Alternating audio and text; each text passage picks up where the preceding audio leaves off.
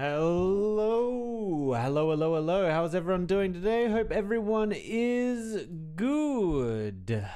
We're jumping into part 2 of the Nasti story. The Nasti story. We just had the tree start to grow out of the vivarium, and we're about to find out exactly what Nasti's up to. What kind of science experiment this exactly is. Where she's killing off plants and bringing them back from the dead or something. Also, my theory is still... now, I don't remember her name. Is it Viara? Viara? I think it's Viara. The old girl. And Nasti's, I guess, adoptive mother. My theory is still that she is going to die at the tree, and she's going to treat it like the...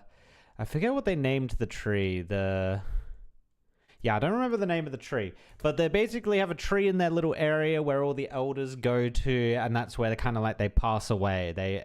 They finish up their time on Terra at that tree, and I think she's going to treat this tree like that. But that's my only theory at the moment, because otherwise I have no idea what's going to happen. Everything's a little up in the air at the moment. Yes. And we got a cool little mule-sized clone last time as well.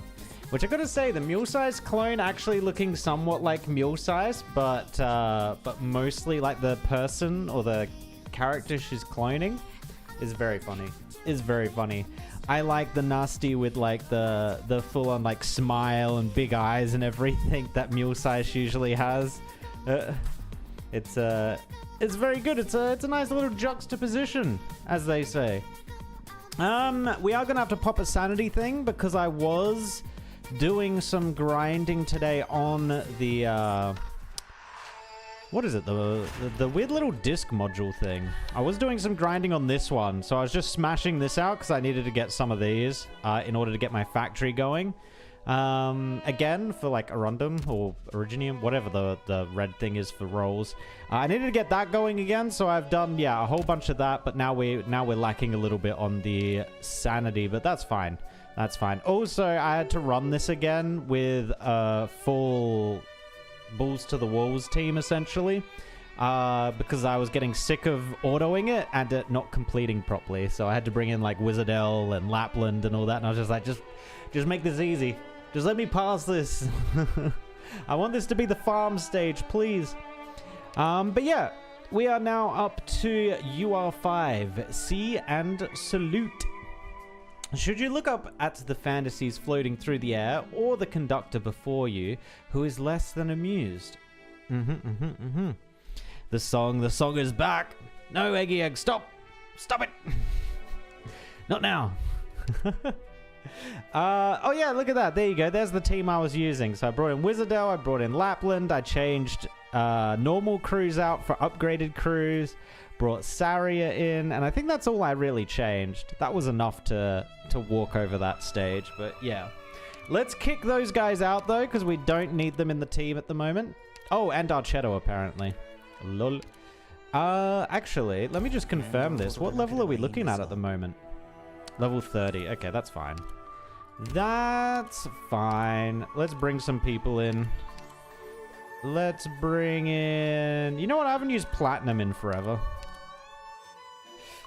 Let's bring in... Matsukiri. Let's bring in Savage. I think we're going to need, like... you know what? Liska might not actually be terrible here. Let's not go the one where she gets stunned, though, because that's a bad time. That is a bad time. And Nightmare. Sure. There we go. That's our team. So we got 2 tanks? Yeah, 2 tanks. Okay. Yeah, that should be fine. The only thing that we might need to change at this point is Vendella. I think we're going to need a proper healer, not an attacking healer. But it will work for now. Oh, actually, I forgot a character. Let's get rid of you, Nightmare. Because I actually leveled up a little space cowboy dude. Skybox. You guys on the transport crew for my little fellas? He's Then leveled I'll up. bring a few extra crates. He is leveled up. So we're going to try him out, see what he does exactly. I know he takes off into the air. Let's try and not suicide him into the aerial units that deal a shit ton of damage, but we'll see. We'll see. Also, let me full screen this. This is like half screened. There we go. Angry company representative. Uh-oh. What the freak is that tree up in the air? There are only a few days until the exhibition. How many stands does that thing take up? Rhinelab didn't apply for upper-level exhibition rights. Ryan and the ATIO must be colluding. I saw Gordon Tannen on that tree that night. Gustav, former ATIO director, promised in a broadcast that he'd have an explanation the next morning. And what actually happened? Not one word from the committee. I bet they're stalling for time. Please remain patient. The credibility of the Propeller Paradise administration and engineering departments is at stake here. We need to deal with this carefully and come up with a plan that can satisfy the hundreds of corporations that have an interest in the project. Who's asking you to deal with it carefully? Yes? Who gives a crap? It's not like this is another ring lab. The engineering department's inspections have stopped, and the administration's vetting is over. Who cares if Propeller Paradise officials are doing their jobs or not? But the hearing is a necessary part of the oversight process. Investigations and trials, those are your problem. We just want to know the result of the hearing. The Air Expo Columbia, we expected to make a splash in Columbia and even all of Terra. Is it going to happen or not?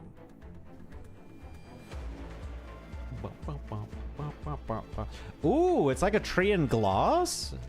Okay, very interesting. Out of the way. I said out of the way. You really think that sitting here puts your illegal equipment out of our reach?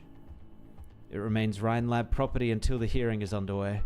Besides, what are you calling illegal equipment? Don't you recognize a floating botanical unit when you see it?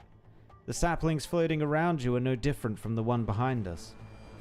You insolent little... I need more men over here. Sky, we don't have the numbers. We can only hold out for so long. If they decide to use force... Besides, we don't know whether this tree-like device behind us is legal, or whether it's safe. After all, it's only been 2 years since Control, right? I'll ask you one question. As a scientist, are you willing to just hand over the product of Director Lunaray's sweat and blood?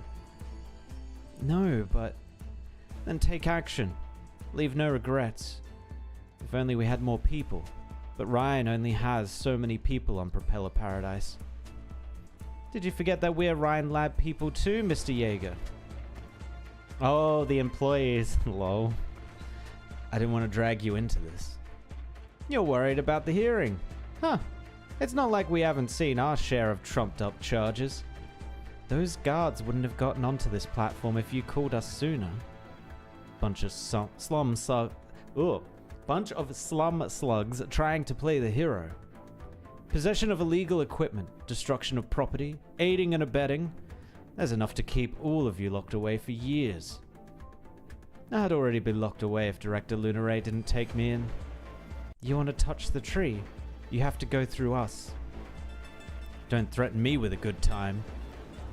Ryan researchers and testers form a wall against the guards attempting to enter, while curious onlookers on the outside look up at the towering tree. A tall, dark figure walks past the rear of the crowd, footsteps clanking.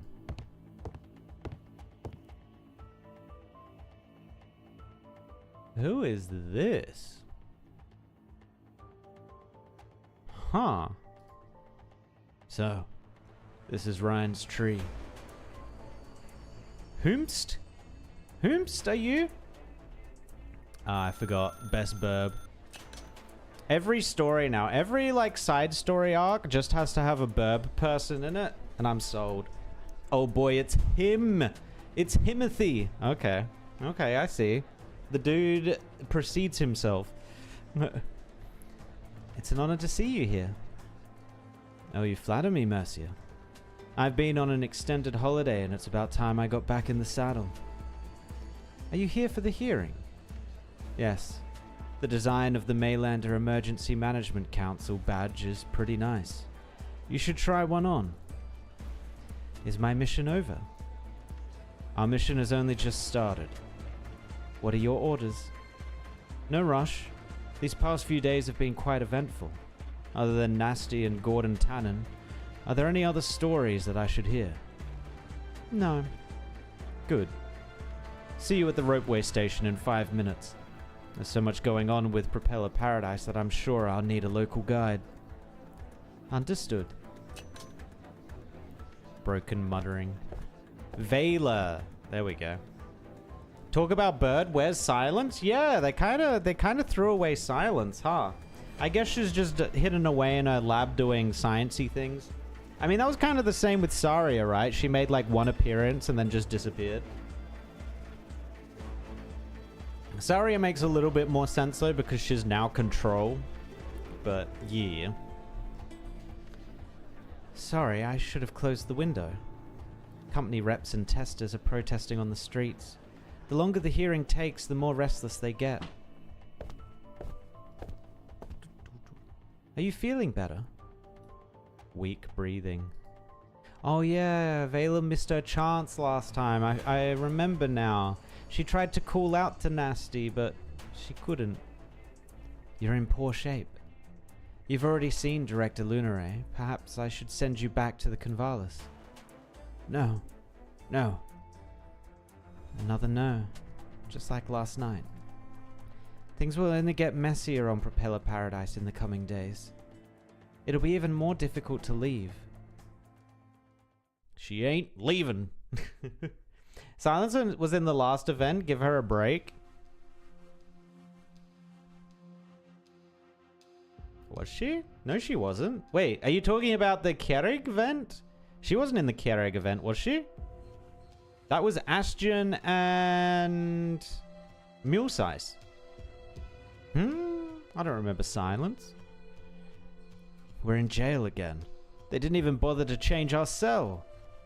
The time of the hearing keeps changing. You think they might be looking for more evidence and stack even more charges on us?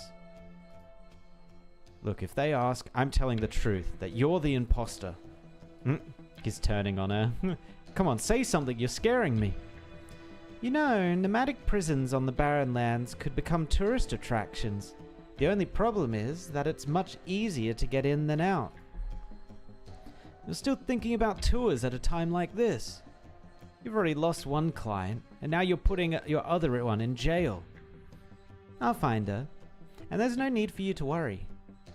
How do you figure? No trial, no ID check, no notice to appear. You think the guards are just stalling for time to find a way to charge us? Yes. I don't think so. I think it's a sign. You and I are not the focus of this hearing. She was? She and Gnosis had scenes together? Oh my god, I don't remember Silence at all in that story. She must have had a very, very minor part.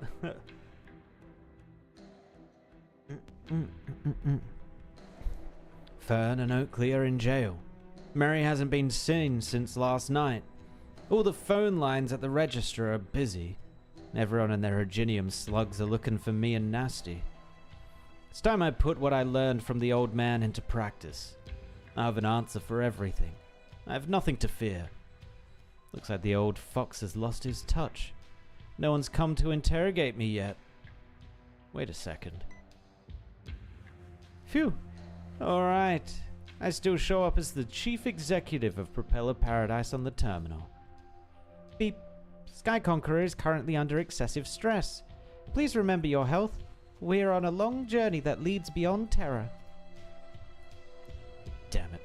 Are they going to start that hearing or not? Everything would be over and done with if I were in charge. That old coot just keeps tripping me up. It's been this way for 7 years. Why haven't you gotten one bit better in the past 7 years? Gustav. He did come. He has entered.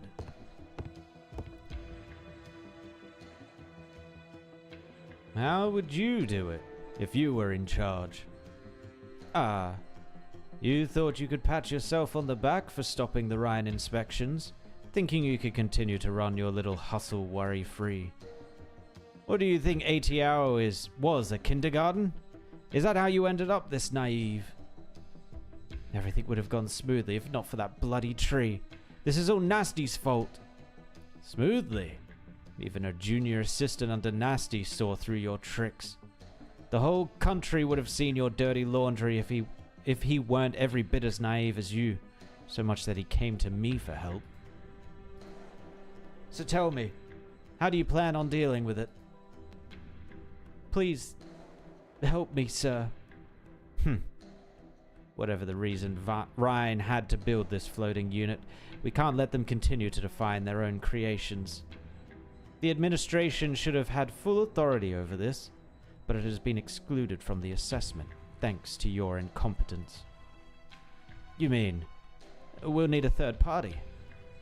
A scientific consultant who is objective, professional, with the appearance of impartiality. What the dude's a full horse? The fuck? What? Okay. This is definitely the first horse person we've ever seen. Like, proper horse person. I'm used to just seeing them in, like, Nell form.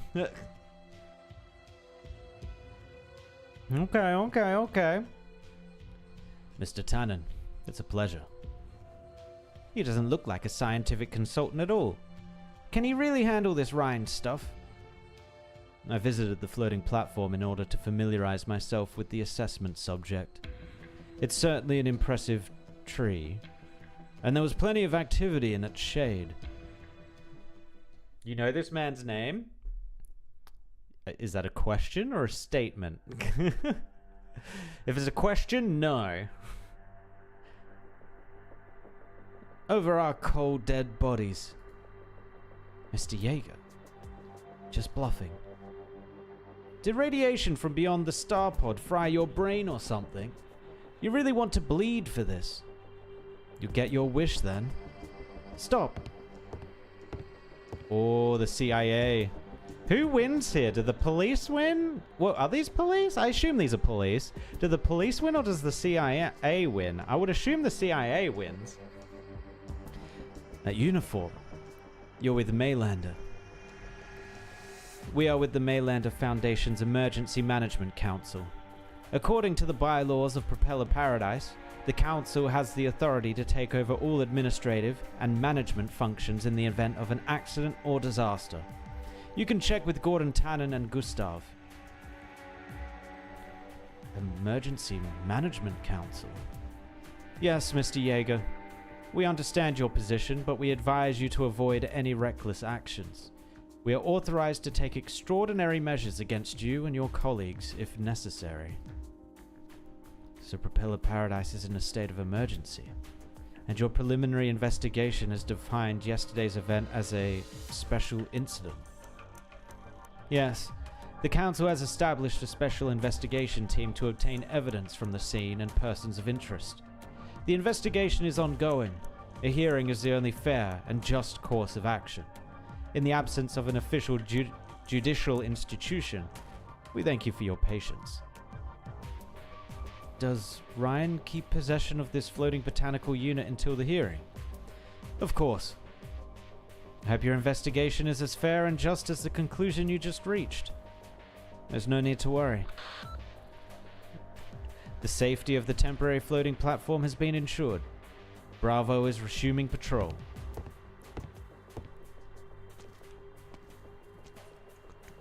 Are we just gonna leave, Mr. Jaeger?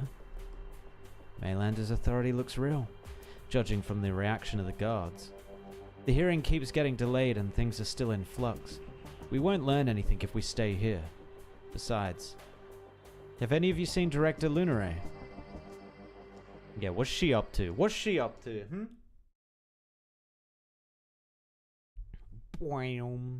Alright. I didn't actually look at the map for this one. Oh, okay. What are these? area. When defeated for the first time, crashes and becomes debris with extremely high defense, nullifying 1 buoyancy of the... Oh, so you don't want to attack them. Got it. Go it. Her range expands, but I think it's only by 1 tile, right?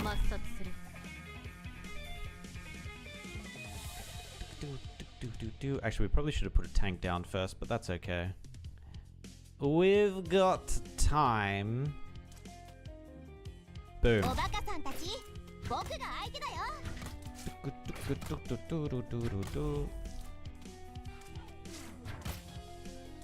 I assume these floating things that turn into debris are neutrals, so they're not going to attack us or go for the blue square.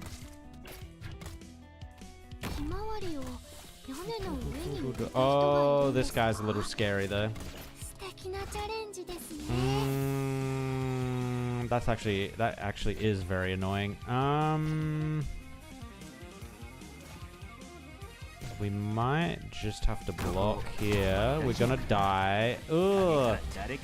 We need the other tank out. This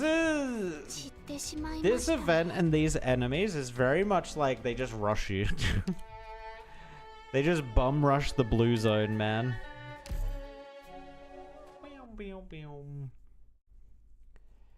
You just need as many tanks out as you can get to hold them back. Which is fine. We know what you need to do now. I actually might put the ranged tank on this one. I think that makes more sense.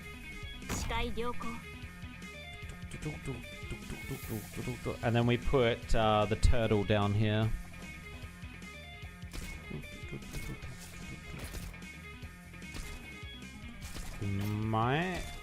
How quickly does this other thing spawn? Not that quickly.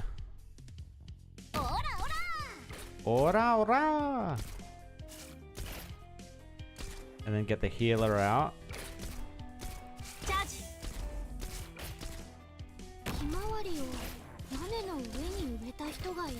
Alright, this should be fine. So this guy will hit the turtle. It'll push this.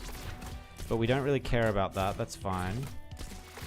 The only thing is, we'd have nothing to deal damage to this. Because then we're going to deal damage to the debris thing. I guess we just deal damage to the debris.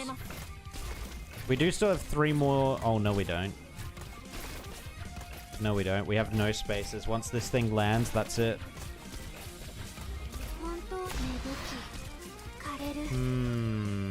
Okay, that makes things a little more difficult.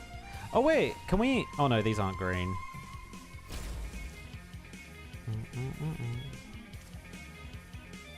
I mean... Yeah, it kind of works. It kind of works. We could do this.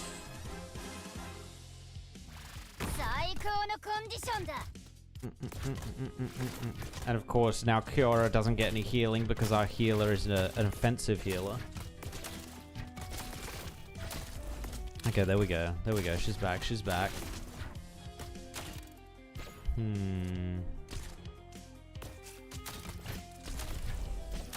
Actually, these things are pretty damn tanky, these debris things. I think we're actually going to be fine. Yeah, they're taking, like, no damage. Oh, wait. Wait, do they actually move? Uh-oh. Oh, I didn't think they were going to become combative. That's a little unexpected, actually. Okay.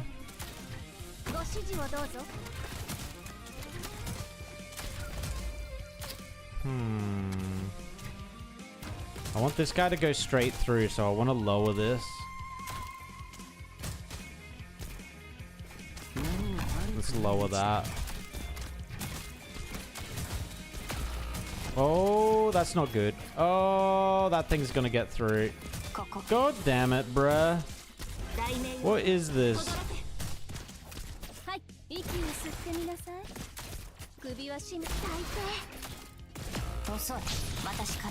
Next tank's gone. Yeah, these things are dealing a shit ton of damage. Okay, maybe you do want to destroy these things. Because they take a lot. They have a lot of health. Oh, he does a lot of damage to them, actually. She's dead. Oh, she's not even going to be able to block. Yeah. Okay, this is an interesting one. This is definitely an interesting one. I mean, there is a way we could just go unbelievably OP and just beat this very quickly, but I just don't want to use things like that. I know what. Wait, I know what. Don't you try clear all stage using only Ryan Lab squad? We could. I think we'd run out of characters, actually. I don't think you could do a full Ryan. Do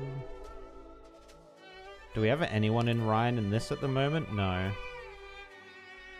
How many Ryan Labs do we actually have? One mule size. One. Does Rosmontes count as a Ryan Lab? I think she counts as a Ryan Lab, right? Rosmontes is a what? That's 2. Efreet 3. Wait, Radiant. Is Radiant Ryan? No, she's an elite. She's an elite. She's not from Ryan. Astion 4.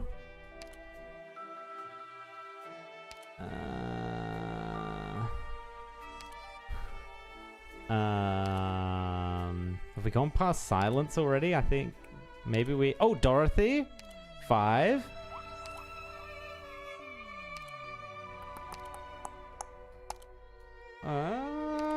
We're out of the E2s now. Oh, Maligan. Or Magallan, sorry. 6. Second Astion, 7. Silence, 8. Okay, wait. Maybe there is enough. Maybe there is enough. Is Weedy Ryan? I don't... Well, for some reason I think Weedy is, but I don't... No, I'm not 100%.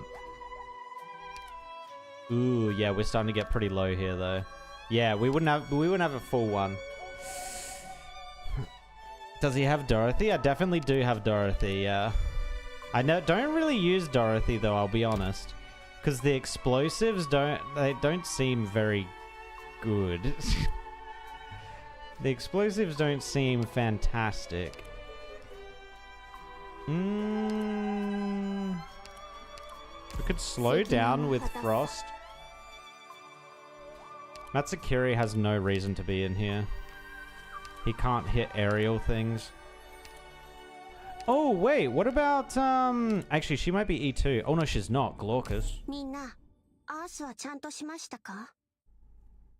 Okay. I think we can handle this. We're just going to have to deal damage to the big tanky things. Oh my god, data syncs, man. Can we get the global server to data sync it not this time, please? That'll be great. Efreet? Yeah, I already went to Efreet. Weedy is not. Yeah, for some reason she gives me vibes that she should be, and I think it's just because she has the technical, like, water pump thing. God damn it, now I'm going to have to get this again. Where's Glaucus? Glaucus! There you are. Come here. Who else did we get rid of? I think it was Savage, right? Because she can't hit anything. And we brought in Frostleaf to slow. Okay. Yeah, we're just going to have to position our people to actually deal damage to things. No, her mines were pretty strong. It's just that they're about to release another that makes her feel like a 5-star. Oh, Glaucus is not Ryan? No, she's not. But Glaucus deals extra damage to drones. Wait, do these count as drones?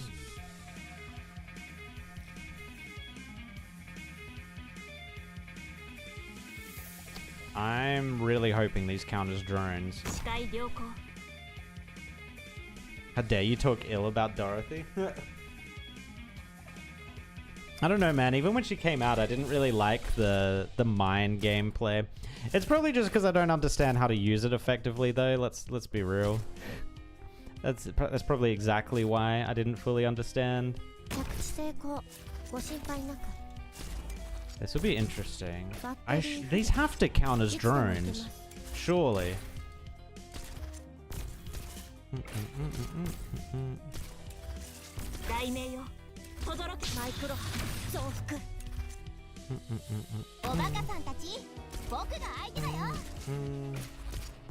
More like Gorkus. Ha ha! Alright, here he comes. Bam! The healer out there. So now the healer will have perma heals though, and we are dealing a crap ton of damage to this thing now. These are starting to build up, but I think Glaucus will clear this out. Yeah. Pretty easily. That drops. This is where things get a little scary. We have to get rid of this.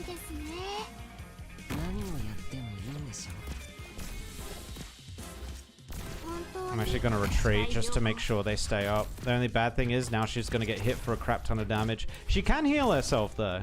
We need to get rid of this very quickly.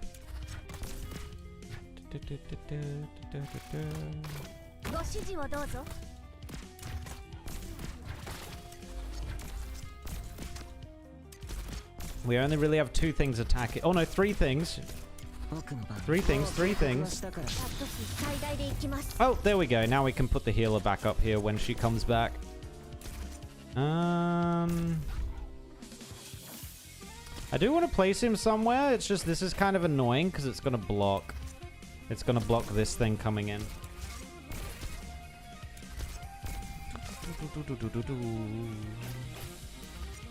Could do something like this because I think she can hit this, right? Yeah. Gonna put this on so she doesn't die. Well, that's unfortunate. I had the right idea, it just didn't work. Then we're gonna Glaucus when this gets here. Come on. And Glaucus. That should die, doesn't need to be blocked. Very nice. Now we have the issue of we have nothing to block with. We might just have to sacrifice a couple of characters here. Some cheap characters. Get blocking.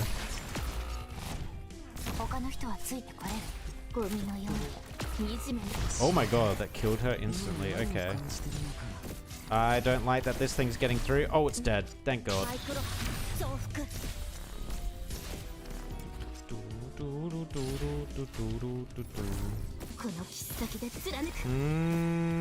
Yeah, this is very awkward. This is very, very awkward. Keep it simple. Doesn't matter where you put me, I still have. Oh wait, why? When he's in the air, he can't attack like ground things, right? Uh-oh. Oh, this is starting to build up too. Uh-oh. Oh, I've got no. Oh wait, no, he blocks. Oh, he actually blocks okay. What? Got no more hollering. Oh, I fucked up. I fucked up. Dude. Okay, we're just gonna. You know what? We're just gonna go ace. We're not gonna go quite ace squad, but we're gonna bring in some better people.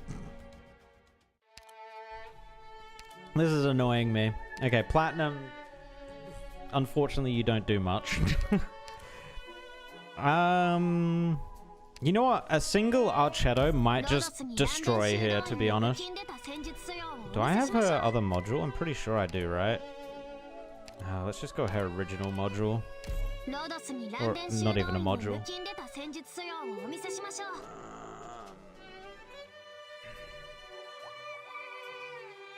That should deal with that. I actually think I need another tank. Just as a backup. Just as a backup. She's expensive, isn't she? Yeah. God, why is... Okay, why did they make Penance and Mudrock so expensive?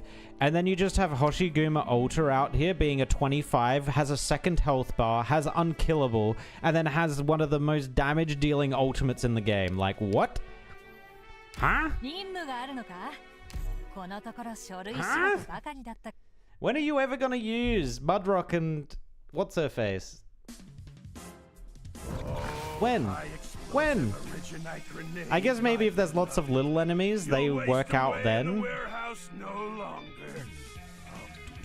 The whole continent's gonna hear you scream. Alright, we're just times 2ing this. Let's go, let's go, let's go.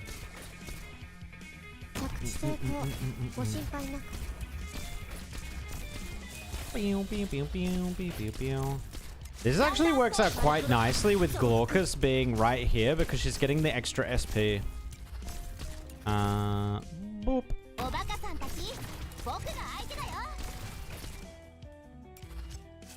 Nah, she has to be over here to be able to get the healing. Be able to attack things.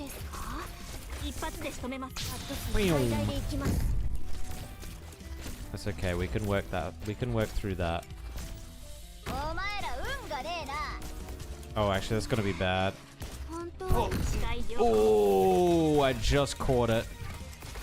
Just caught it. That was a little spooky.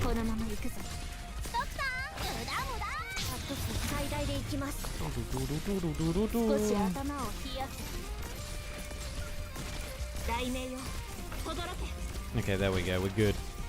We're back. We're stabilized. 1, 2, 3, 4. Ooh, she is almost dead. I need the healer back, or we need to switch her out for Hoshi. I think it's going to be a switch out for Hoshi. Boom.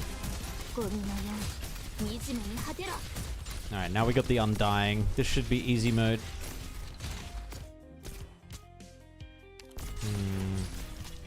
And I put her there. You know what? I'm going to force...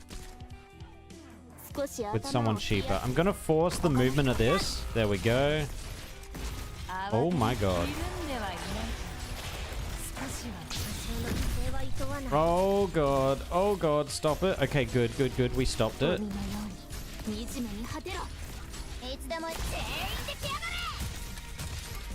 How is it dying before it hits Leto?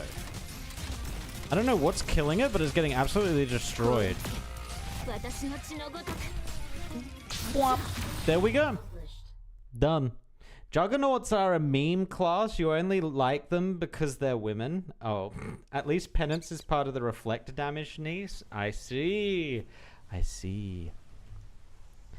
Father. A small sand beast in the forest caught my attention. My knowledge told me that this creature usually makes its habitat in the barrens. The frightened beast escaped into the bushes. I pursued it through thorn and briar, driven by curiosity, and found myself gazing upon an unexpected landscape. Do you see it, Fenny? Oh, is this Fenny's father? Yeah. The great desert in the sky, pink where they meet on the horizon. It's totally different from the pictures in the textbooks. It smells sweet. That's your mum baking cupcakes. They'll be ready soon. Tell me again about your adventures in the Eastern Wasteland. No, tell me about the city in the sky. There's no rush, Fenny. We have plenty of time, and plenty of adventures to talk about. You'll see everything that I've ever seen when you grow up and your feet become quicker, I promise. Let me guess, she's an orphan. She has to be, right? Stop spinning tall tales to my clients. Don't blame me for you being boring, trainee. They like my stories better. My job is to take clients to see places that actually exist. You think only the places that your company marked exist? What about the things I saw in my youth? I told you, you shouldn't just read from your tourist manual. You need to walk a path that no one has ever seen. And achieve nothing in life, get laughed at by the neighbors, and spend my old age spinning tall tales of children. I believed your stories. The flying beck beast, floating city, golden pink deserts. They'll always be precious memories. But you believe in your stories too much. Oh, she slammed the door. Oh. Fern, come back here. Unhealable units have completely fallen apart thanks to the stat bloat. Only Zhao Li really survives because of how broken he is. The newest Reaper, Entelechia, had to be released with a free revive talent. That says miles about the state of things. Does that mean La Pluma has just completely fallen off then as well? Has La Pluma just become useless? I guess Entelechia was a better La Pluma anyway, right? But yeah, La Pluma used to be in like everybody's main team because of how broken she was. But yeah, I have a feeling she's not used anymore. Congratulations, Miss Fernbarn. Your application has been approved. You are now the owner of an independent travel agency. Thank you. It's a big first step, even if it's a one-woman company. One woman? I thought there was another name on the application.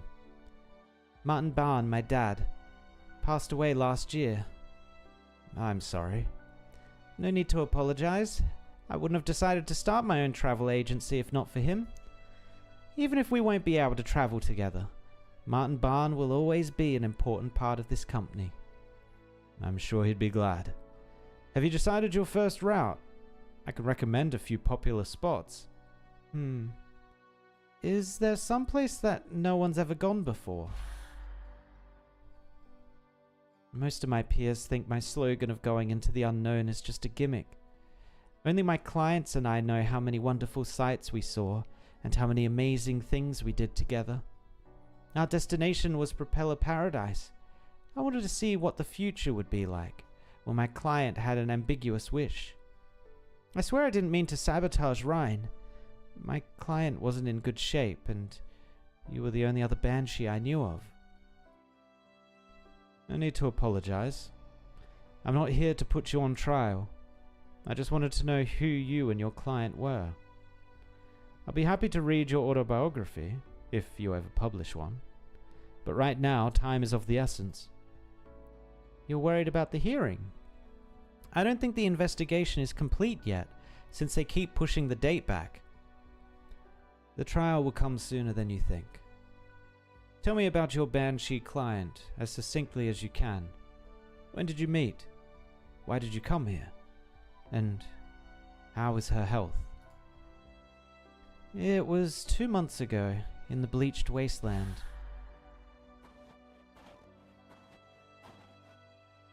Brr, it's really cold at night. The sand's black, completely different from what Dad said. The outskirts of the bleached wasteland aren't as scary as the stories say. My flesh hasn't been ripped from my bones, and I haven't heard the ghosts of the dead wailing. Wait, what's that shadow on the slope? Don't tell me there actually are ghosts here. Is this Columbia? Guide. Guide.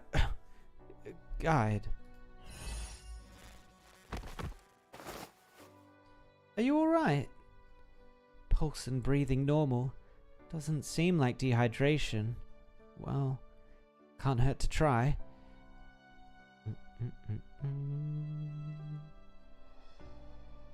Am I back in the Convalis? No, I haven't seen her yet. Do not mourn me. I must not roost. Oh, the roosting tree. That's what it was called. Calm down. Do you remember your name? No. Where are you going? You're in the bleached wasteland in Columbia. Do you remember what you're here for? Wasteland? No, she's not here.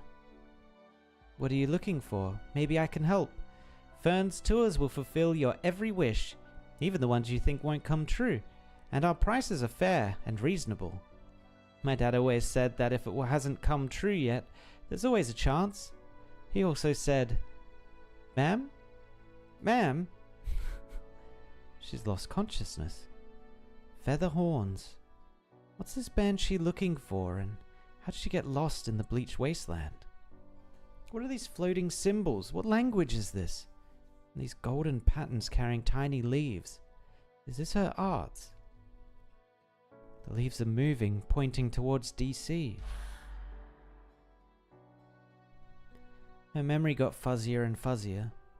I didn't know what was wrong with her, and I got desperate. You can't stop time. It's a symptom of age. But her memories. I've seen this before in the Convalis. It goes hand in hand with death. If a banshee who's starting to lose her memory showed up here, then perhaps it's her last wish to keep what's left of her mind together. Do you mean you're trying to fulfill her dying wish? She came all the way to Columbia, walked through the bleach wasteland on foot, just to fulfill her final wish. What's she looking for? An object? A truth? Or someone she cared about? I see. Every cop on Propeller Paradise is looking for you. Ryan needs to give everyone an explanation. This delayed hearing is extremely important to you. You came to look for a guide you've only met in passing, asking about her client. Unless you already know who she's looking for, or is it you she came to Columbia for? Thank you for caring for my mother, Fern. She must still be somewhere on Propeller Paradise. I'll help you look for her. We're out of time. Please come with us, Director Lunaroy. A few more minutes, please. Wait, your uniform. It's not Tannen who sent you. The Maylander Emergency Management Council. Your new uniforms look just like the old ones. The Council has completed its investigation concerning the flight of the illegal device that occurred last night. Please accompany us to verify the findings. Please communicate any objections that you may have to avoid unnecessary misunderstandings and waste of time at the hearing. The investigation is complete? Then why hasn't the hearing started? We've been waiting for 7 hours. The hearing is delayed, but the trial has already begun.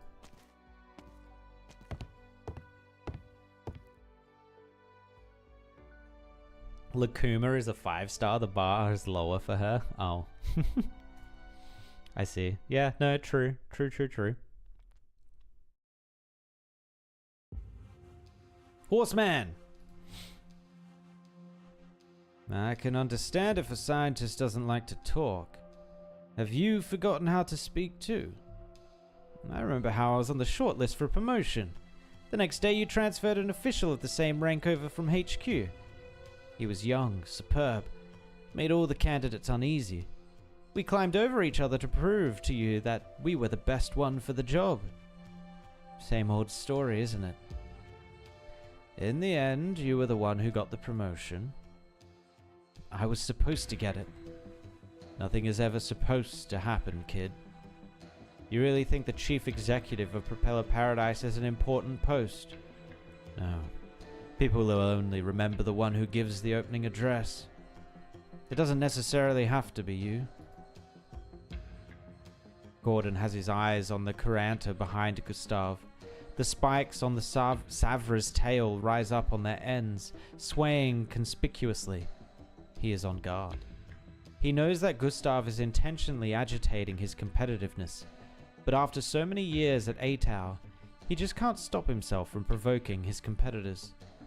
In order to leave Atau, he took on tasks that were not his job, pulled strings everywhere, and bowed his head to Gustav, his tormentor. He must not stop now. What do you think Ryan's device is, Mr. Consultant? Maybe a variation of a floating botanical unit? Excuses. No. Floating botanical units are electrical cables in the sky. Lightweight and mobility are paramount. What did I see on my way here? 2 empty slots on the tree's eternal activator. My guess is... anyone can tell it's waiting for 2 keys. It doesn't look like the tree will fully activate until a second Rhine Labs section director is present. Unless someone else sneaks into Propeller Paradise unnoticed. What do you mean? People might have many theories and speculations about this device because of its appearance and the Rhine name. But I see nothing more than a flying tree, Mr. Gustav. Are you done? We're not here to write Ryan's paper for them. The delayed hearing has bought us time. But the reason Nasti concealed the tree's existence, how Fern sneaked in, and my side hustle, everything needs an explanation. Enough. Impatience is a sign of fear, and questions are a sign of incompetence. Our consultant here has already given us the answer. What is it? Ryan's device is pretty low risk, but also invites all kinds of speculation. Therefore, our definition of it can be as big or as small as we want it to be. What else do you need me to do, sir? Do as you're told. All you need to do is what you're told. Poor lizard man. He's just being used. He did get to run his little illegal contraband operation, though, so there's that going for him. Stop pushing. But please, let me through. I have something to ask the desk. Don't waste your time. They don't know when the hearing is. I just want to know if I should come forward to the investigation. Listen, we're impatient too. No one can do anything to move the hearing process forward, unless you're actually involved in the case. Let me guess. You took out a Sky loan, didn't you? Yes. There were 6 grocers like me back home. We spent our days betting drinks on the direction that tumbleweed rolled, until 2 years ago. The Sky, the Star Pod, life free of iridium, a brand new frontier for Columbia. I didn't understand a thing that the TV and newspapers said, but I saw the light that night.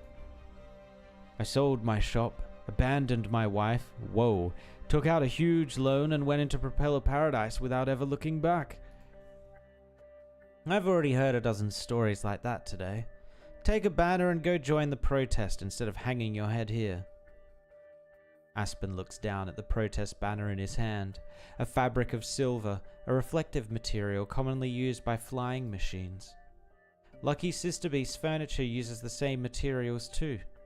Aspen does not understand how it became so popular so quickly. The sofa reflects his face whenever he walks past it. It is patently absurd. Yet the sight of the silvery fabric also causes his heart to leap, as though the future is really in his hands, and luck is really on his side. I'll make it through this hearing. Even if I'm put on trial and thrown in jail, I'll make sure the name Lucky Sister Beast and my exhibit stay on Propeller Paradise, where everybody can see them. Things will turn out fine. Lucky Sister Beast will bring me luck.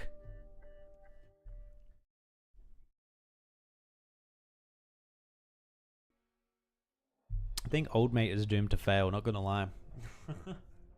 I think he is doomed. He's never been late before. Was he delayed by the protests, or did he get lost on the way?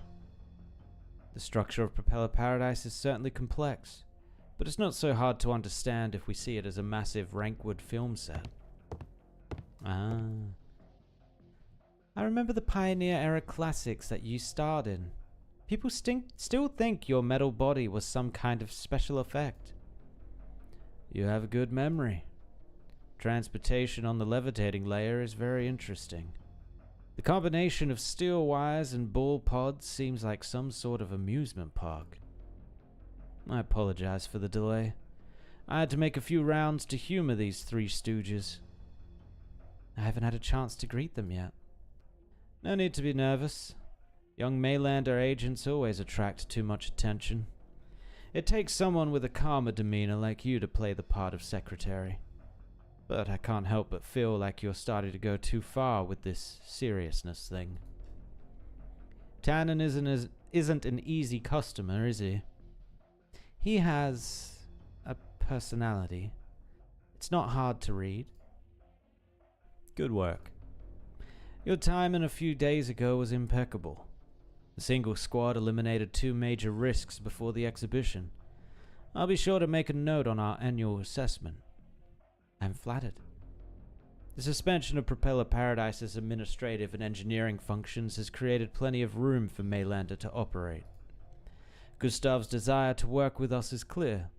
He's already sent people to deal with Ryan's devices, and he intends to personally instruct his subordinates.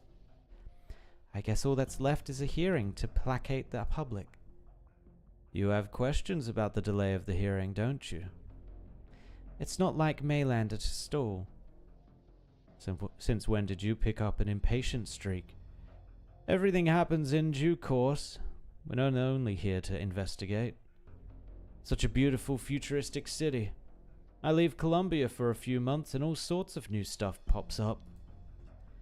How long will it take to make a full round of the levitation layer? Less than an hour by ropeway. Very good. I would like to enjoy a nice view of Propeller Paradise before the hearing.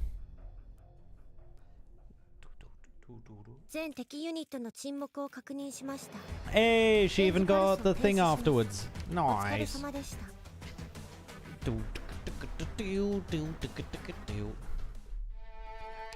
6. Intersecting routes. By the way, what is that? Oh, it gives us the rocks. Nice. As they passed each other by, they glanced at one another, unsure why the other departed, and how long they can continue to fly. Okay. 2 paths. Okay. This should still be fine. What level are we at now? We're at 50, so anything at 50 or below is at risk. So I think we need to start changing our healer. Let's bring in Rolls Salt. Yahoo! Irene can stay because he does big damage to drones, so that's still good. Greythroat we'll probably switch out. Liscum is still tanky enough. I think she can handle this. Yeah, I think that's fine.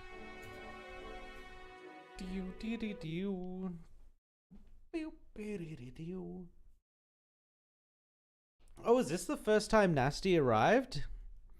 Ooh, she's like in Outlander clothes. Okay. Looking a little rugged.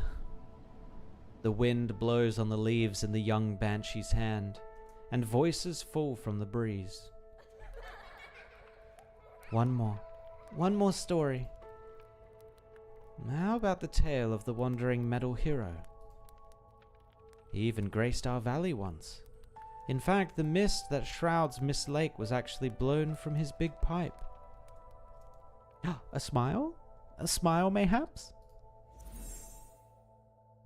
Retract your feather horns like this, and you can shield your eyes. So we can use them as an eye mask to sleep during the day. No, of course not. This is so you can easily weave your tears into elegies at funerals. Another recording ends, and the young banshee keeps her leaves in a chest pocket, yet her gaze suddenly turns wary. Eavesdrop again, and I'll throw you into the concrete mixer. Ooh. Oh, is it Kristen? Was that a banshee's incantation? Yes.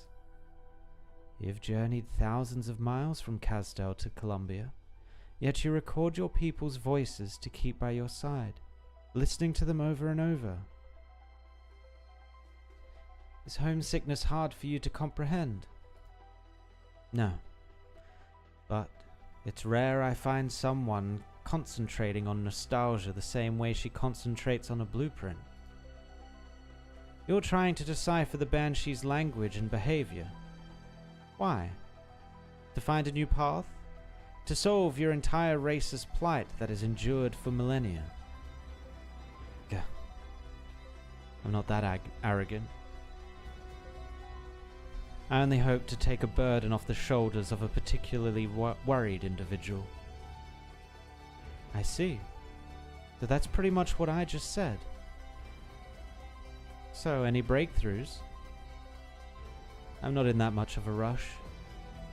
It sounds as if you've replayed that countless times over. Soaking in the same old corpus until you drown, unable to develop a new language.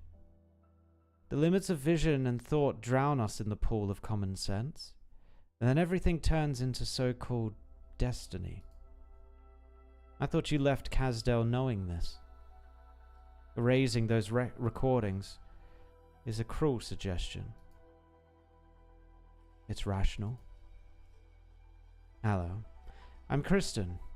Control of Ryan Lab. Nasti.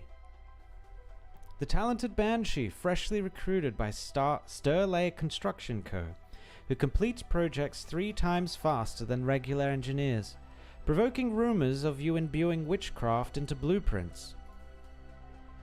We're currently establishing an engineering department at Ryan Lab. Might you be interested? I happened to overhear your chat with the boss yesterday. Ryan Lab is a biotech company, yes? Look up, Nasti.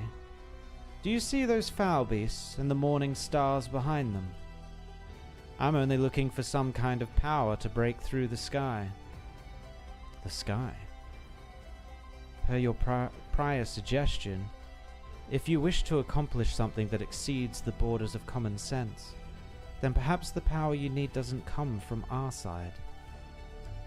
Ryan Lab should be looking into a scientific investigation department instead. A rational suggestion. Can I take this as the first proposal fielded by our Director of Engineering? Very pushy, but it worked.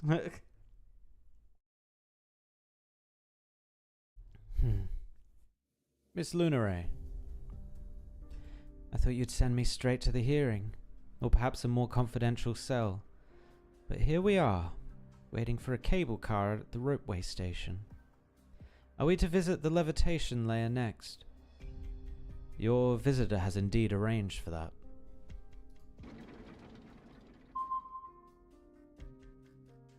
Long time no see, Nasti. So it was you. I just got here, and what a fine place it is. I still have half the place to see. Shall we have a look together? All right.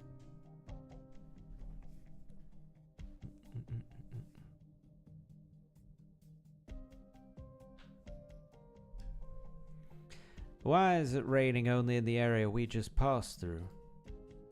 Cloud projections, thanks to a sky simulator system developed by Rankwood. Wait 5 minutes and you can even enjoy an aurora. A century ago, that fellow known today as the father of projections once lamented to me on a film set, wondering when he could actually shoot a film up in the sky. Sky fever has truly set the revolutionary gears of film tech in motion. Quite an atmosphere here, Nasti. Personally, I take civilization's rapid developments as commonplace happenings, and now I can't help but be moved by the Colombians' creativity. It's hard to believe you'd still be in the mood for fun and games. According to the laws drawn up for Propeller Paradise, relevant authorities must call for a hearing within 12 hours of an emergency event happening to investigate the matter and notify the public. Gordon barged into Ryan Lab's vivarium, wrecked our research projects, and exposed his shady dealings to public scrutiny. Evidence and testimonies provided were complete and accurate. Your people arrived quickly, yet you've been dragging your feet to begin this hearing. This is no procrastination, Nasti. 2 years ago, the Colombians never thought they'd fight the clouds for the right to dwell above. But now, Propeller Paradise has become the hottest topic in all of Colombia, and its name tops the special plate registry records.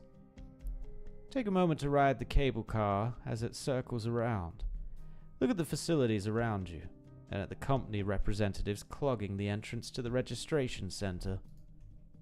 All of this already tells us what sort of judgment the hearing will produce, no? Propeller Paradise.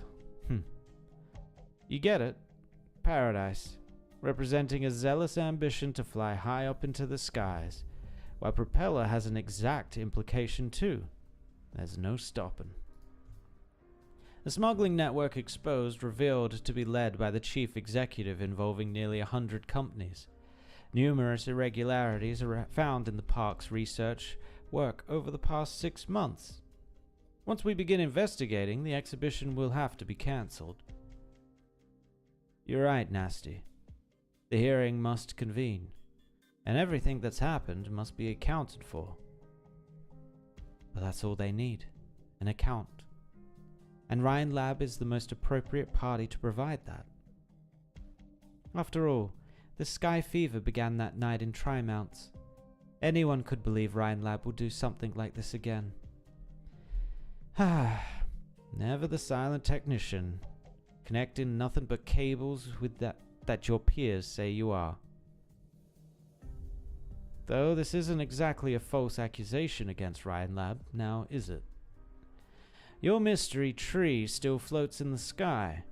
Putting aside your botanical unit, and other excuses, how are you going to explain that? It sounds like I don't even have to attend the hearing anymore. You've already made up your mind after all. I'm sorry, Nasti.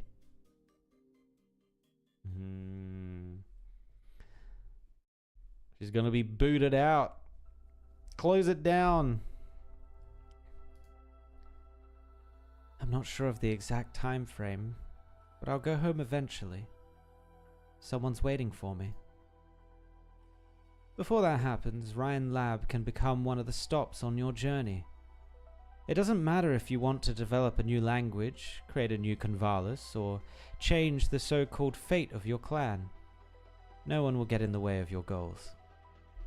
On the contrary, Ryan Lab will fight for everything you need. After all, we have many like you. And the catch? Or perhaps I should ask, the cost? Nasti, I don't ask company employees to view Ryan Lab's operation as some sort of grand undertaking worthy of personal sacrifice. If we want to accomplish the unprecedented, we are already on a path strewn with enough doubt and loss. So, we must never stop. Ever. I consent to join Ryan Lab then.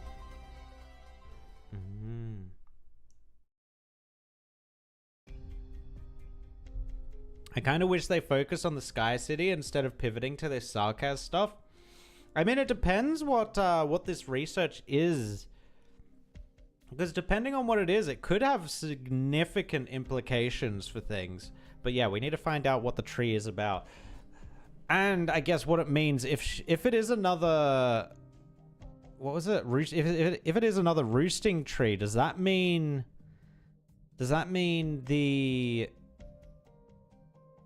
These Sarkaz, I'm forgetting what they're called now, but these versions of Sarkaz can leave the Convalis and go to other places instead of having to just chill in the Convalis? Wait, if you put the tree down, does that mean the area becomes like the Convalis and you get all the fruit and you get everything that comes along with that?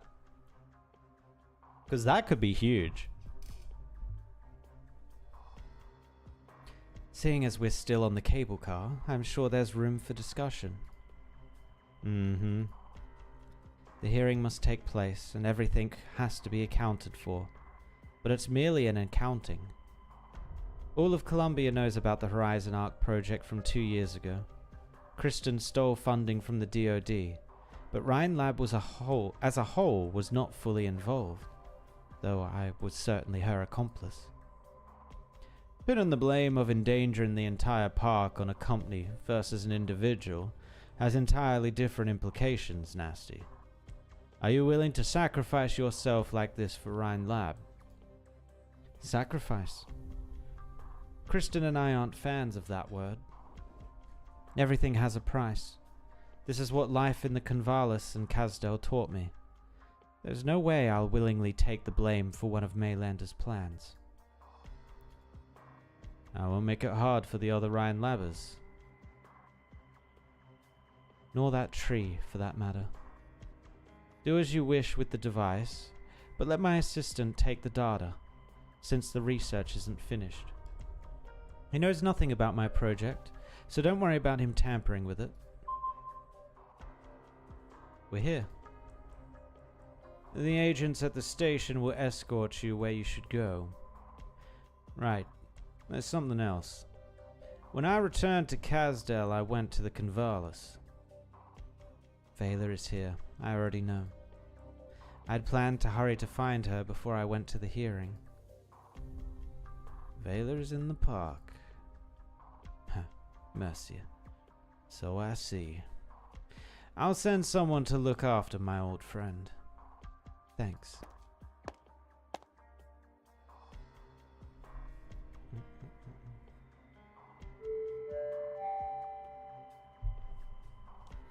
The hearing on the sudden accident on Propeller Paradise has just concluded. Suspect Nasti Lunare abused her position as the head of the park's engineering department to conduct unauthorized experimental projects, and this nearly led to a disaster. She's been thrown under the bus. Actually, is she being thrown under the bus? Because technically she actually did. She is doing what they said. On the night of the incident, the suspect attacked Gordon Tannen, the park's chief executive, in an attempt to cover up her crime with an unidentified tree-shaped device. According to Mr. Tannen's testimony, the suspect not only deliberately tried to harm him, but she also abused her engineering privileges to tamper with exhibits. She forced her subordinates to conduct illegal tests, deliberately suppressed rival tech companies, and forced dozens of outstanding companies to leave the park. Okay, so this is the made-up part. Okay. Damn, yeah, they are kind of tarring her, huh? Now, with the ATAO's backing, the innocent corporations implicated in this incident have returned to Propeller Paradise and will continue to contribute to Columbia's aerial operations. The suspect Nasti Lunare is currently in custody after confessing to her crimes. She will be sent to the DC courts to face justice. From now on, Propeller Paradise operations will be overseen by Gordon Tannen and Gustav, supervised by the Maylander Emergency Management Council.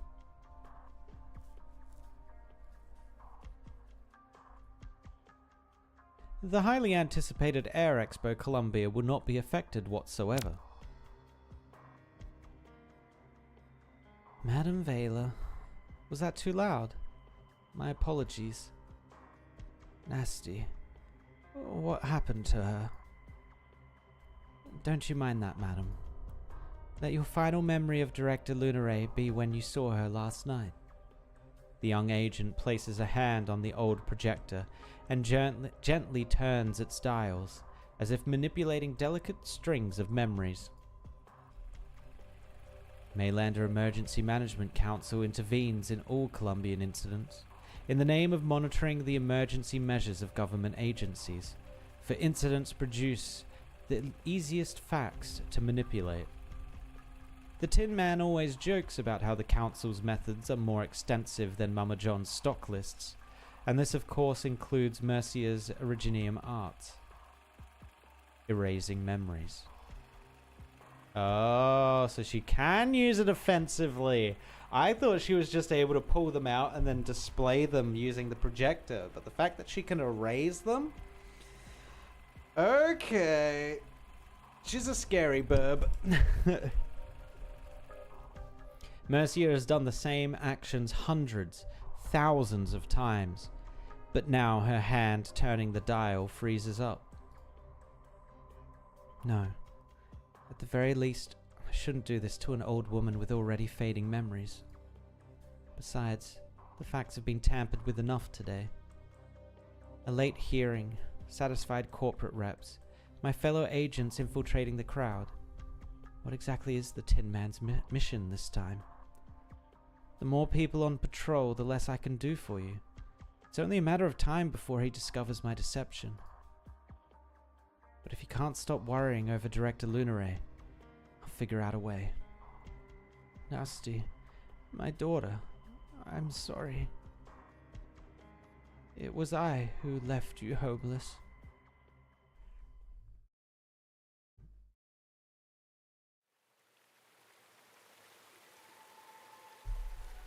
Where the torches are lit, the myriad souls be. Bones to bones, souls to souls. Let's conclude the funeral here, Vayla. Our people have returned to the courtyard and night is falling. 3 months. Demoy spent 3 whole months in the wooden hut under the roosting tree before death finally came. I've done all I could, but I could not alleviate the pain of slowly turning into an empty husk. She was never the sorrowful sort. The reed beds along the lake shore would sway to the sound of her laughter. But every pleasant memory from the past 2 centuries vanished completely within the first 3 days after she moved into the wooden hut. I couldn't retrieve them as much as I wanted to. In those final 3 months, as her remaining memories abandoned her, all she could do was force out broken, hoarse whispers from her throat. In her 2 centuries of life, she certainly knew laughter in full measure at least. But why did she have to end up meeting death in agony? In these 200 years since we settled in the Convalas, every banshee that has left us has experienced a long and painful period of losing their memory before death. A cruel joke, simply put. To the departed, banshees are the last ones to remember their existence. It is not in our nature to forget, but to remember. Forgetting is indeed a new phenomenon of the last 2 centuries. But you shouldn't blame yourself for a chronic disease we have yet to comprehend. A chronic disease or a cost. Every time, every person without fail first loses her memories of life in the Convalas. As if the life we created was mere stuffing made of cotton. A substitute that replaced the life we were originally born to live. But in the end, when it decays completely with time, the people it once filled are left as empty husks. Is that not what we have always wanted to do? To create a different life for the banshees, the Sarkaz, a life accompanied by song and pastry? Is that the... okay. And pastry rather than war and death. Remember what Her Highness promised us. As we deal with all of this in the Convalas, she, as the King of Sarkaz, will guide our people to bid farewell to our omnipresent, vengeful and bloodthirsty nature. You personally told me that Her Highness has turned to Originium for answers, along with that dame. I had a few more conversations with Her Highness after that. She never forgot our original dream. She only changed to a more decisive method to fulfill her promise. If the day comes where her flowers can cover the land, all the more we Sarkaz will need a new way of life. I only hope the Convalas will hold on until then. The roosting tree is still withering. Its roots have long since rotted. Neither the children of soil and stone's witchcraft nor my own incantations have been of any effect. I'm sure there's a future for our roosting tree. I only hope you'll be there to see it. These past 3 months, have you gotten even a single night's sleep as you kept Demoy company? Her moments of peace were thanks to your soothing incantations, that she could gain respite from listening to the boats on Mist Lake. But what about you?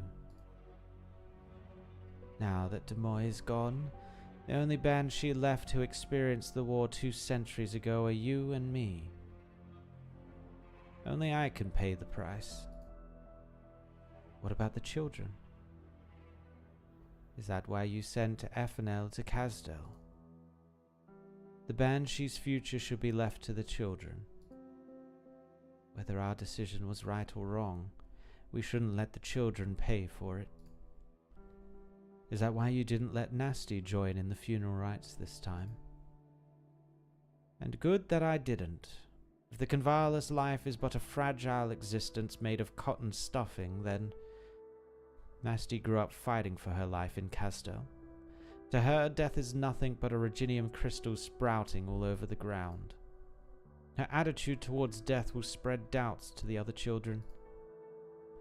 She has a bright mind, I'm sure she'll understand your intention. I remember when she wanted to build a hut of her own by the roosting tree, though in the end you had her build it in the Mistapple pulp woods. You hardly bring her to the courtyard gatherings, nor do you allow her to formally study incantations and elegies. How do you explain all that to her? I found the children too loud, so as the custodian, I had to move further away to find some peace and quiet. She saw how busy I was, and she believed it. At least she said nothing. All right, Lacquera Maline, you should go. And you? I wish to stay a while longer. You've sung this elegy long enough. I don't know what else I can do.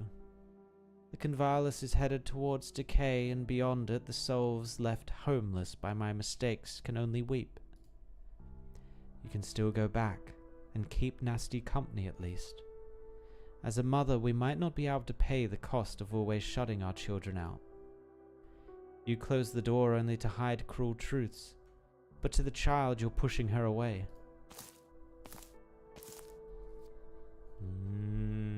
So did they separate on bad terms? Nasti thought Vela was just completely ignoring her.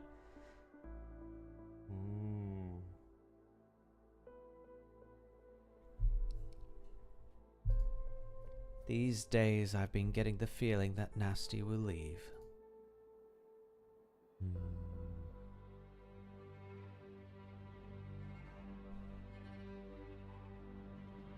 But I never thought the day would come so soon. Yes, it is an abrupt decision.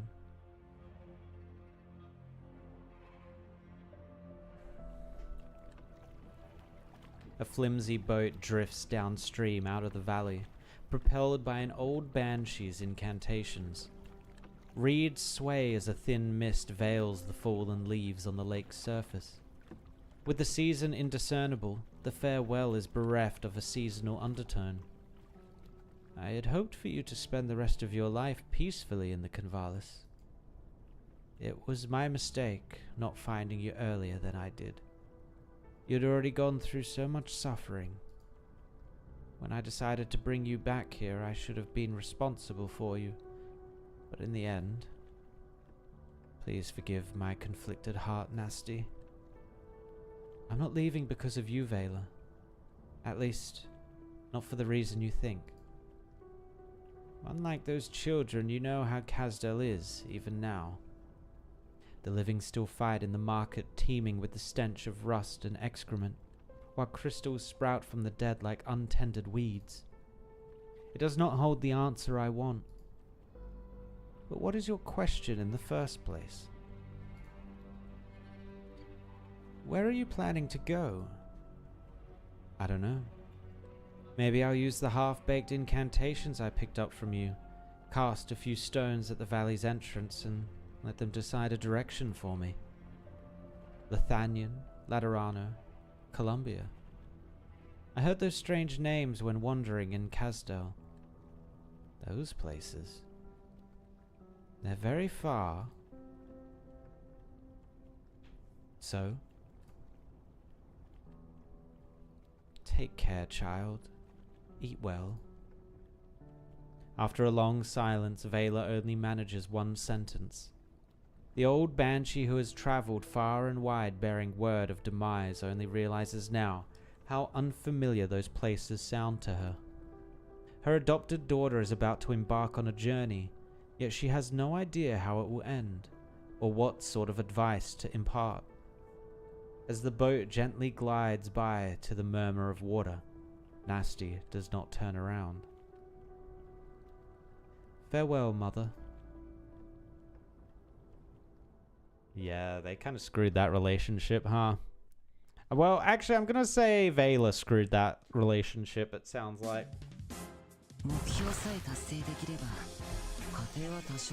Alrighty. What do we got? What do we got? So we got one here.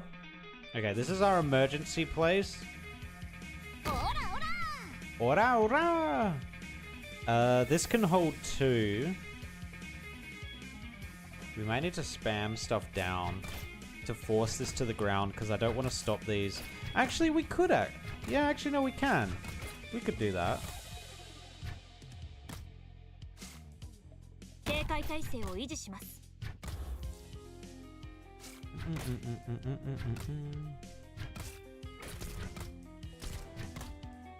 Oh, it cuts through here. What the hell is that? Only attacks allied units in aerial state? In aerial state, okay.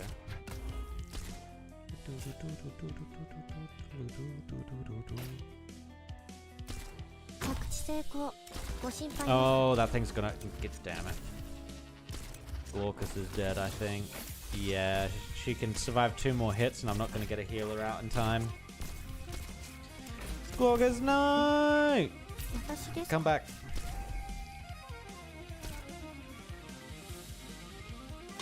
Stand a little further in, Doc. See your hood from here. God, they're already moving.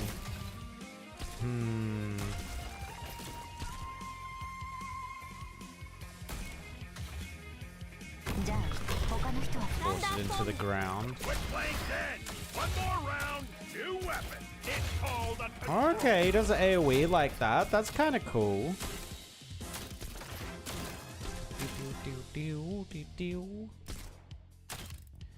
This is actually kind of annoying though.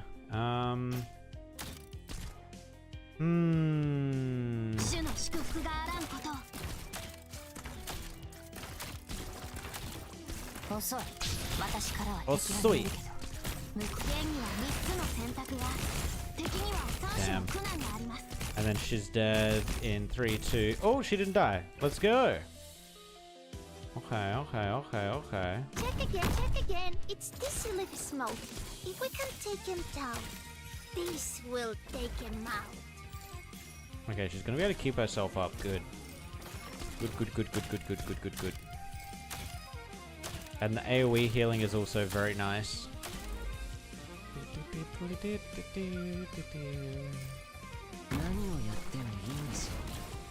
There's gonna be multiple though, but they're not aerial, so this thing can't hit. Yes. Go feral Spanish mode.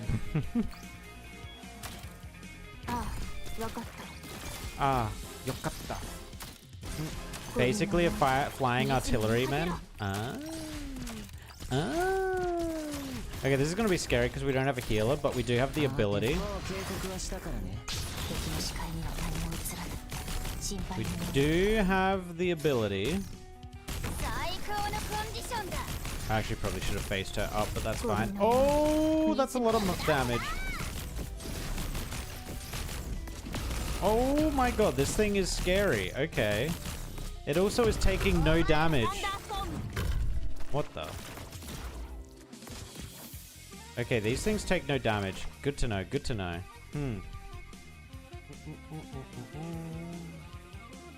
Let's see if they're weak to something.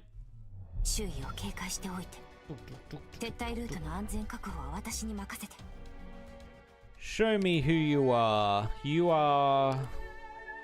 Okay, they're not weak to anything. Great. And they have ridiculous attack.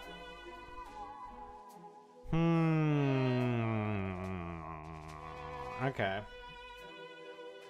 Slightly annoying. I think we are going to have to go a little bit stronger here, though. Wee bit stronger here.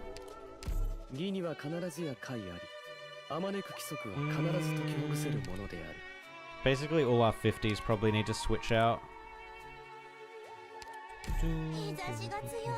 Actually, mule size. Oh no, I can make mule size work here. Actually, no, this will be fine. Let's switch you to a healing one. We probably only don't need this many tanks, so we can get rid of you.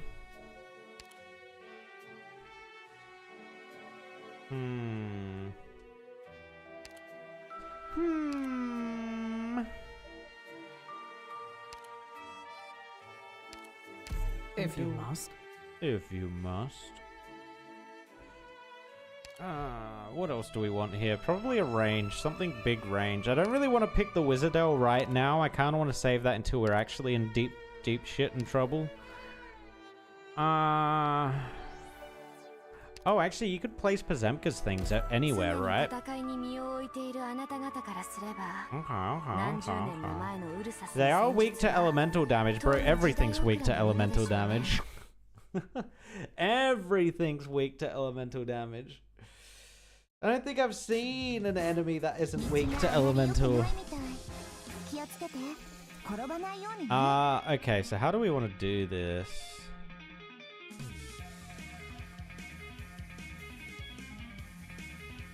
I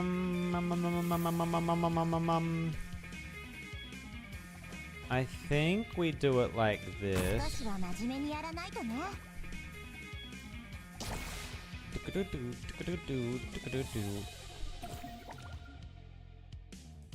I was gonna run into mule size, but that's fine. Das ist gut. Start prepping the Glaucus.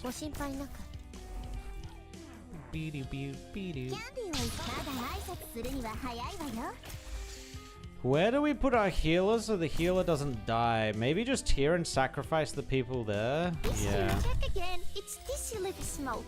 If we can take him down, this will take him out. I think we go for the Hoshi here. 3, 24, 25. Boom. Wait, where did her clones go? What? Oh, is it because when I did 3 clones? Wait, what?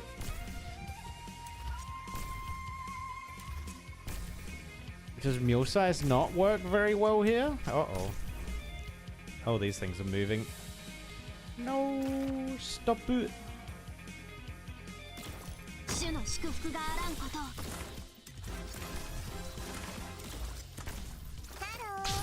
this is gonna force it. Oh yeah, it forces them back. Lol. If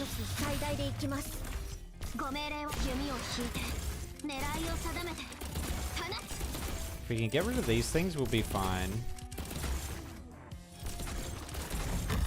Oh, it forces the reset. Okay.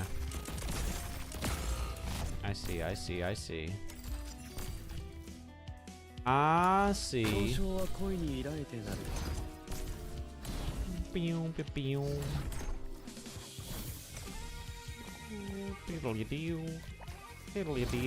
that'll attack the clone, which is good for us. Slows it down a little bit. A carefully deliberated dispatch. Gonna get a little damage here, and we're not gonna be able to heal it. That's okay. We can survive that.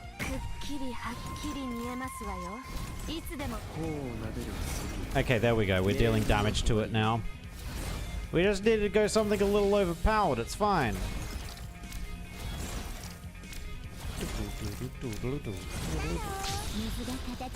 I'm just gonna use it for the DP. I'm not gonna make it anything. Actually, is this gonna force it down? Oh, this doesn't count as a summonable. Okay. Very cool.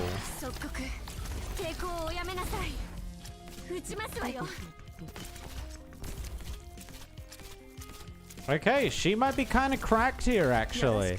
Pozemka might be good.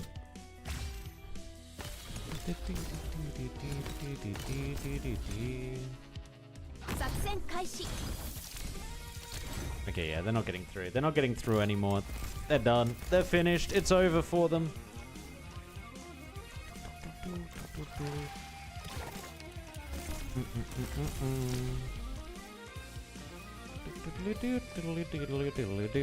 And then this thing's just gonna die to the Logos. Dead. Get out of here. All the casters, activate.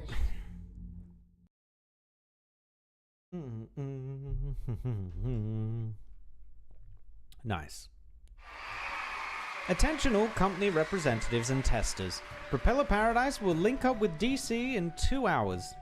The park's broadcast will begin once we're in range of the intercity net. Please make sure your exhibits are all functioning optimally. Air Expo Columbia is about to begin. They're still in jail. Look, that's Tower Mountain's Finbeast airship. I heard they made a lot of last-minute modifications and greatly improved its heat resistance. And that solar-powered hover kitchen kit, with a power source that works even beyond the Starpod. I've been curious ever since I first read the brochure. Whoa. Good thing you only hit the window rail instead of getting your whole head stuck in there. The expo's about to begin. Aren't you nervous at all? Relax. Professionals always have an escape plan ready. I'll get you out when the time's right. You want to leave already? Oh. No, sir. Of course not. Whatever. I'm just here to hand over some stuff. That's a lot of papers. Are these records and investigation forms? And the name on them? Fern Barn. Vandalizing public property, theft of cultural relics, trespassing, impersonating a guide. Why is a little indie guide worth your trouble to scrutinize 5 years of work history? We just need your signature down here, and you'll spend the rest of your life in jail, introducing folks to handcuffs and shackles. What do you want? The expo's about to begin, but we need more hands on deck. We can't afford to lock up the park's only 2 guides. That would waste time and resources. But there are too many records with your name on them, and you're connected to Nasti Lunare.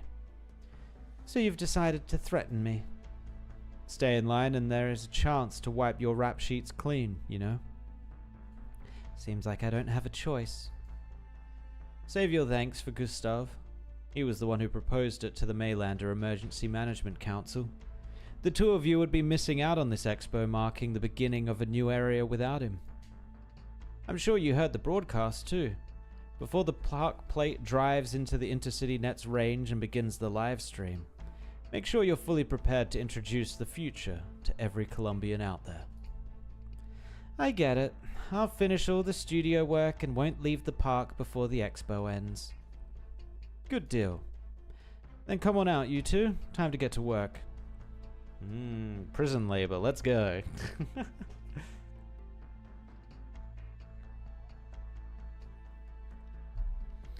On behalf of all Lithanians, I express my most sincere congratulations for the upcoming Air Expo Columbia to be held on the experimental Propeller Paradise. Take a guess, who signed it in the end? Conductor of the Guildines. Gassats, Guardian of the Nine Crace? Anyway, one with a string of titles neither of us could pronounce. The Kaiserin.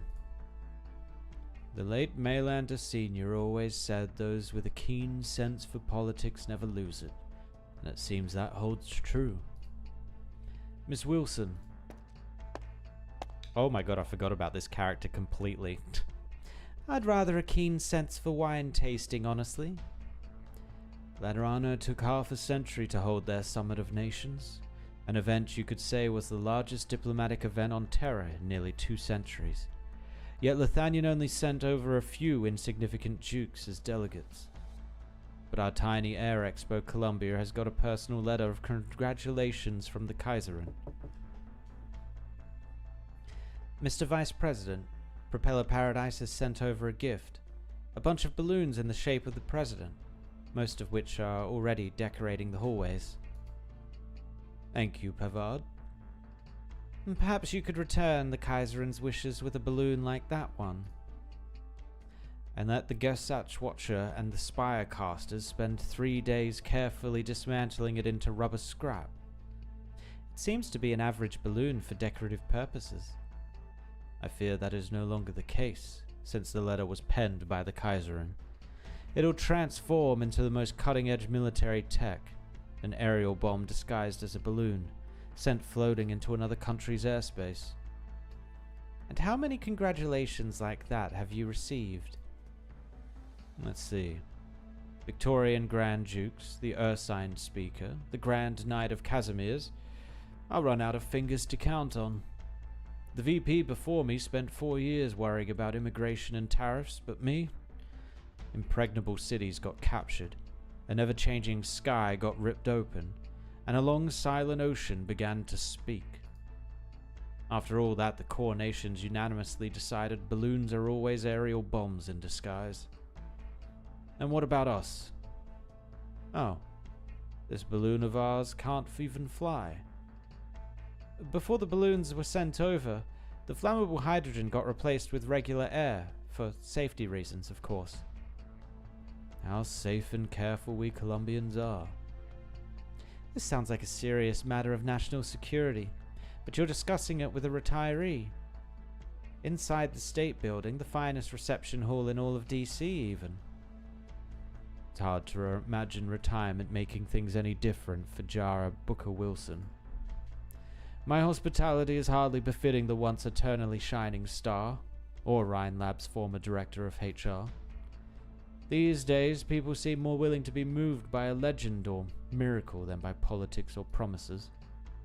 Even the most rational congressmen are no exception. If you're referring to the few meetings I had with Congressman Wayne, I believe you've already expressed your gratitude with those unique souvenirs from Kereg. That was just a personal token of my gratitude. Besides, I later realized the scientists at the observation station must have sent you something similar before. If you show up and give the right people the chance to put hydrogen back into Columbia's balloons, I'm sure I won't be the only one in line to thank you. To my understanding, the most suitable people to do it would be those who made the balloon in the first place. I've stepped in on their behalf quite a few times. Researchers are as sincere as children. I can never bear to see their hopes dashed. You're right that retirement has made no difference to me whatsoever, though. Of course, we all know how important Ryan is to you. Look, Propeller Paradise. You don't even need binoculars to see it anymore. We need only wait and see what they'll turn Columbia's balloons into.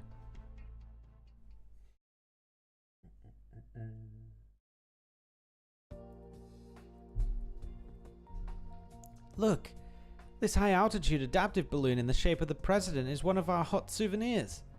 A thin film on the balloon's surface automatically adjusts its molecular structure according to the environment, so it won't explode even if it collides with the barrier. Think about it, miss. Just how many balloons could we fit under the barrier? I remember agents are required to pass a university-level physics fundamentals exam. Isn't this park's purpose to push the boundaries of physics itself? Are you implying those samples and snacks on you are for research purposes? Satisfied chewing. Just for disguise purposes.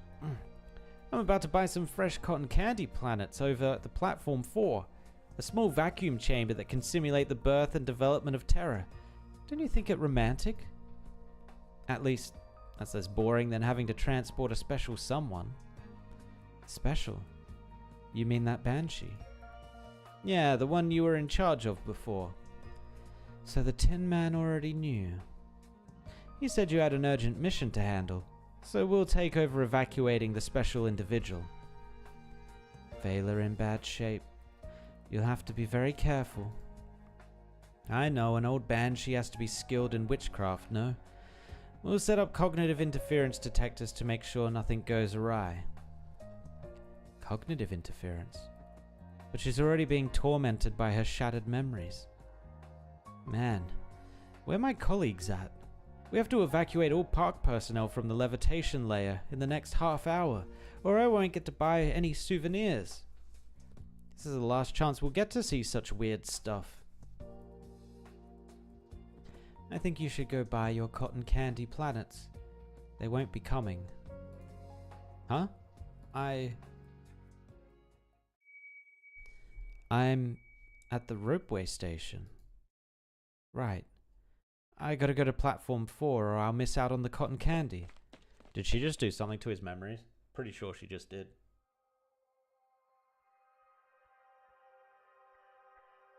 Madam Vela, my apologies, but I only bought you 30 minutes.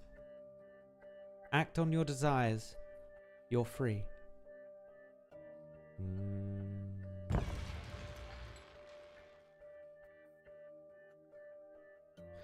The door is open, guiding me home. But where is Nasti?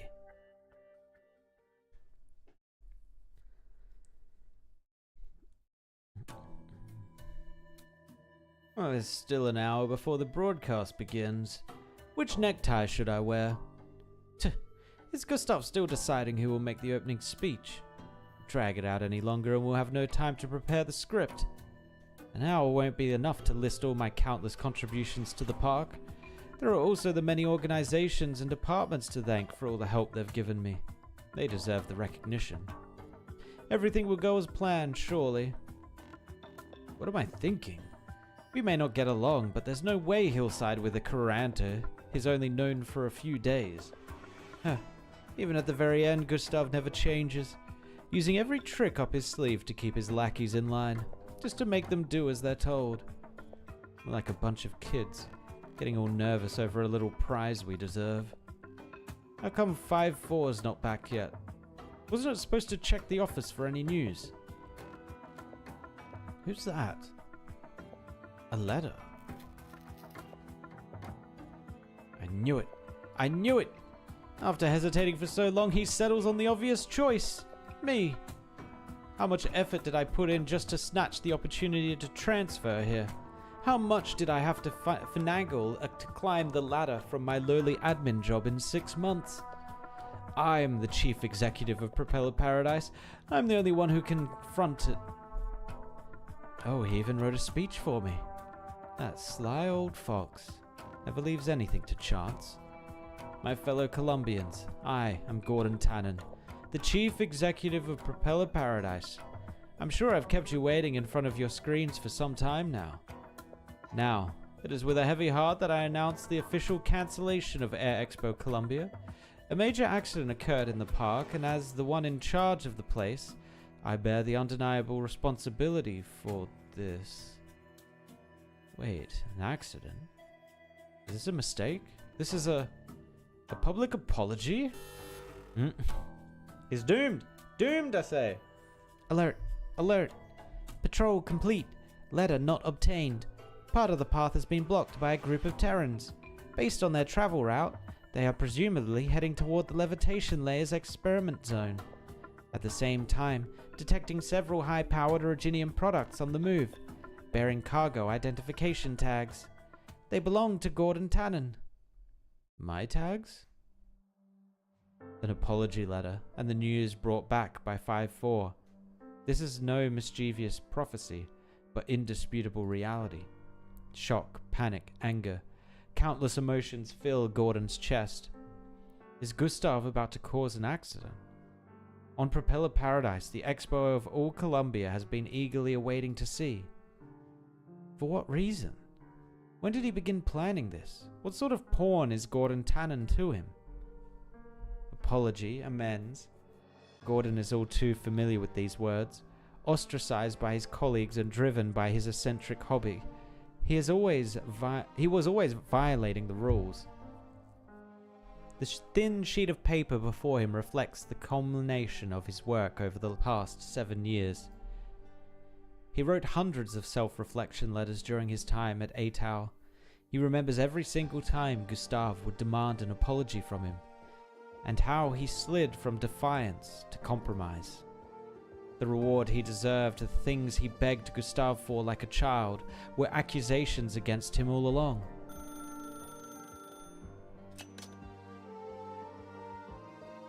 Did you get the speech, Tannen? So, can you do it?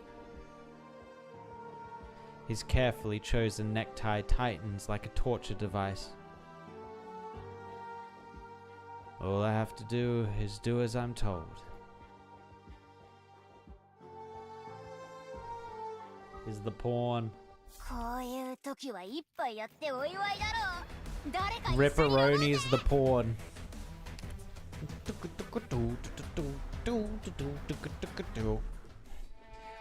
7. Ooh, this is the penultimate one. We're almost to the boss fight. Actually, what is the boss gonna be? The tree, maybe?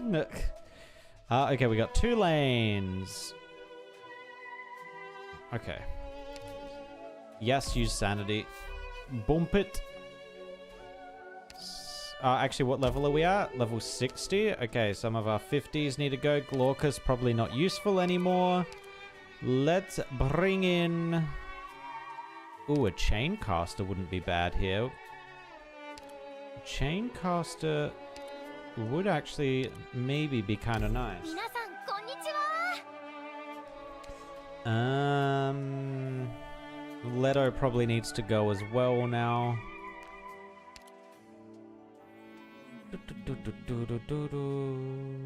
Sakiko, come in. チームワークが試される時ですわ。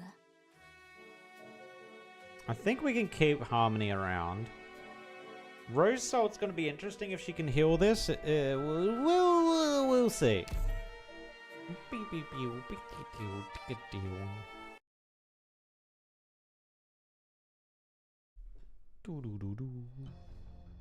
Platform 3 secondary patrol complete. Target pod in position. No suspicious individuals detected. There's no one else left on this little platform but us. What's the sitch on your end? The 4 pod's engines have undergone breakpoint testing, and the park's about to enter the Intercity Net's range. Remember the official line to the public. The gathering is only temporary, and they can all return to their respective exhibit areas once the broadcast intro segment is done. Understood. You sure everyone's gone on your end? The Tin Man stressed we had to make sure all park personnel are safely evacuated before we send the operational signal. The main road was sealed off an hour ago. The support platform's emergency jump pads are all shut, and the cable car routes were all diverted to only go in one direction last night, so no one's been able to get in. Better play it safe. Ropeway station needs backup. That Ryan research assistant is blocking the access hub with a group of testers, and it's hard to get around them. Go back them up. It's crucial we time this right. Every preparatory step has to be complete before the broadcast begins. What was that? Look, over there. A soda bottle cap? Probably rolled off the table from the floating pod shaking. It's probably nothing. Let's go. Famous last words. It's probably nothing. Phew, Mr. Aspen? What on earth is your obsession with that balloon? The couch is small enough without you hanging onto that. I almost got squished flat. I'm sorry, Miss Bard, but I begged you to take me here just for this balloon. You have no idea how much effort it took slipping right out from under their noses and then getting you here. Really sorry about that. Could you hand me the toolbox from the closet? The evacuation announcement came so suddenly I didn't have the time to make sure the floating pods would be alright during the stream. You want the lucky sister beast on display at the expo that badly? Ignoring a public hearing, signing a temp contract with a tour guide with multiple charges under her belt, and helping her escape park security just so you can have her bring you back to a sealed-off levitation layer. You guys, all nuts for the sky. I'm drowning in debt over here. The only way to clear it is to have the lucky sister beast at the show and draw in investors. Yeah. The sky will answer every future seeker, and all that jazz. Propeller Paradise's slogan is plastered all over this place, trash can lids in the slums included. Even if it's blind faith, I'm not going to give up now after coming this far. Phew. Nothing wrong with the components. They'll last till the show ends. Let's go. Why is the door locked? Wait, did you hear that? Is that a bomb? I did. Don't tell me something's really up with my product. No, I don't mean the exhibit. From under our feet. Lol, they're gonna blow up his restaurant. Oh, this is the accident? They're going to cause a whole bunch of explosions? What's their play here? What is their angle? I'm very confused. Why do they want the air show to fail? Girl, why isn't the line moving? Drag this out any longer and the broadcast is going to start. Calm down. Maylander guys are on their way to handle it. They've got someone surrounded. Seems like a Rhine Lab researcher, judging by the uniform.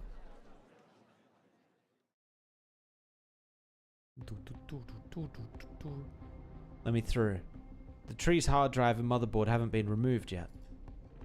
Don't push your luck. Allowing the Rhine tree at the expo has been our biggest concession at Rhine Lab, and we've even been so generous as to let you copy the data for future research. What more do you want? I just need 5 minutes. I promise I won't pull any tricks either. Hasn't the ATOW's science consultant issued a report on the tree? It's completely harmless. No. All levitation layer personnel are to return to the ground to ensure the exhibits are finalized, and only return after the opening speech. Besides, the uplink cable cars aren't operating now, so there's no way you can reach the Rhine tree. It's at the highest point in the park. I didn't realize how much effort Director Lunaray put into this experiment until I saw the core code, and now I remember how she never abandoned her dreams for the sky. Even if it only saves a little backtracking time later, I want to help her somehow. You have to let me through. Mr. Yeager, one more move, and we'll have to resort to more special methods. Wait, the tree looks strange. You used the same excuse 10 minutes ago.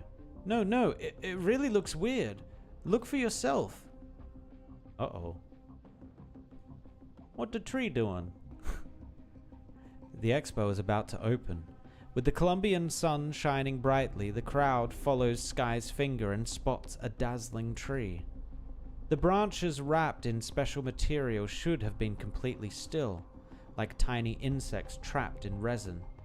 However, right here and now under the sunlight, the broken branches seem to glow green. Organic materials don't photosynthesize. The park handbook states clearly it is common for exhibits to transform in high-altitude environments. Ryan's stuff doesn't do that. And it doesn't give you an excuse to go back up there. Going up there won't solve the problem. I have no idea what exactly is going on. But I know who does. Huh? He just left that easily. Is he going to get... No, he can't get Nasti. Mule Size is away. Maybe Saria?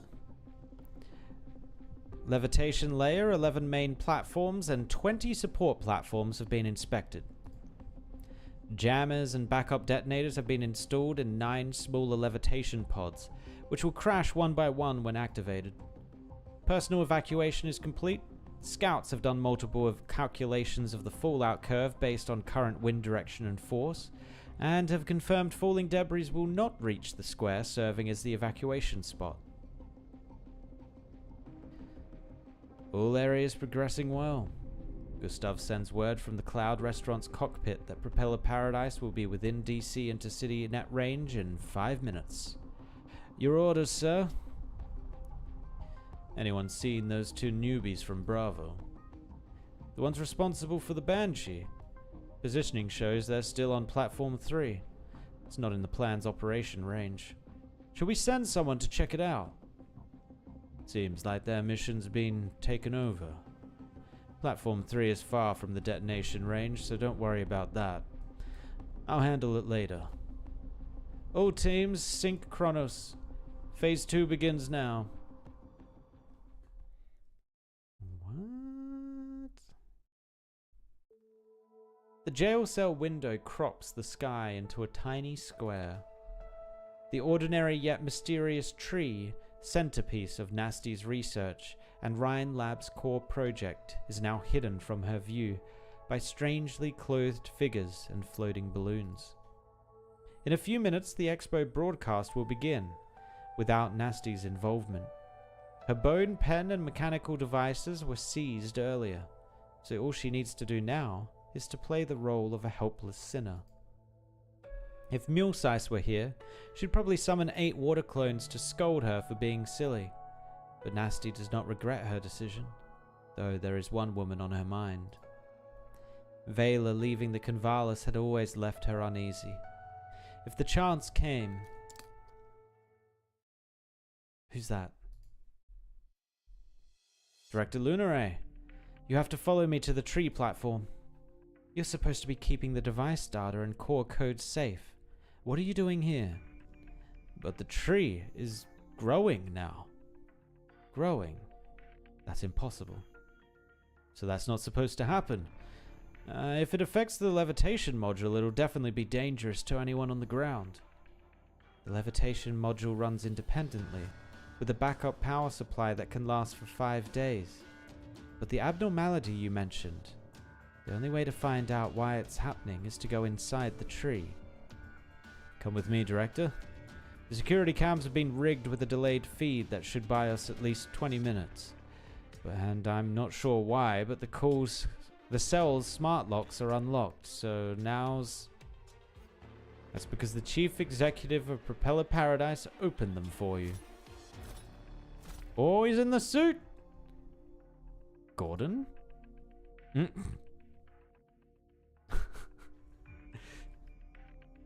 What is he planning? Oh, is this how he's gonna get us to the tree? What's all that on you? A do-it-yourself high-altitude face shield? Modified propellers and a second-hand insulated spacesuit? Did you loot them from the park's scrap and recycle plant? Your distorted testimony at the hearing is still up on the park's bulletin board, but now you're helping us escape. Don't tell me you've had a sudden attack of conscience. Nasti, I got your bone pen and devices here. Sorry about the hearing. I'd rather stand in the defendant's dock with you than recite that prepared speech. After all, the confiscated devices were my goods anyway, so I'll take the blame for that. Who are you and what have you done with Gordon Tannen? What happened? My dear citizens of DC, and those watching this live broadcast, it is my honor to introduce Propeller Paradise, an experimental park that is sure to leave its mark on Colombian history. We don't have much time. Nasti, you've done deals with Gustav. I'm sure you won't doubt the intel I'm about to hand over. Your old boss is planning something with Maylander, correct? You're even sharper than I thought. Seeing the park's chief executive here when he's supposed to be making a speech in half an hour is proof enough. Friends, look out your windows, up at the sky. No amount of marketing bluster can compare to what you'll see with your own eyes, where the future among the clouds is waiting for you. They want to can the expo with an accident that'll kill the future of Propeller Paradise, though I have no idea exactly what their plan is. If Maylander's involved, they'll move fast. What was that? God, am I seeing things? Something's falling from the levitation layer. Is that the Lucky Sister Beats floating pod? No, there's more. 3, 4. Is this part of the opening ceremony? They didn't mention this in the script. If they really come crushing down... Wait. Pods stopped falling. As if something's gripping them firmly. Huh. What was that? Oh! It seems the tech companies have prepared a surprise that even got me. We have just witnessed Propeller Paradise's breakthrough in the field of levitation, with no need for papers or data, and this is only just the beginning. No way. There's no emergency stop module. Even in ongoing projects, that could have done that. Sky, your field measurements are more precise. Where were the falling pods supposed to land? From visual estimates, they should have probably crashed into Platform 2, blocking the connecting lower layer tunnel. That's the only path we can take to the tree. Gordon, I accept your apology, but I have no time for your plans. That miracle was no stroke of luck. Might have something to do with you and your invention. Is that a threat? Just my intuitive judgment on all rule breaking. I don't need your help with Gustav, but I do need a bargaining chip to make sure Propeller Paradise stays afloat when everything's done and dusted. So my tree. Letting you handle something only you know how to handle is part of my plan. Got it. Ryan Lab's staff will cooperate with you. However, whatever it is you're planning to do, go to the tree at the first sign of danger and I'll come get you. Everything ready, 5-4. Preparations complete. Let's go. I have an opening speech to make.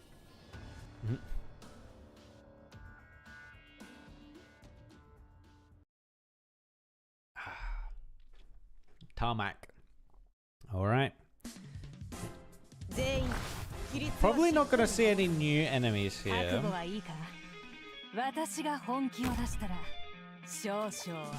This only has one thing. That's a little annoying. What do we want to do about that? That is actually very annoying. Screet. Oh, we do need a tank. Oh. This is our tank now. Wait, why is this still floating? This should not be floating. There's only one thing here. Wait, is it now respecting that they're just clones? What? Okay.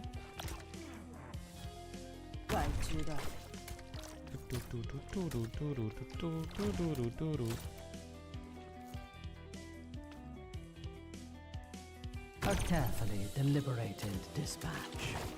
Carefully deliberated. We have another tank, right? Yeah. We good. 25. The toasters are here. No! Stop the toasters. If we must follow my voice. Oh, wait. That didn't do any damage to her. What? Interesting.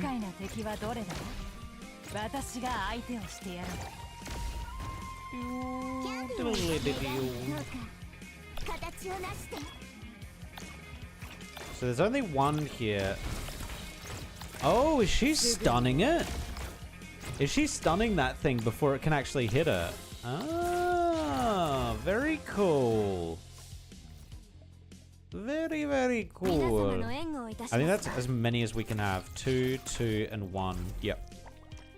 We're at maximum capacity. We got any, Oh, we do have some melee spaces. Okay.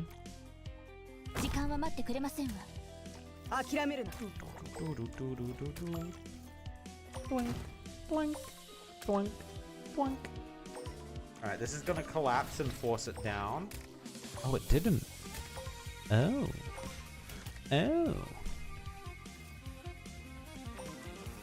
We're gonna have to nuke this thing as fast as we possibly can.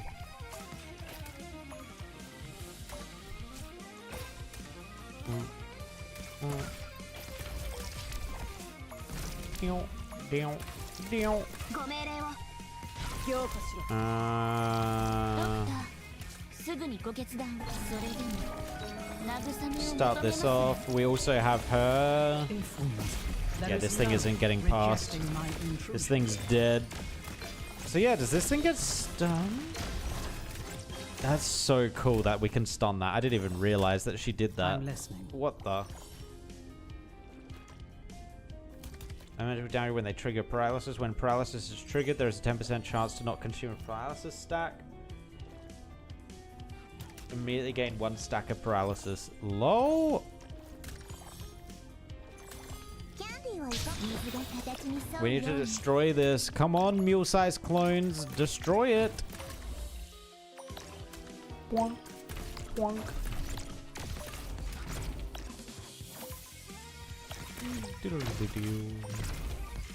Got a lot of these spawning in as well, which is a little scary. A little spooky.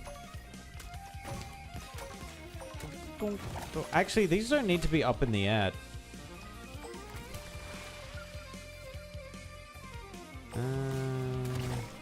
Yeah, we don't really have anything. We don't really have anything to deal with this thing coming in at the moment. No ultimates or anything.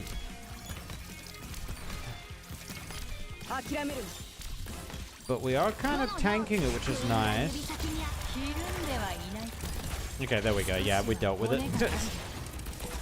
Easy, bro. Oh, well, that's not great. It just means we can't block, but I think we have so much damage out on the field, it doesn't matter.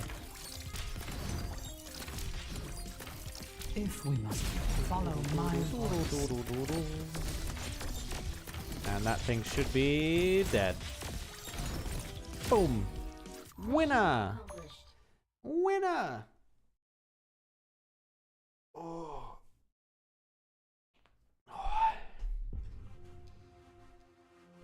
What's going on? The jammer and our backup detonators aren't working. The transmitted signals show the devices are all activated, but the 9 target pod's core engines have stopped. Somehow the received signals are all messed up. Even pods without transmitters attached to sending signals. Got a team to investigate this. Have them remove all traces of our work from earlier and retrieve the transmitters. Captain, that's equivalent to calling the operation a failure.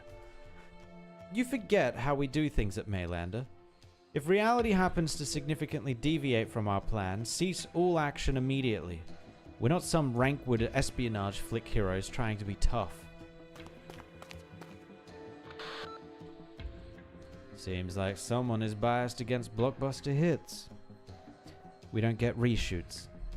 It's not as if we have no other choice. Don't send anyone to the pods. It's probably the Banshee's incantation that's keeping those toys from falling straight down. But Nasti should be in jail right now, right? She's not the Banshee I'm referring to. The incantation has fundamentally changed how the levitation layer facilities are connected. The malfunctioning receivers prove this. You're telling me the Banshee's incantation is able to connect to the levitation layer's power supply structure, send signals, and synchronize commands? That's the craziest thing I've ever heard. Nasti designed the entire park's conduits and systems herself, after all. She didn't become one of the Rhine Lab 10 solely on her engineering talent. Though, if we utilize the upper level's power grid and detonate just one engine, that'll cause the entire layer to fall. The entire layer? So you mean the park will connect with DC in 25 minutes. We'll have to present a reverse firework display to Propeller Paradise. Change of plans. Those on the upper layer mobilize personnel and connect the support platform surrounding the levitation layer to the common power grid. Those on the lower layer calculate the crash zone and prepare for evacuation measures at any moment. I'll let Gustav know of this and have the admin staff coordinate with us to delay the open speech. Also send a group to the jail to confirm Nasti's position and deploy at least 3 elite squads to the elevator square and any ascendable routes. It's only a matter of time before she returns to the levitation layer. Are you not going to join? Oh, I have to go supervise an agent of mine. Maylander has quite the troublesome evaluation systems after all. I'll join the rest of you once I'm done. He's talking about the burb. Alright teams, move out. He's going after the burb. Burb, run. Burb, run! A giant broadcast screen hangs in the Cloud restaurant, incessantly switching between gaudy company logos and the newest levitation devices, while Oakley's agitated voice booms from the speakers. The lower left of the screen is a real-time feed from the control room. A small red dot representing Propeller Paradise flashes, heading for Max DC. 2 cameras stand on a cloud-like carpet, pointing at a lone chair like a defendant's dock awaiting Gordon Tannen's attendance. You're late. Why did you come dressed like that? There's no time to prepare a new outfit. We only have 20 minutes until your speech. The tie on my ATAL uniform was too tight. Huh. I remember 6 years back when you just got that set of clothes after your promotion in a full-time role. I personally adjusted it for you. So giddy from joy you were. You told me I had a lot to learn to be worthy of that uniform. And then I stayed in the same entry-level role for the next 6 years. No newbie's first skill is writing self-reflection letters. It's not that I've never regretted helping you into that uniform. And what about now? This outfit, the blame for causing the accident, who put them on me? Oh, so you figured it out. You seized 2 crates of my goods the night I was exposed.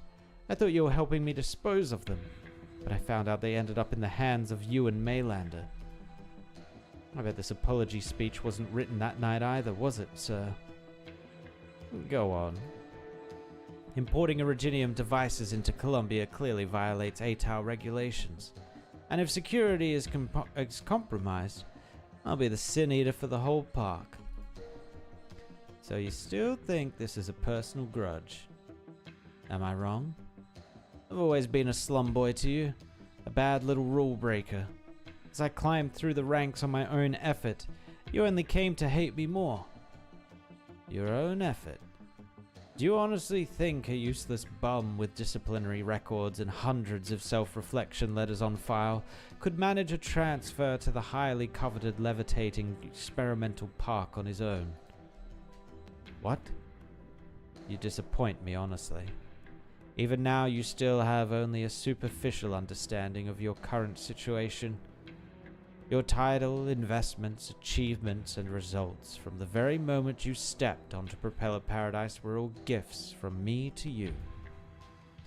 Gordon Tannen, have you ever wondered how you managed to procure foreign Originium products so easily?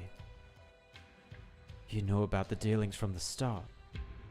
Even your stock lists were meticulously picked by my hand. The Trident Arts units from Lithanian are secret equipment used by the Giswatcher for military training. The power shields used by Casimirian campaign knights were disassembled into 3 parts, and you put them into the exhibits of 3 different companies. And the Originium engines and arts cores sourced from foreign military equipment. If the park blows up because of them, you aren't the brightest bulb on the chandelier, but you have a good eye. Propeller Paradise is indeed a giant testing ground, but it's not testing those toys in the sky. What's it testing? Give it about 10 more minutes and the sky fever you helped ignite will burn into Columbian flames of fury for foreign spies. Oh, he's just trying to drum up. He's trying to drum up war. Ah, very CIA of this guy. Very CIA. The countless exhibits in the sky with their core technologies inside them. They are all military reserves for countering our foreign foes. Naturally, Propeller Paradise will become a base for arms testing. Military?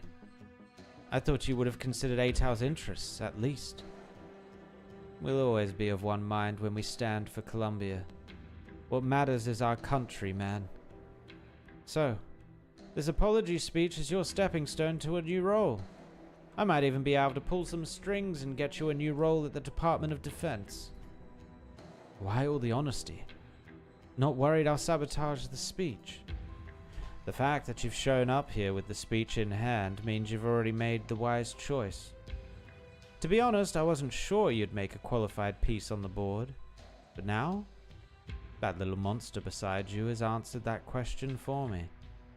Same as the rich love their cigars and watches, simply enjoying the sense of superiority with their little hobbies.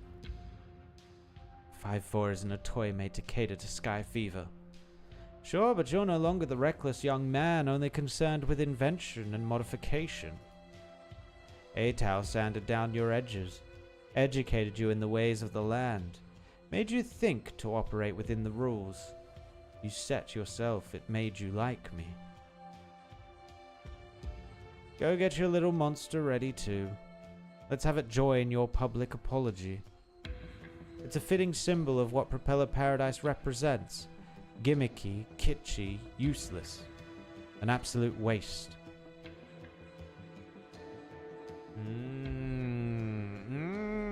I get the angle now. I see the angles. The angles are lining up.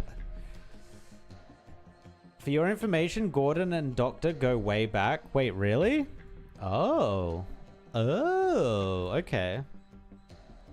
Altitude readings are stable, and the pods show no sign of falling any further, while the engines aren't making any strange sounds. We should be safe now, right? 50 meters. Lucky Sister Beat's pod fell 50 meters. What's that, Aspen? 6 months ago, I was at the crowded registration center going through the paperwork. I was first in line and chose the most conspicuous levitation pod for my Lucky Sister Beast. The closer you are to the star pod, the more luck you get. That's what everyone in the park thinks, even if your pod is only a few inches higher than your neighbor's. I lined up overnight just to get a spot closer to the sky. I hired over 100 testers to secure an exhibit spot and got smuggled contraband just to keep my Lucky Sister Beast running. Miss Barn, I can tell you're no fan of the competition, but this is the basic law of Propeller Paradise. I'm sure you've seen it yourself on your tours. I get a list of companies and corporate data updated daily, and there are people who just complain about their terrible lives only to head right back to their misery. You only got here a month ago. To you, this is a place you just happened to visit. To us, it's our only path to a future, and only a few will survive. Maybe you think I'm just a desperate, sick man talking out of his arse. But when the levitation platforms rise alongside the thousands of pods, we just feel the excitement coursing through our veins for no reason, don't we? I poured everything I had into the Lucky Sister Beast, and that's why I have to win this gamble. Win at all costs. In fact, he was mentioned in Vigolo. What's Vigolo? Remind me what Vigolo is? I knew it. Even though the incantation can link multiple platforms and pods through the power lines, its range is still limited when calculated outward from the tree. Barian, send a signal to Sky's team. Tell them we've found the pattern of the power connections. Barian?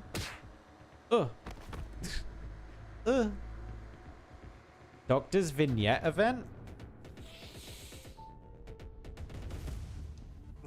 Vigolo Doctor's Vignette event.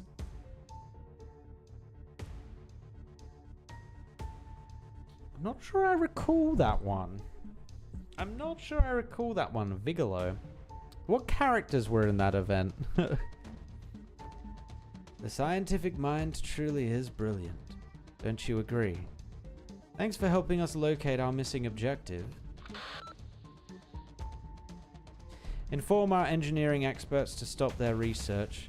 Centering on the platform beneath my feet, have the personnel stationed at the perimeter immediately cut all backup power and attempt to connect the supply lines through alternative methods.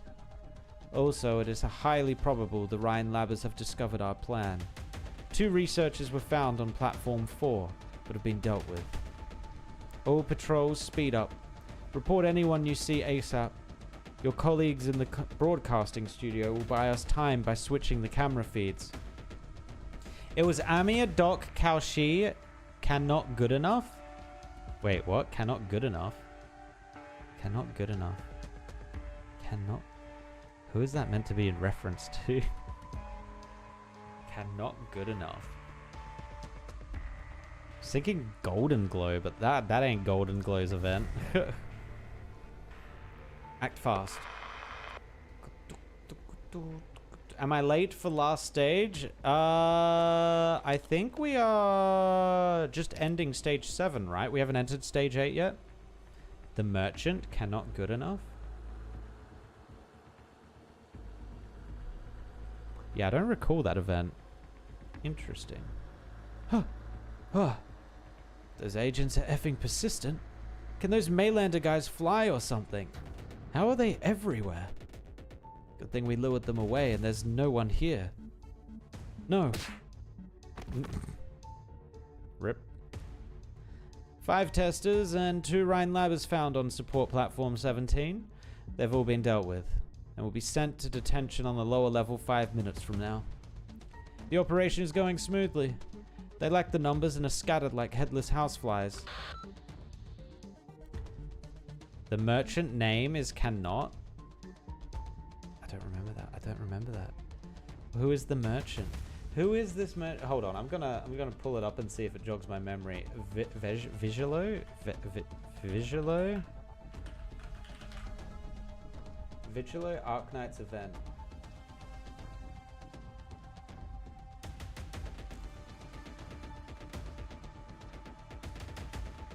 When was this released?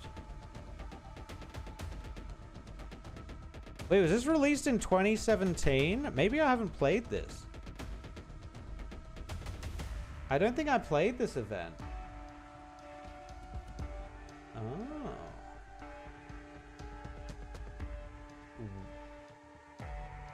Oh, this event is where Province is from, I think. Oh.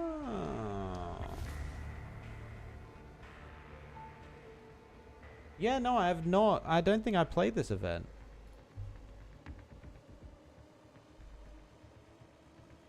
Interesting. Okay. Well, everyone excels in their own fields, and they lack communication equipment or anyone to direct them. What? Hold on. Did I read that completely wrong? Hold on. I might have read the date wrong. Let me look. Oh, I'm dumb. I did read it wrong. Who writes dates like this? Bro, they put the year first. I read the... okay, that's so stupid. I read the last number, which is a 17, as in 2017. Like any rational person. It's day, month, year. Why is this year, month, day? Bruh. Okay, it came out in 2022. How did I miss this? Yeah, that's curious. I'm not sure how I missed that event. What about Nasti? She escaped from the lower level cells 10 minutes ago, but no contact has been noted between her and any of her staff. She knows the park structure. We're at a disadvantage with such a tight time window, but hide and seek is not a single player game. We'll continue our patrols. The smattering of testers and researchers will not significantly affect our operation. Stay wary and report back promptly. Wasn't there one more person here just now?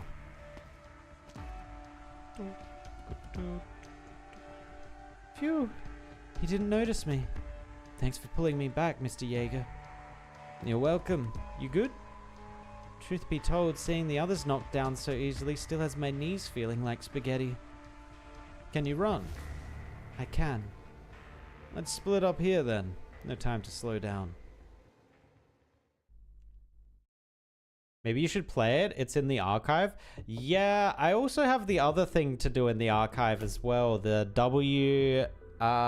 Iris? Irene? Yeah, whatever the goat lady's name is. I have that one to do as well. I haven't done that one yet. I'm here, sir. Let me have a smoke first, Mary. You can look at those screens while I'm at it. Innes! I remembered it! Mercia fixes her gaze at the dozen or so monitors on the wall and sees the high-altitude elevator, the floating platforms, the ropeway station. Almost every inch of Propeller Paradise is displayed on the screens. The bright and bizarre structures in the sky seem to pop out from the screens. A strange sight in the dark room. As if Mercia was attending a post-modern art exhibition instead. This place. What of it? Nothing. I just didn't think Propeller Paradise would have such a sealed-off space. Remind you of our interrogation room. So, may I know why you were looking for me? Look at the upper right monitor. You heard the explosion earlier, didn't you? The nearly 10 floating pods connected to that Rhine Lab tree should have been smoking heaps of scrap metal in the waste by now. Mary, I'm sure you know. What sort of force keeps them in the air still? An incantation. I kept this secret from you, sir. Our colleagues at the Emergency Management Council have only just captured the dangerous criminals responsible for the explosion, and now they have to clean up the mess caused by their own people's negligence. You've seen it. The Banshee's incantation has changed the way the levitation layer connects to the other platforms and pods. Any other incident happens and it'll affect more than just 9 pods. The situation is dire. Sir, I shouldn't be speaking to you like this as a secretary or a Maylander agent, but I understand my colleagues and I know how the council works. Just now I was looking at the surveillance footage and they were busy munching on cotton candy. Inefficient methods of deception like that should be forbidden on such serious occasions. I've completed my mission on Propeller Paradise, both monitoring Mr. Tannen and the many tech companies and exposing their secrets. But now I see. These missions were never to ensure the expo ran smoothly. Be it the secret from the start, the explosion just now, or the so-called other incident you mentioned. They've all been part of your plan, yes? Huh. You're keen. You pass. So what exactly? Let's sit down before we continue.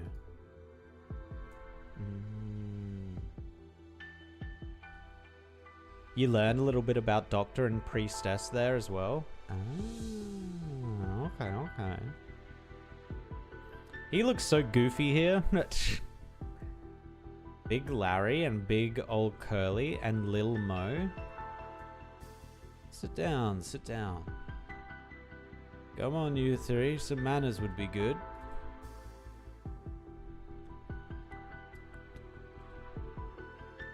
Is this a Maylander trial for a traitor, or...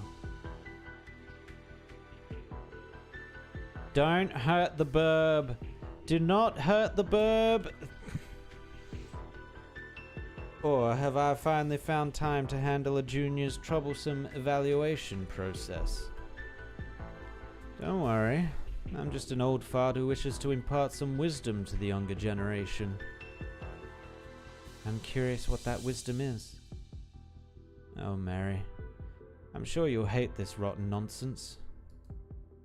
1 year ago, Rhine Lab submitted a proposal to DC. A project developing tech from Galeria Stellaria. The Congressman Street was inspired to expand the project for the whole country. His secretary burned the midnight oil to prepare a slideshow, showcasing what the congressman saw in his dreams after having seen the sky over Tri-Mounts being torn apart. Foundation stones built on the clouds. Rain or shine, it'll all be under our feet. Tour groups leaving the star pod, one by one, as the twin moons are covered with Colombian flags. And so on and so on. Congress voted, and how did that turn out? 273 to 65. More than 80% voted yay. Huh. And the government is eager to water and fertilize these fantasies. I'm sure you know better than I do just how many companies and testers were scrambling to get into Propeller Paradise at any cost after that, Mary. Too many to count. Nearly half the companies in Colombia have added a Sky-related department, and even air fryer manufacturers have been trying to add clouds to applicable product lines. I just love how the parallel between this just being about the sky and random floating shit and AI right now is just, it's too good. It's too good. Tin Man, don't forget about the stocks. There are over 200 subcategories of sky-related concept stocks, with the longest registered validity period extending 300 years into the future. Hey man, let's just spend another 50 billion on a data center. Let's do that. Let's start a company that builds data centers. That sounds like a great idea. Companies willingly apply for loans with interest rates several times higher than the prevailing market rate, just to secure a spot on Propeller Paradise. I remember looking through Gordon's case files and coming across a certain Aspen who brought contraband goods from him, just to clear inspections. Now, it wasn't because he didn't know the law. It was because he was divorced, sold his family assets, and was burdened with a hopeless mountain of debt. The so-called lucky sister beast is a high-stakes gamble that will decide the rest of his life. What a shame. A shame. He used to run a grocery store in a town by the shipping routes near DC. And even now there might be some pioneers out there still using the tools he peddled. But here he is with this invention. That floating, revolving bar where the people turn, but not the beer. What else can you even do with that, other than invite your foes for a drink? Simply put, what he's done is akin to a student frantically writing compliments in the margins, hoping the teacher will give him a perfect score. Take the future as a real test. Who's going to be the examiner? You? Me? The generals at the DoD, or maybe Congress? Maybe it'll be Casimir's, who just equipped all their campaign knights with power armor, or Lithanian with their recent addition of a basic arts tactics course to all school curricula.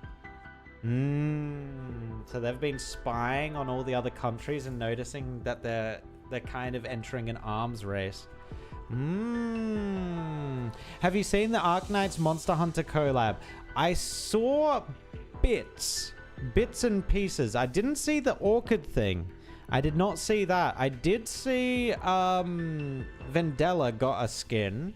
I think it was like a purpley skin. I do like Vendella's character art.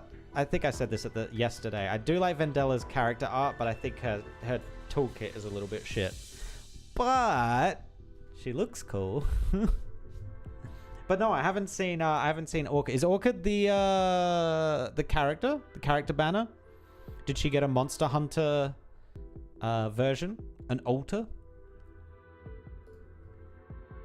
Or perhaps Ursus with its growing army, their mighty force that's left their minds empty. Ooh, this is referencing the main storyline at the moment. Could it be Aeger, currently shelling the Iberian coast with artillery along with the sea monsters? Wait, what?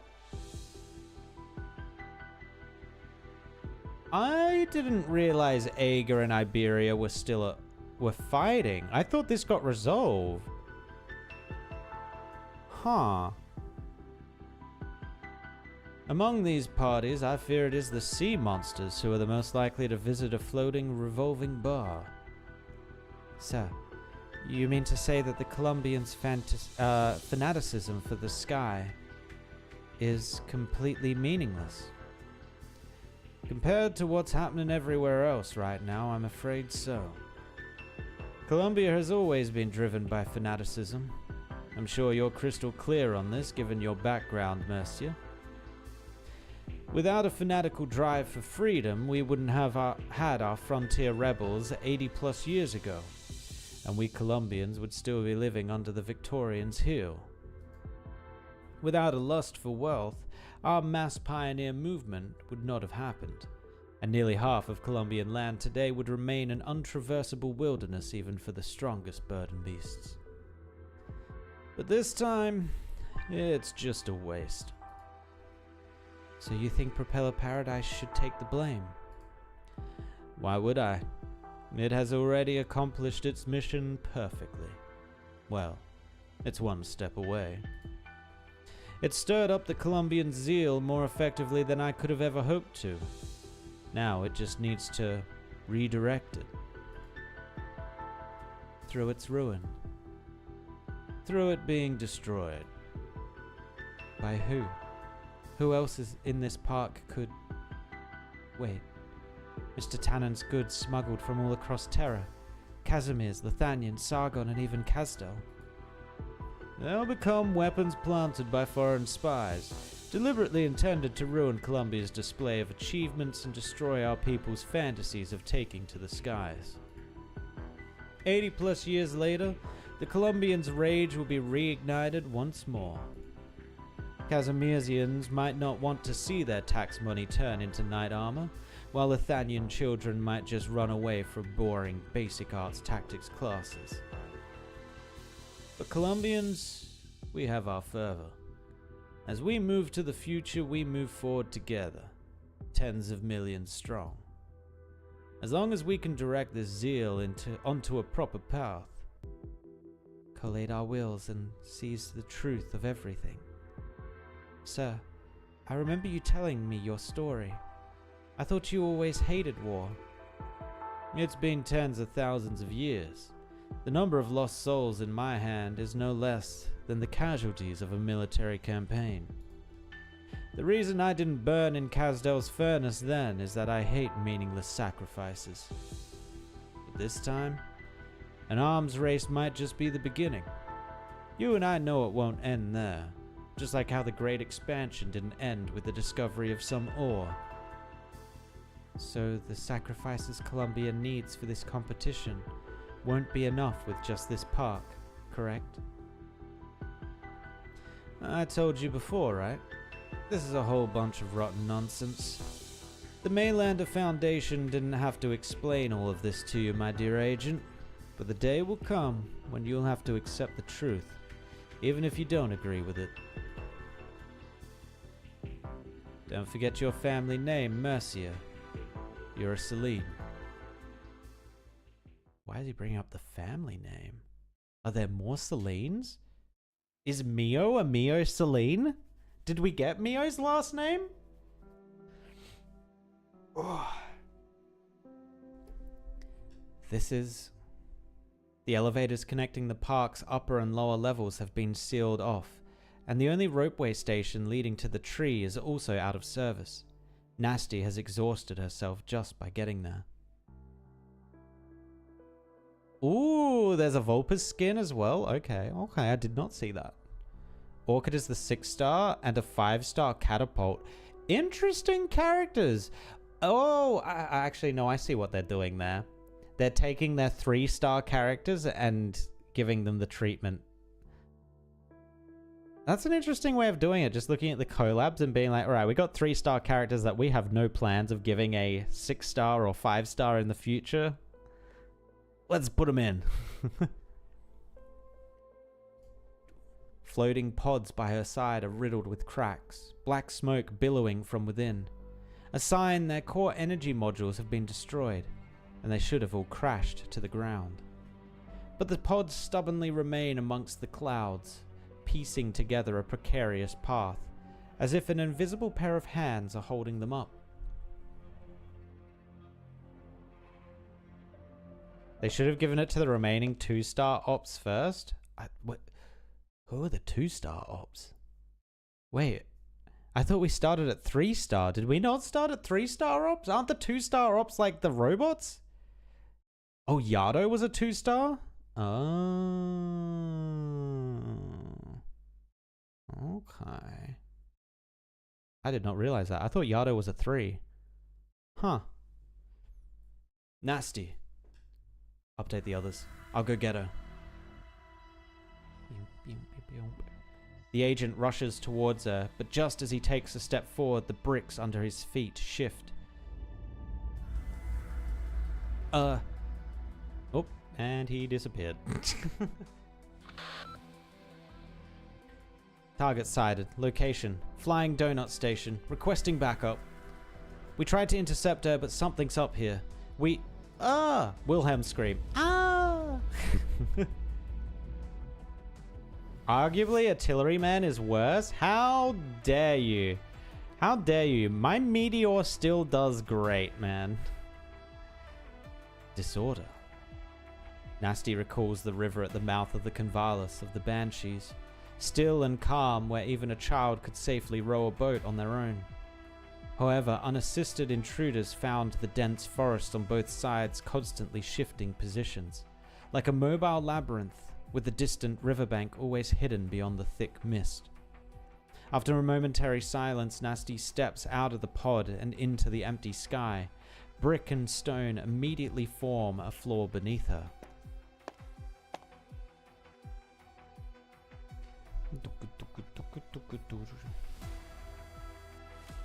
Disorder. A path held together by an incantation. Convalis banshees often isolate themselves from outsiders, or decorate their own courtyards with this method. She also used the same tactic to momentarily stall Saria back in the ring lab. This is a path specially paved just for her.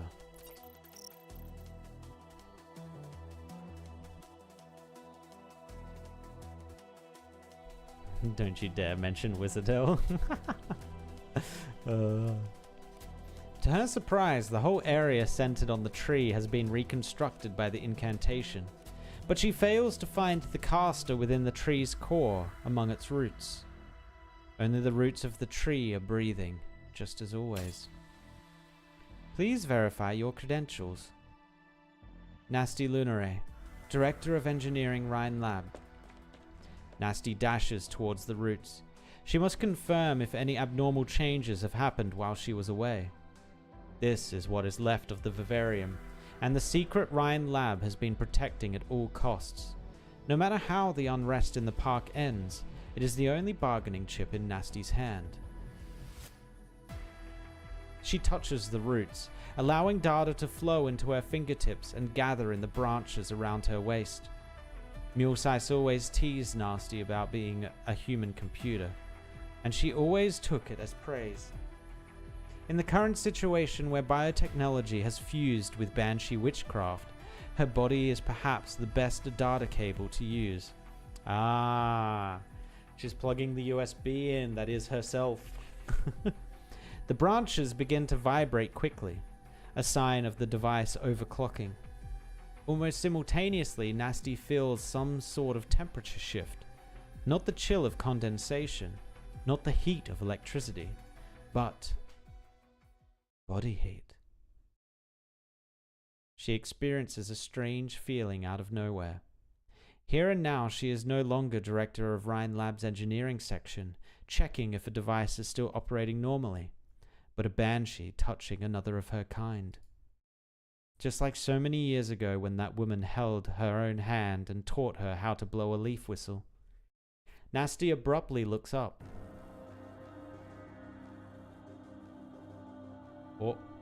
Oh my god. What? The hell? This what happens to them when they die? Pained murmurs. Elated murmurs. Nasti, my child. You're back. Uh-oh. Smash, no questions asked. Bro, she's like 300 plus years old. What are you doing?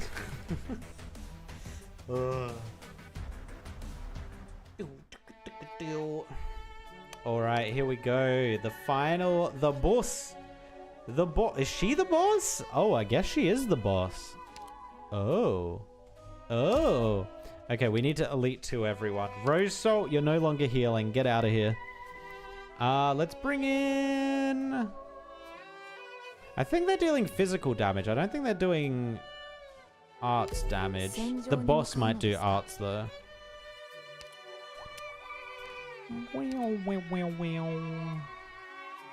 I don't think it's time yet to bring out the Wizardell. I think this is still manageable. A mage. Another mage heart. We also probably don't need the Lapland just yet. Let's, what mage do we want to take? Could take an Indigo. Yeah, let's take an Indigo. Indigo. And the rest are fine, I think. I think this should be manageable. I think this is manageable. Old women is peak. Look at Logos's mum. Yeah, she doesn't seem to be aging, though. There's something up with that.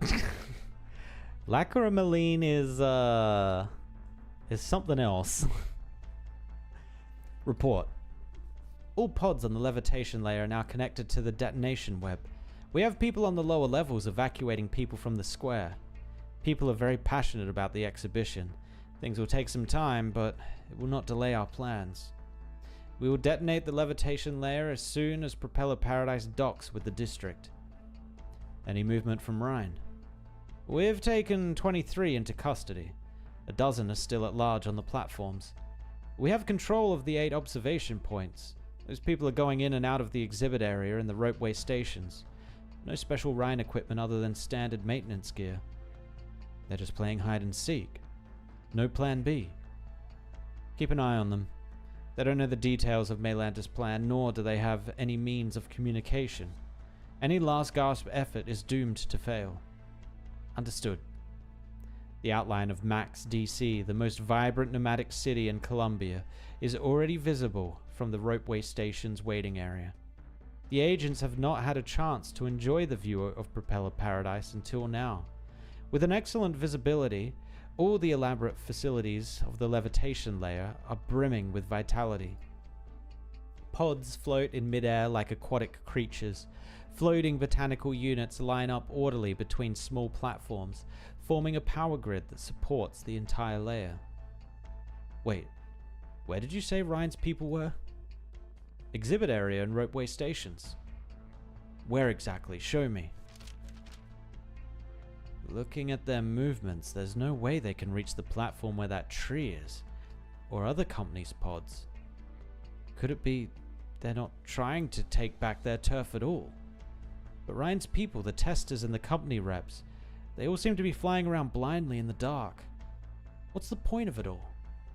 The agent casts a casual glance at the nearest planting unit. The unremarkable Ryan creation stands quietly. He suddenly realizes that the warning lights on their edges are easily visible even during the day, and they have been blinking irregularly for quite a while now. Spotters report that all Ryan people have disappeared from sight. No, they didn't disappear. They're going in the same direction. There's a pattern to their movement. Everybody listen up. Destroy all the planting units you see along the way. They're not decorations. Ryan is using them as to communicate. Cut off the exhibit area from all the ropeway stations, and find every one of those people playing hide and seek. Find out where they're heading. What on terror are they thinking?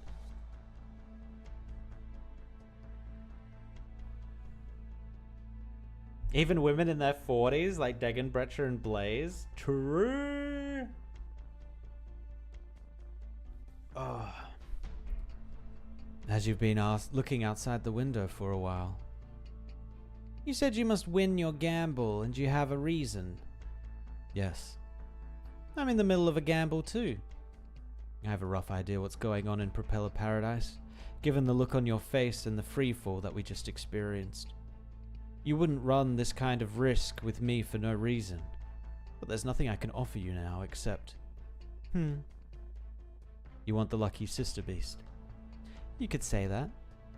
I want the contraband that Gordon Tannen sold you.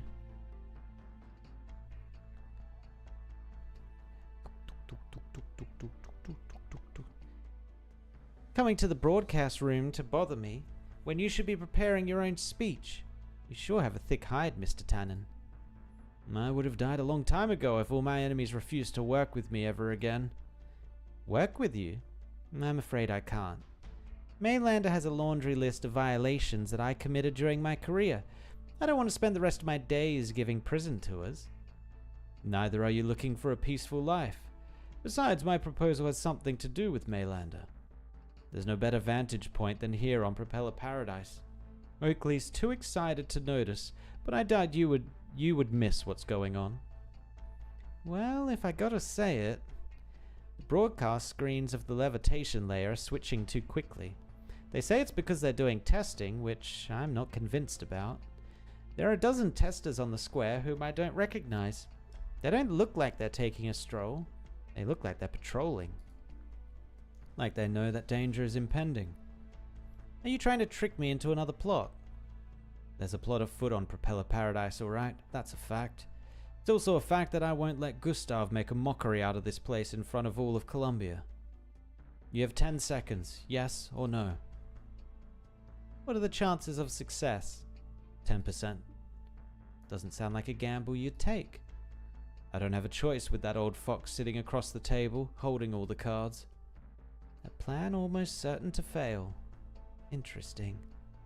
Tell me about it. I need you to convince as many people as possible to return to the levitation layer and retrieve the Originium equipment and arts units on this list. All contraband that you sold. They have far more potential than just sitting under the spotlight. You want to escape and take all of Propeller Paradise with me. Oh. Gustav and Maylander never intended to allow the exhibition to go ahead. The opening ceremony was just a smokescreen. The levitation layer will fall a second time soon, but miracles don't happen a second time. The lucky Sister Beast can't afford to start over. Neither can most startups on Propeller Paradise. Escape and take all of Propeller Paradise. It's the only way to save both Propeller Paradise and the people on the lower level. Propeller Paradise has been traveling on the barren lands for 7 days. Fuel is short, and the plate is operating in safe mode. The basic propulsion module is not enough to change its direction. But the arts unit that the lucky Sister Beast got was just a transformation stabilizer. It can't supply enough energy to turn a plate. Correct. But if it wasn't the only item that Tannen smuggled... You mean, get all the contraband devices and build a makeshift propulsion module to make the plate deviate from its course? Not deviate. Make an about face. About face? Have you any idea what you're saying? It's the direction of the borders. True. The procedures for cross-border travel is a little complicated. It would be treason. No, I can't go to jail. People need to see Lucky Sister Beast on the broadcast. My wife in Northville needs to see it. In the interest of full disclosure, I must inform you that people won't see Lucky Sister Beast on the broadcast, whether we succeed or fail. No. I'm sorry, but I'm taking the unit. Whether you give it up voluntarily or not, we don't have time. What's the point? We can't even leave the pod. Someone has unlocked it remotely. What? You see the floating botanical units outside the window. 3 flashes is a distress call. The current message is cycled after 5 continuous seconds of being lit. Right now, 3, 4, 5, 7 flashes. Looks like the other units on the list have been retrieved. Everyone is rendezvousing on platform 7. Wait. The light went out. What does that mean? It means Maylander knows what's up. We're in danger. Mr. Aspen, you can either come with me on your feet, or you can go to sleep right here, right now. People like us never get to choose, do we? Oh, is she gonna knock him out? Okay. Sit down.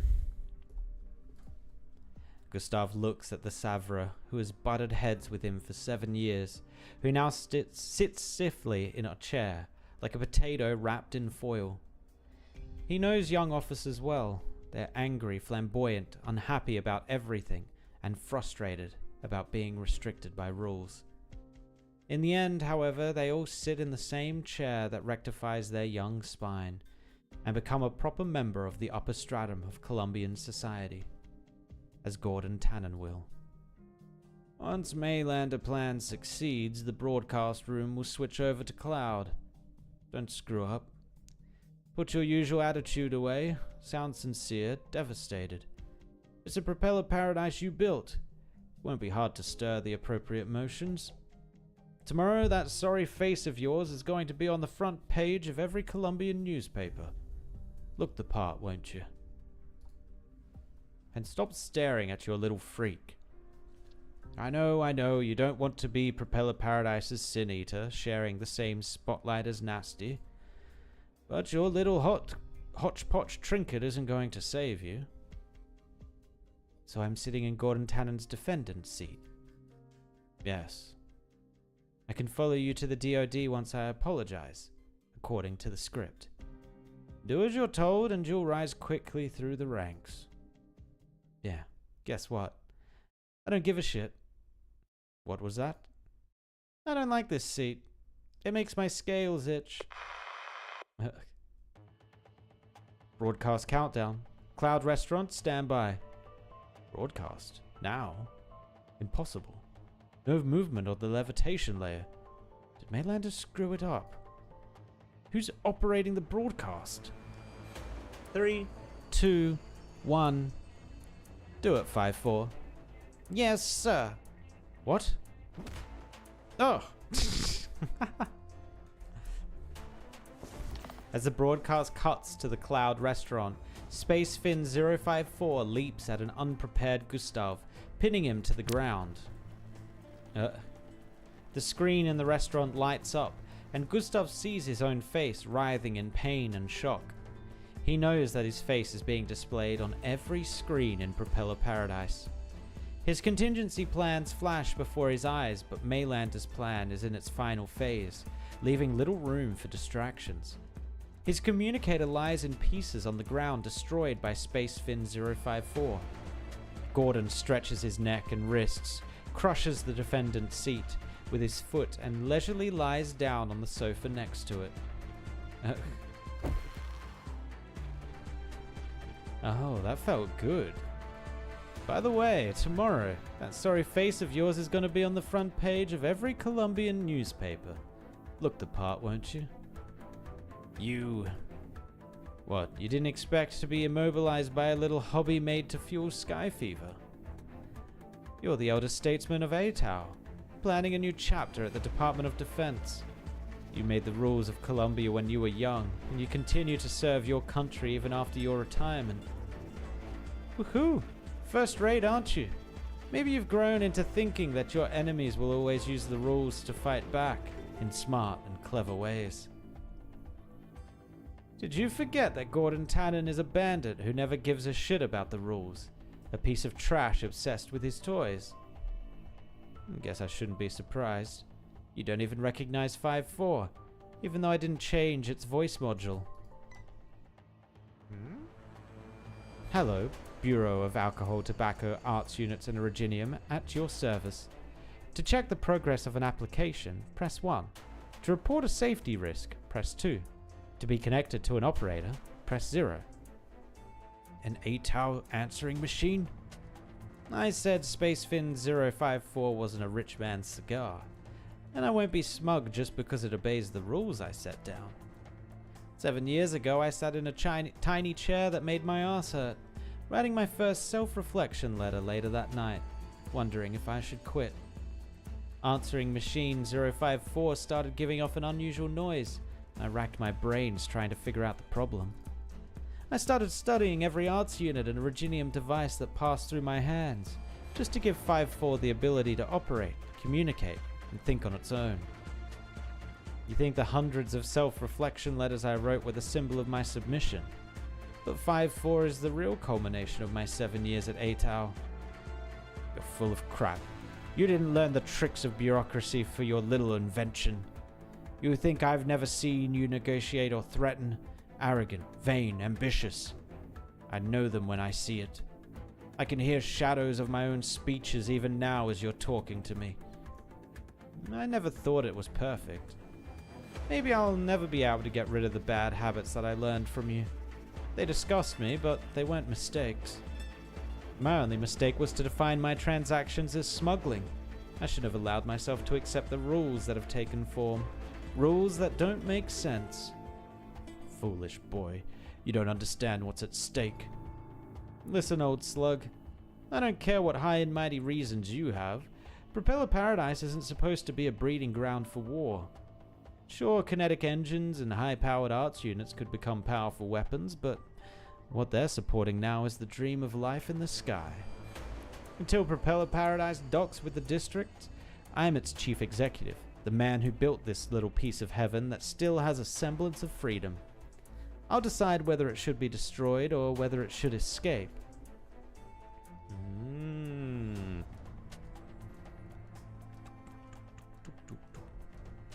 Take his passcode, 5-4. Yes, sir. It's no use. The central control console is locked. You can't stop the plate from docking with the district even if you have my passcode.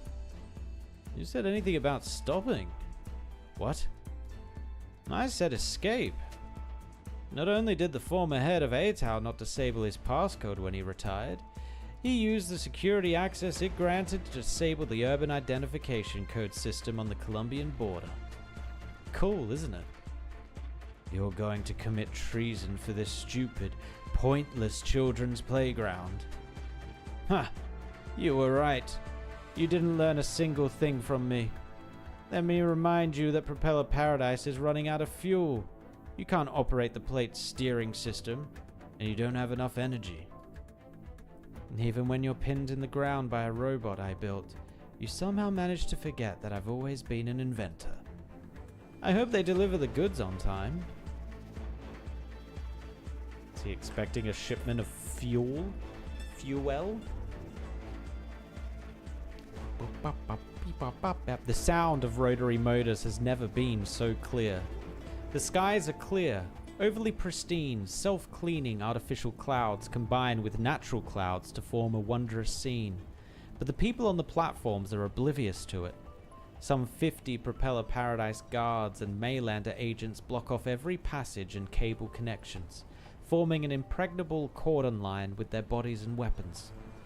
Beneath their feet, the classical black and white tiles form a chessboard, the two sides separated by a 10-meter-long open air passage. The eyes of the agents are fixed on the support platform on the other side of the passage.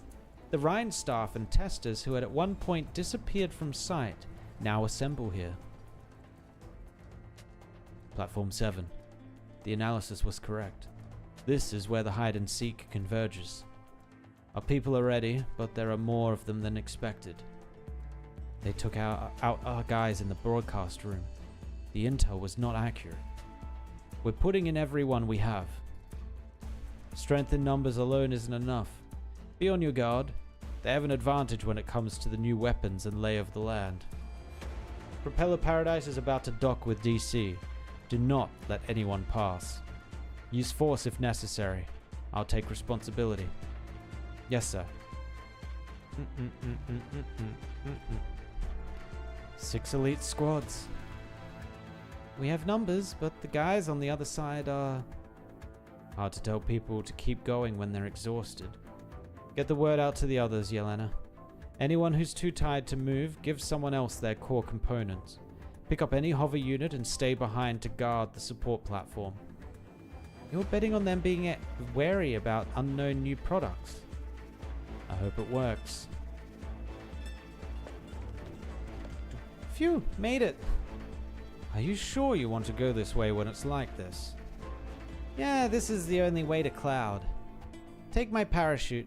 Things might get dangerous. What about you? Me? Fern gazes at the Maylander blockade with interest, as though she is going to meet an old rival. The camera drones left Platform 7 half an hour ago. Nothing that is about to happen here will be seen in the broadcast room. Everyone knows that conflict is inevitable. Neither side wants to delay. Their eyes are fixed on each other. Everyone is waiting for a sign. My tour is waiting for my signal. She gonna blare the things on it? Suddenly a yellow and black warning flag is raised. Is she meant to be a tiger? Is she the same as the fancy pants Lungman girl? A young feline woman leaps out from the crowd, loudspeaker in hand. The first day I snuck onto Propeller Paradise, a kind guide told me that no one in this place can be stopped if even the sky is no longer off limits. From the exhibits to the underground lab, I memorized every strange and curious invention, the complex ideas behind them, and hundreds of thousands of words of descriptions. I could tell you who made the flying toaster above our heads, its model, and the generation. I could go on and on about how wonderful they are, but to be completely honest, I find the levitating plates less interesting than the sunsets of bleached wasteland. Then I remember what my father used to say to me. A story is always more interesting than an explanation. I've had many frustrating experiences in the years that I worked as an independent guide. There's nothing wrong with seeking truth, but many people subconsciously disparage exaggeration, inspiration, and dreams yet to come true. I swore I could never again label things that I've never seen for myself as impossible, and laugh at my own family with my neighbors, as I did a few years ago. It was not until that day my father died that I truly understood what he said. If Propeller Paradise needed a guide, I would rather tell the people of Columbia about the people I met here, about their stories. Ricebush. Huh? A cobbler from Bunker Hill whose dream was to leave a footprint on each of the twin moons, so that everyone who looks up with a telescope would see his shop's logo on the shoe prints. There's no bigger billboard than the sky, after all. Owen Fredericks. I'm here. Hardware store owner who wants to put his own screw on the second ring lab and earn a spot for his family when space colonization becomes reality. Hey, it never hurts to be prepared for the future. Aspen. I'll tell it myself. Aspen, grocer from Northville. After being tricked into taking out exploitative loans, I divorced my wife and left home, so the creditors wouldn't go after my family. My wife and I came up with the name Lucky Sister Beast together. We haven't spoken to each other in 2 years. She was worried sick when I left. I promised that the name Lucky Sister Beast would be on TV so that she'd know I'm safe. Now I know that the exhibition was one big fat lie. But I want her to at least see this red balloon with the Lucky Sister Beast logo on it, even if all the pods crash. Aspen, and all of you, the things we want, whether they're blessed in reality or just a pipe dream, whether they're the result of blind conformity or superstition, they're much more important than Maylander and Gustav think they are. Run, jump, fly. We'll overcome everything that tries to block our path and change us without ever trying to understand us. We're the ones who decide Propeller Paradise's path. Fern dashes forward like a foul beast, loudly blasting her signal as the rest of the pack follows behind, charging at the Maylander blockade. Exhibits fly over the heads of the pushing and squeezing crowd, carrying all kinds of contraband towards the sky. Absurd and flying free.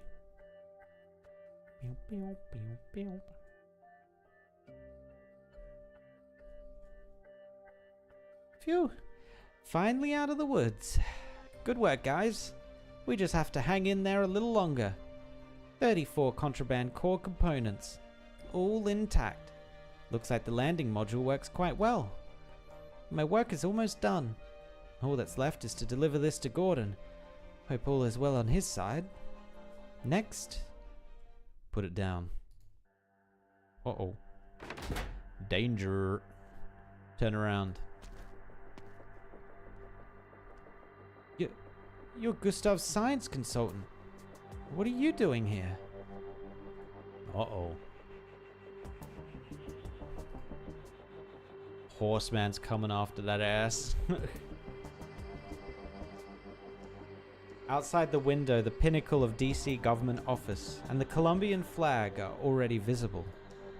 Gordon's eyes are fixed on the bottom left of the broadcast as the red dot on the map gets closer and closer to the district plate.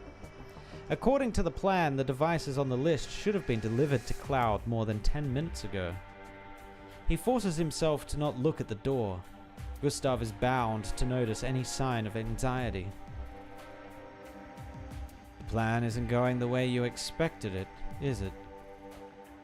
You're calmer than I expected.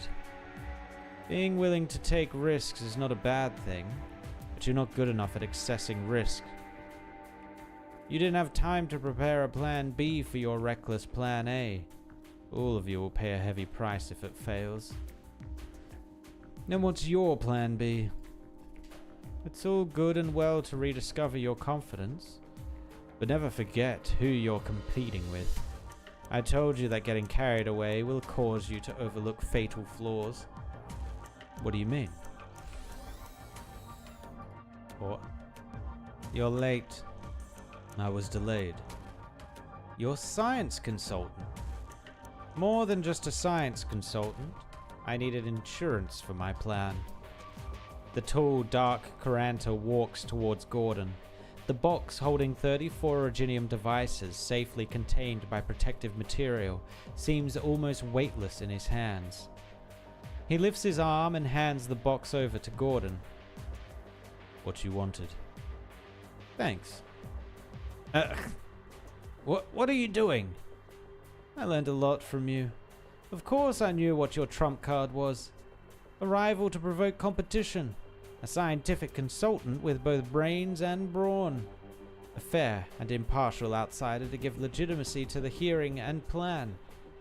Too bad you picked the wrong guy. He's a double agent! He's a double horse! Gramophone made from the tentacles of fossilized seaborn. Decorative or specifically functional. Oh, it's for... I see. Automatic tuning with the seaborn sound-producing structures.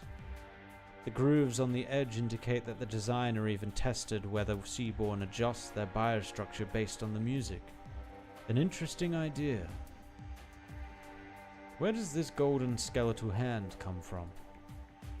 The one on the wall is from It forms a pair with the heavily corroded one on the shelf, doesn't it? The construction of the joints and the level of wear and tear indicates that it originated from the western deserts of Sargon. Ah, this ruined dagger is a familiar face. They were supposed to be a pair. I got it from a Sami snow priest who said a pair of lovers put a curse on it with their blood. It's driven by witchcraft and cuts through iron like butter. I know. The other one was once impaled in my heart. It no longer cuts through iron like butter, but it's still good enough to carve a walking stick. Mr. Consultant, I apologize for any offense I might have caused, and I understand your desire for recompense. But I don't have time. I brought you here for a serious purpose. If we take off part of the structure of the gramophone and combine it with the sensor module of the metal skeletal hand, we might create a new type of voice-guided navigation model. That witchcraft-driven blade can serve as a lone lost needle. And here, this high-powered Originium internal combustion engine, legal only in Rimbilliton, can provide 30 times the power of standard Columbian equipment. If only we can find a Victorian transformation stabilizer, which is no longer in production, and a locus of sorcery that was once seen on the Columbian Barren Lands, we'd almost have all the parts necessary to put together the initial core assembly of a pneumatic plate's mobility layer. You know what I'm planning to do? Trying to modify an entire plate's power source with a single device is extremely risky, but not impossible. You're not one of Gustav's guys. Who are you? You're the one who said you don't have time. The real question is, what do you need me to do? Gordon glares at the Karanta standing at the center of the collection room. The Karanta recognized all Gordon's collections, saw through all Gordon's thoughts, and nonchalantly revealed a glimpse into his own past, as though he had pursued death across the land. To Gordon, the Karanta seems to stroll through the halls of his thoughts, like a king that knows nothing and everything. Once again, the spikes on the Savra's tail rise up on their ends, swaying conspicuously. This time it is not because he's on guard, but because of the excitement of victory being in sight.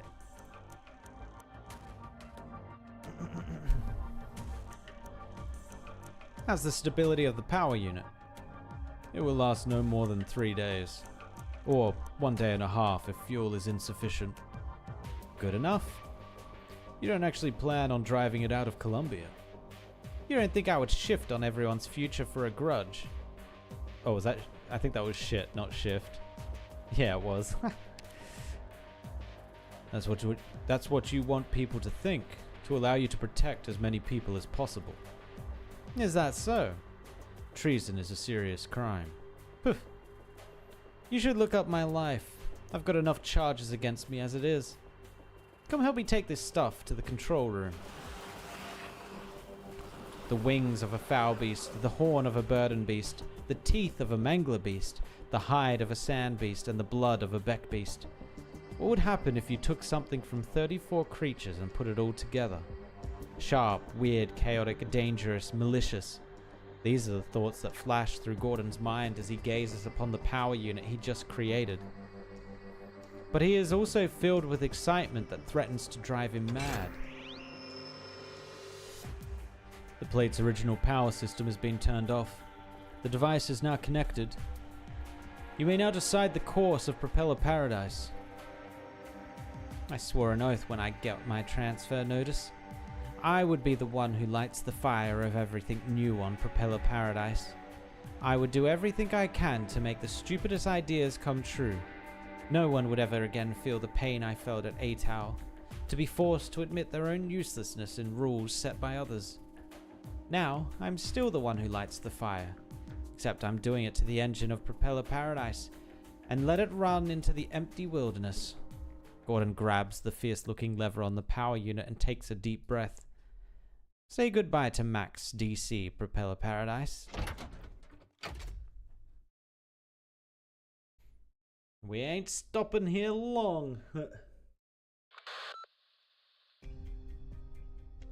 Tin Man. That Fern is leading a group on Phantom 7. Did I say Phantom? I think I might be getting tired, guys. Platform 7. I see it through the monitors. Looks like Tannen got one up on Gustav at Cloud. Hearing from the guys monitoring the Rhine tree, Nasti has broke through the blockade. Our guys are trying to follow her, but they're being blocked by something that feels like Sarkaz witchcraft. Vela. Send a team over and get the situation under control. I'll deal with matters on the Rhine side. Looks like we're going to meet an old friend, Larry, Curly and Mo. A mad banshee on the brink of death might be a bit of a headache to deal with. As for you, Mary, you can choose to stay here or help our colleagues outside.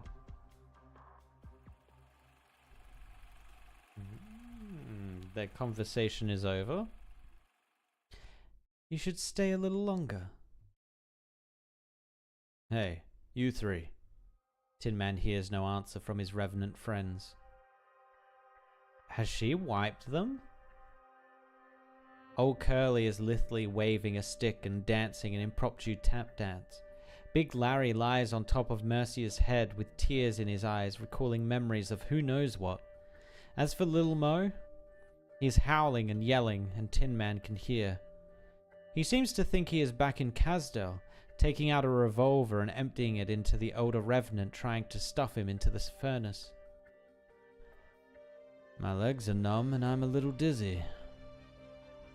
Perhaps you've been lax about your exoskeleton maintenance. This brain isn't supposed to rust. Your arts have improved considerably, huh? You managed to drag these three into the whirlpool of memory, even though old Curly had confiscated the projector. Or was it dumb luck? Do the memories of their overly long lives make it easier for you to manipulate? It will take a long time to play through the movies of your lives, even at 320 times speed. Not to mention all the moments that need to be paused and replayed. I apologize. You understand that the effectiveness against me is limited. Yes, I'm sure you'll break free of the shackles quite soon. I've read the Holohayak reports. She could not fully incapacitate you, even after lopping your head off. Therefore, all I can do is stall for as much time as possible, and delay your intervention. You're an outstanding agent, Mary. You've always been doing an admirable job, helping people forget what they should, be it through arts or other means. But this is the wrong time. You've chosen the wrong target. You told me not to forget my family name. I've never forgotten. Any Celine who grew up in that old house would never forget. The orphanage of Mayland de Celine, predecessor of the Foundation. It was our home. We truly considered Mr. Celine our grandfather when we were little. Do you know what my most vivid memory of him is? When I was 8, I came home from school one day to find the doll, that should have been in my room, spinning in the middle of the garden, watering the grass around it. It was the only thing I had that reminded me of my mother. I don't remember her face, but I remember her thimbles gleaming under the lamp when she sewed the doll for me. Grandpa turned it into a sprinkler without a single word to me, as though the doll was always meant to do that. The children who grew up with me all have similar stories. You were Grandpa's best friend. You know that, to the founding father of the Federation, there are only new things in Columbia, the youngest nation on Terra, rising out of the frontiers. The only reason for old things to stay is to be used for pioneering. It didn't matter if we were Victorian immigrants or ghoulish refugees, whether we were children of debtors or criminals. Grandpa wanted us to become the children of Columbia, become Celines. That was the only reason for our existence. However, that's exactly why I can't accept what's happening right now and take it for granted. What do you mean? I can't begin to imagine what you experienced in the long course of history. The Maylander Foundation, the president, the vice president, they all have more things to think about. I've seen the analysis on Casimirsian power armor. They've reverse engineered the technology of the ghoulish Vey Vanguard, achieving results that surpass the transmitter using the flesh and blood of knights. I've read the textbooks of Lithanian basic arts tactics courses. It would not be a surprise if, in a decade, every citizen of Lithanian is a soldier, as is the case for Laterano. I can understand why Maylander thinks Columbia is falling behind, and how a timely arms race could bring us back on the right track. Judging by the standards that Grandpa taught me so many times, there is nothing more efficient from the perspective of national development. It's not that I don't understand these fallacies. Indeed, if I was asked to deal with these problems, I would draw a blank, and I would be able to do little else but cry. But I just can't take it for granted. Not now. If orphans like us who had nowhere to go could all become children of Columbia, then why should a mother who walked 1,000 miles in search of her daughter, a merchant who put everything on the line so that his wife would not be hounded by creditors, and testers who are simply trying to earn a living, why should they be sacrificed for the sake of Columbia's progress? My job is to make people forget, but this time... Oh. You decided to pay a price for Columbia's progress. You shouldn't be allowed to forget. You should remember the lives and dreams that were part of the sacrifice. Don't think of it as a no big deal.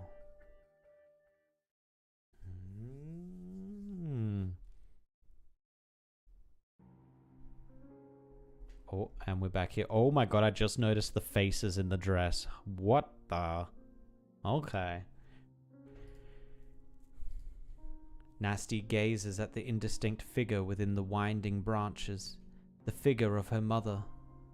Vela's limbs have been replaced by grey-white branches, bark climbing up her clothes and skin like scales, printing countless indistinct visages.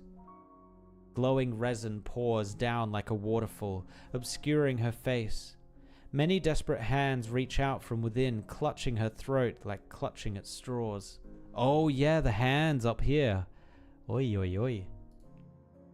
Both the tree and the person within seem almost unrecognizable. There is only one thing that Nasti can be sure of. This was not a natural occurrence. You merged with the tree. Falling.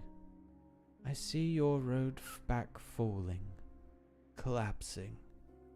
I must make sure you can go home. My incantation could not reach the broken path, but the roots of this roosting tree will. I harmed it. Unravel. Nasti's incantation goes unanswered. The tree's design was based on the grammar of the Banshees. It remains flawed in many ways, but it has never before rejected my incantation. Yet now, the branches continue to spread around Vela, dragging her floating silhouette towards Nasti bit by bit. Please, Vela, stop. Let me analyze what's happened to you. Nasti's plea goes unanswered too. All Vela does is ask questions in an urgent, trembling voice. There's no mist apple pulp outside the valley. How do you polish your feather horns, Nasti? I never taught you incantations, but it looks like you've learned it on your own. A kind of imitation. How did you... And your bone pen, your... That's not important, Vela. What I need to know is what happened to you here. Not important. Vela is suddenly silent, and the creeping branches come to a standstill. An instant later, they start to spread in the opposite direction, encroaching upon what is left of Vela. The fusion is progressing. This roosting tree has shared your memories with me. Where you went, what you did. It can share more important things. I saw you dig for answers in the great library of the Lich for days and nights. You ruined your eyesight, but the curmudgeon Fremont kicked you out in the end. I should have told him that you were never a foolish child. It was because of me. I saw you bind your horns and attach foulbeast feathers to them every day, just to sneak into the city of the Sancta to find food. But it was bad for your horns. That's why the one on the right stopped growing, isn't it?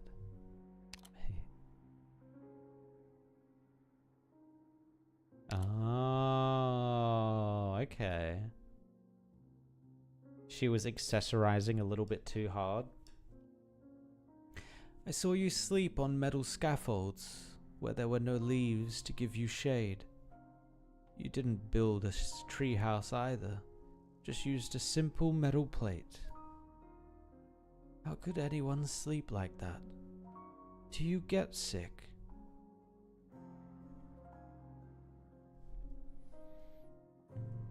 Nasti listens to her go on and on. The voice is distorted, barely recognizable, but the words of concern are familiar. Valia used to say these things when they lived in Convalis. Nasti realizes that she is not looking at a problem that needs to be solved, nor a patient who needs to be treated. She's looking at a worried mother who needs to be understood. Nasti lowers her bone pen.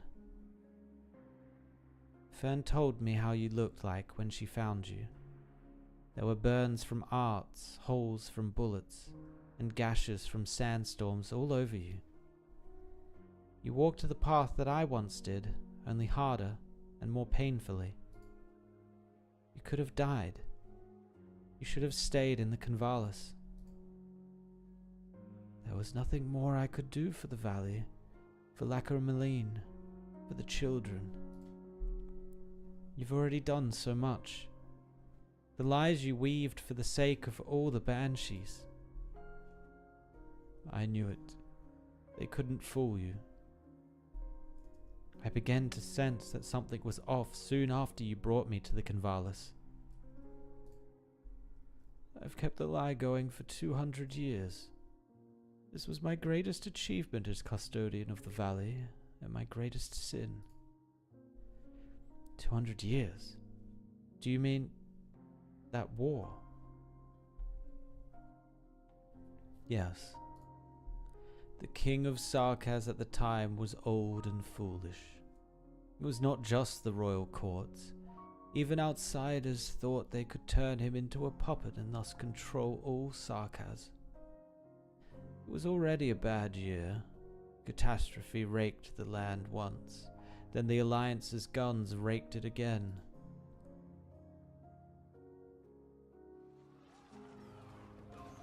And then she appeared. The green feline appeared on the horizon, leading a wall of steel that stretched as far as the eye could see. Which were the Steam Knights, which were the Spire Casters, and which were the Vey Vanguard? I couldn't tell. I don't know when they learned to build ships of steel and tubes that breathed fire. All I remember is that the towering Wendigos could only whimper as they were crushed beneath the ships, and our kin fell burning from the sky like broken kites. No one who heard the wailing that day would ever forget it. The wailing of the Banshee. We couldn't tell if we were delivering death or delivering the dead. All we could do was wail and howl, hardly able to put together a single coherent elegy. There were less than 1,000 of us left when the Allied forces withdrew from Kazdel. Half of us had lost our voices. Because of our nature, the Banshees have never missed a single war of the Sarkaz, but such losses were unprecedented. I survived by sheer chance, and left the blood-soaked land of sorrows, trying to find a place where life still remained. The Convalis.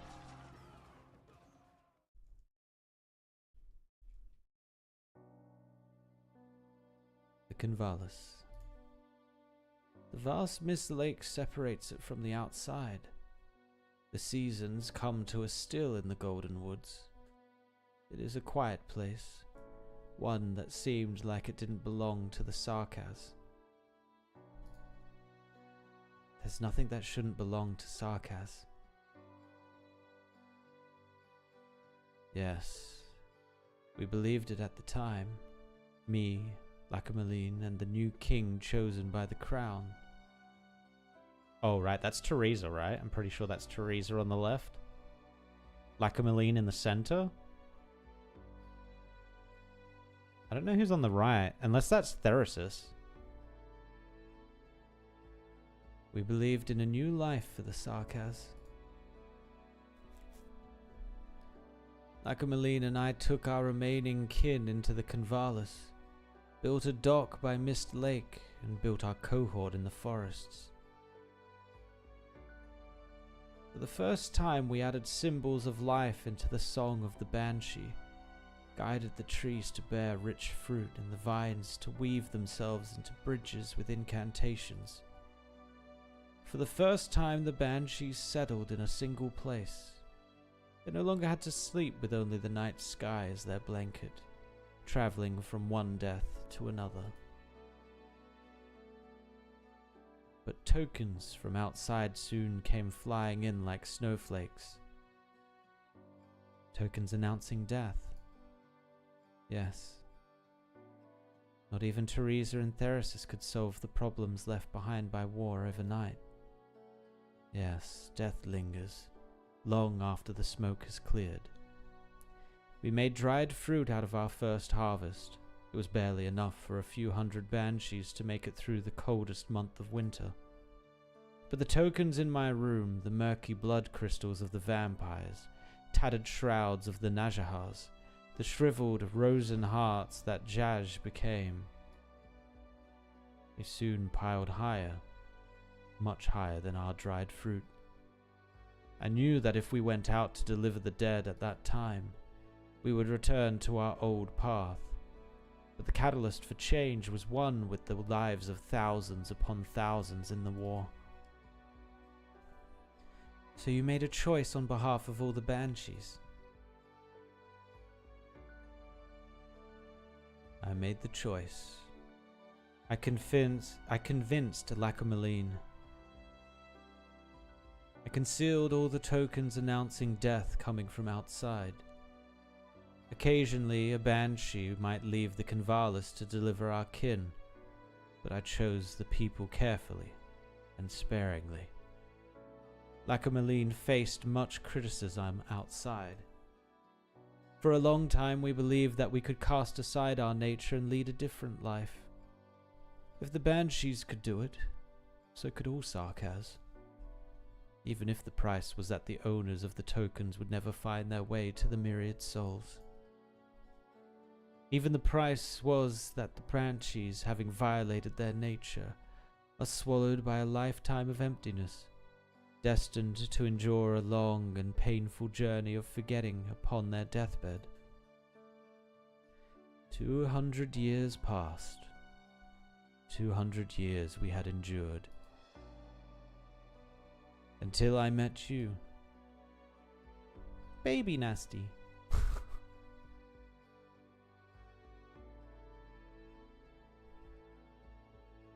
That's why I had to leave.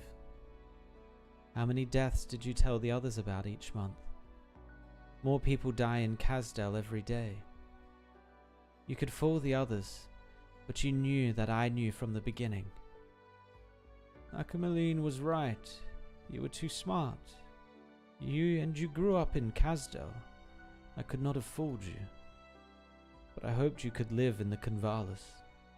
Not just because your mother was one of the many thousands of souls that I turned a blind eye to. Not just because I owed you a happy childhood for failing to respond to the last wish in time. But also because I hoped the Cornvalis, the sanctuary that was built in the hope of seeking a new life for the Sarkaz, would at least be able to take in a child from outside after 200 years. I took the child who was most likely to expose my lie-in as my daughter. You carefully kept me away from other banshees. Ultimately, your hopes for the Convalis fell through. I made many mistakes in my life, but there is none that I regret more than your departure. You were always a smart girl. I thought about it many times, that if I had told you the truth about things, you would have understood and played along whatsoever. If that was the case, then perhaps you wouldn't have. No, I would have left regardless.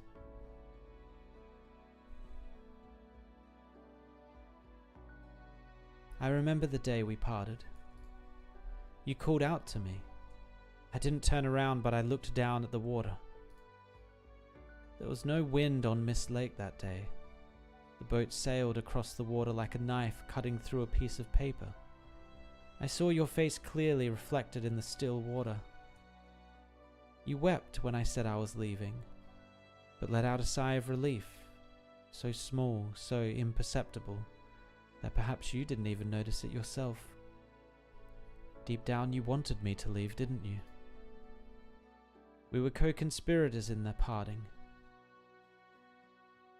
Haven't you realized it yet, Vela? It is the Convalis, not me, that is truly your daughter.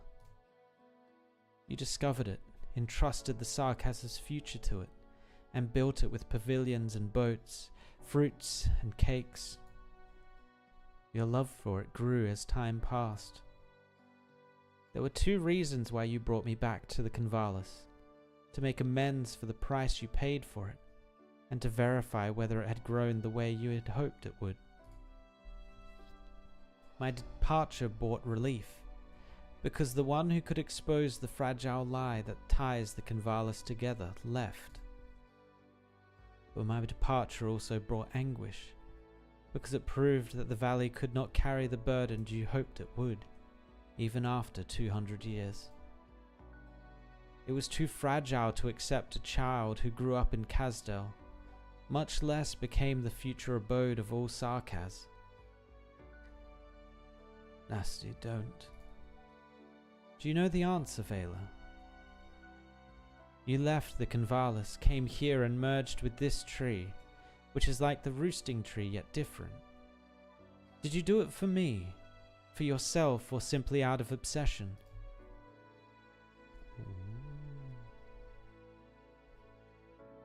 What are you running from, Vela? Are you running from death? From the failure of the Convalis?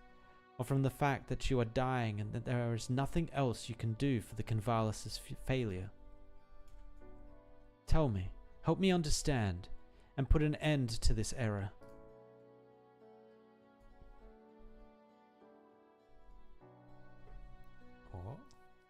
Oh, okay, here we go. Boss time. The truth is the boss fight, apparently. Okay. Okay. So they kind of are forced to go around. They can't go directly to it.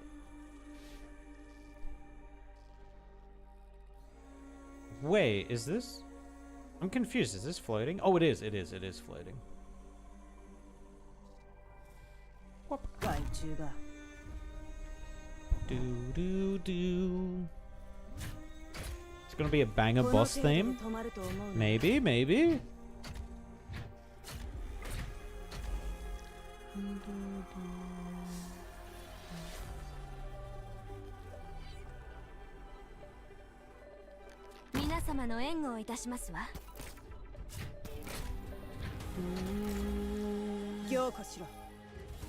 Okay, is this the boss? This looks like it's going to be the boss because they're going back and forth.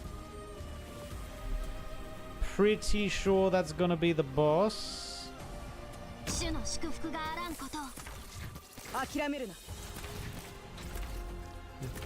This is genuinely the easiest boss stage of the year, maybe even for several years. Oh, okay. I mean, the difficulty modes haven't come out yet.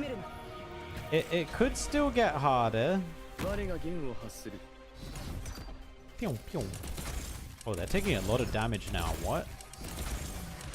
They're taking like no physical damage, but this thing's getting wrecked by Logos. Oh, there she is. If only there was something she could still do for Convalis, for the Banshee, for her. When her skill knocks back a target, continuously nullifies 2 buoyancy. Attack, defense, and res are temporarily reduced when skill expires. Okay.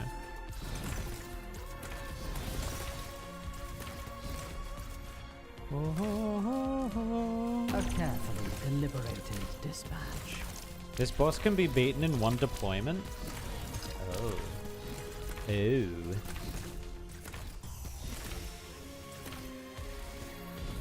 Alright, where do you go from there?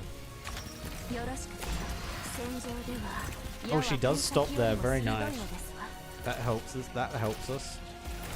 Ah, what is this? Why is she laser beaming me? Stop. It hurts. Ow. Owie.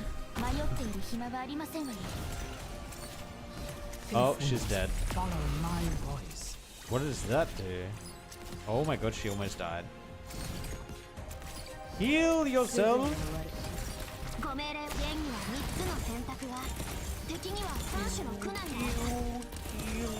Is this 2? This is 2.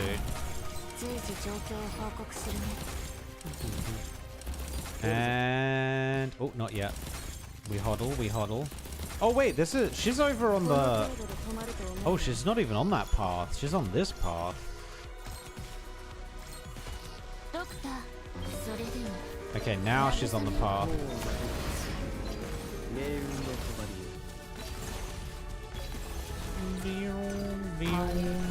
Just got a healer out here. We haven't dealt too much damage to her so far, but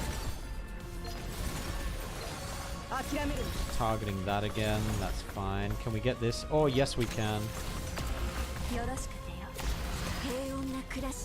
I assume she's got 2 phases. Yeah, okay, there's the second phase coming in. I'm thinking of maybe... Actually, you know what? We can wait. We can wait. This is a 2, yeah. Let's get Iris out. Oh, shit. What? Oh. Very cool. So we're kind of hoping she gets stuck here. Because nothing can actually hit her. Oh, she does no damage. How much is this? 1, 2, 3, 4, 5. I can put something else here. Boom. A carefully deliberated dispatch. And tread carefully. Well, she's not going to hit anything in that position. I don't think I've got anything that can hit this tile here. I should have, now that I know, I should have moved Saria back a little bit, and then these guys would have been able to hit. I don't even think, yeah, if I activate that, I don't hit. That's a little spooky. That's a little spooky. Uh-oh, uh-oh, uh-oh, uh-oh, uh-oh, uh-oh. Huddle, huddle, huddle.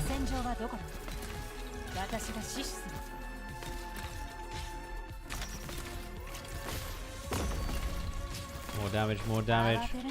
Get huge! Oh god, this thing's coming in too now.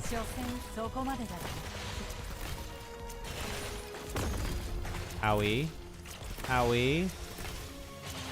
Kill, please. Kill. Okay, that was expected. That's fine. That's fine. Come on, she's almost dead. Almost dead. Hoshi, live!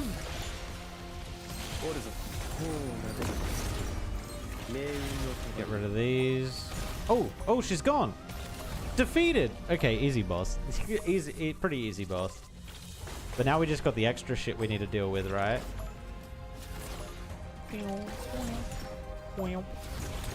Wait, is this thing going in a completely different direction? Please tell me it goes back around. Okay, it does. Ooh. Very good, very good, very good.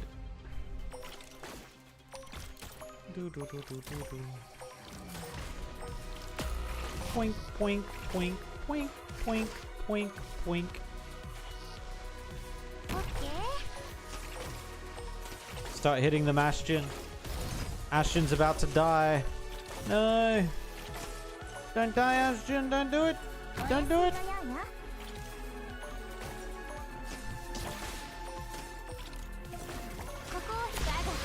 No.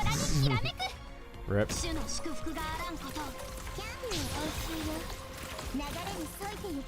Take him out. Take him out. Oh, and well, out. Actually, we probably should put a healer here. Because Hoshi is getting low. Don't worry. I think Logos actually deals with these two quite well. Hopefully. Wait till these two actually move in.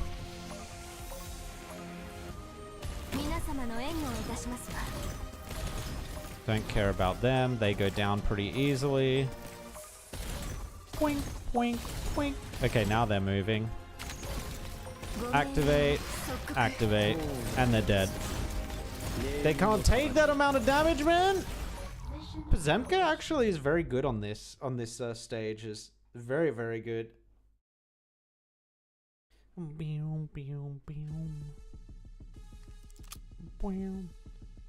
No sudden moves. You know, I'm sure we can talk about this like reasonable people.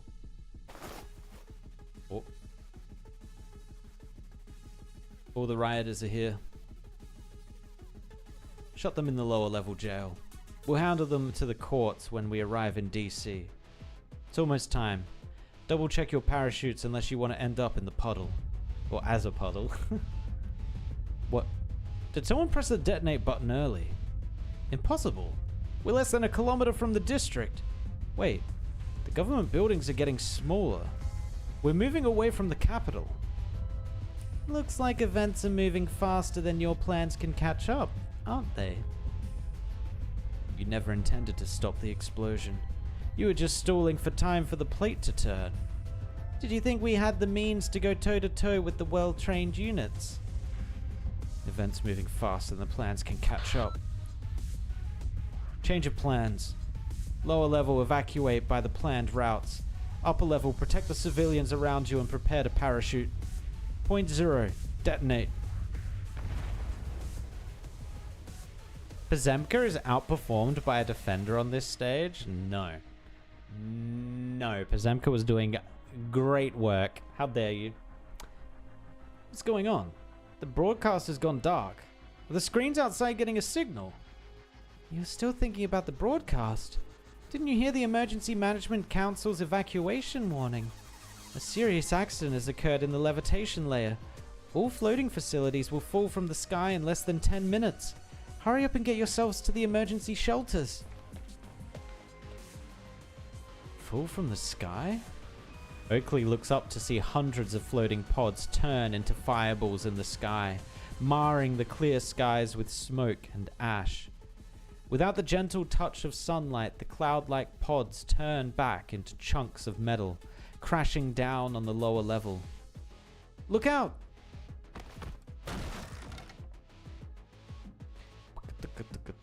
That was a close call. Thanks. You're a tester.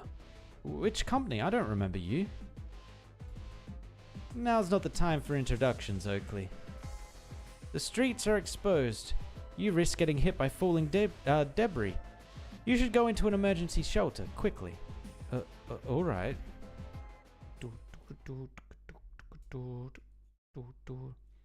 I know you're talking about Hoshi Alter. Dude, Hoshi Alter's OP though. You can't compare. That's unfair. That's like saying, you know what? Why play any other ranged class when you can just play Wizardel? Why play any mage class when you can just play Lapland Alter? Come on! And tumbling down, Fern's heart is beating so hard. She feels like it might escape her ribcage at any moment. She tries her best to control her breathing. The straps on the sides of the helmet slap her face, inflicting just enough pain to fend off the fear of falling. In an instant, the signal from the detonator travels through the connected conduits, igniting all the floating facilities at the same time. Fern leaps from platform 7 before it loses all power. Oh, flashbang. The falling pod streaks past Fern like a black meteor. The bright-colored paint is burned off the advertisements and melted cables flail in the air, giving off a bitter smell of tar. The whole levitation layer sways meekly in the air like a deflated balloon. Lucky Sister Beast, One Boot, Breach Brella. Fern watches these company logos fall together with her. Now that is a scene that rivals Sunset in the bleached wasteland, she thinks. Pull the parachute, Fern! Oops, almost forgot. The updrafter lifts the feline slender frame. The parachutes come together to form a massive cloud.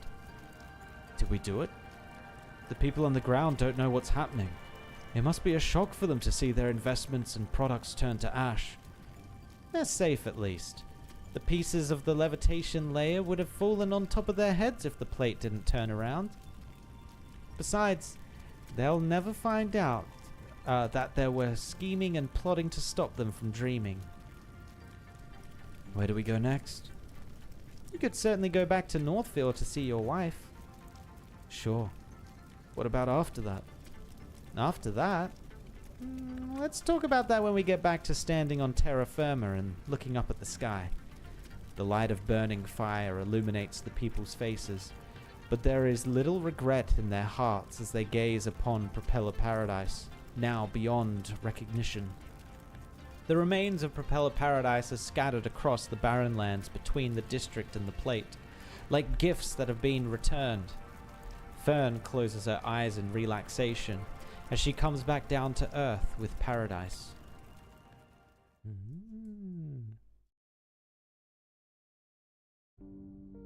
The elderly banshee said her kin were like broken kites as they fell burning from the sky in that war from 200 years ago.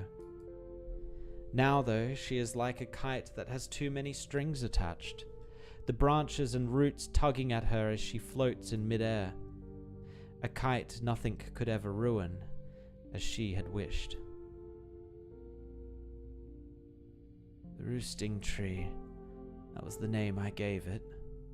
I built huts beneath it and made it the abode of every banshee. But all I felt was fear when Lacrymaline brought me to its roots. It was like a great void that could not be illuminated by the moons, by candles, by fireflies. It was still and silent, sucking away my memory a little bit at a time. I could smell decay in the darkness, a decay that we could not reverse. Not even the children of soil and stone could. It was a constant reminder of how pathetic the Convalis was. At the end, Lady Teresa and Lord Therasis found a future for the Sarkas through war and death. Meanwhile, Aethanel continues to seek a new future for the Banshees. But me and my valley, it is nothing more than a failed sanctuary that quietly awaits death. And there's nothing more I can do for it. So you ran away from the roosting tree, ran away from death. Why here, though? Everywhere outside the Convalis was the same, grey and chaotic, impossible to navigate. There was only one path that I remembered, those unfamiliar names that you said, Lithanian, Laterano, Columbia. I followed the names, followed your scent, not knowing to what end the path led, and what I would do there. I just didn't want the tree to turn me into an empty husk. But you chose to go into another tree. I was filled with sorrow when I saw that you planted another roosting tree here. When I felt the spread of decay, I thought you were going to repeat our mistakes. Even if we couldn't save the Convalis' roosting tree, I wanted to do something for this one. Even if all I could do was stay its decay and save you from sorrow for a while. But when I saw it with my own eyes, I realized there was nothing I could do for it, but it could save me. The roosting tree only takes memories, but this one shares. It shares the stories of the Convalis and of your journey. It makes me feel that I'm alive. I'm sorry, Nasti. I had fused with the tree before I stopped the path from collapsing. Once again, I deceived you. That's why you're so lucid. That's why the tree rejects my incantations. You rewrote its grammar and changed its operating logic. It keeps you alive and you keep it running, even though neither of you are what you used to be. You're like a program that relies on a bug to keep running. Bug. Program. Like a withered tree that relies on a parasitic vine to remain standing. It's not so bad, is it? If this can keep it from withering, then I've finally done something useful for you, for the Banshees, for Sarkas. I can bring it back to the Convalis. Bring you back. That would be pointless. Well, why? Why is the tree not responding to me? Why do I feel like the tree rapidly grew and now is going to rapidly die? That means it's working. The outer casing of the device Nasti is carrying on her belt falls away with a crack. Paper tapes pour out, laying themselves out around her as though following an invisible blueprint, forming an elaborate and organized framework. The tapes are filled with tiny holes that represent incantations, coming together to build Nasti's unique language and safeguard her unique rules, rejecting the anarchic spread of the branches. I said I must understand before I can put an end to this error. Now I do. Nasti raises her pen and writes down a function, an incantation. Reconstruct.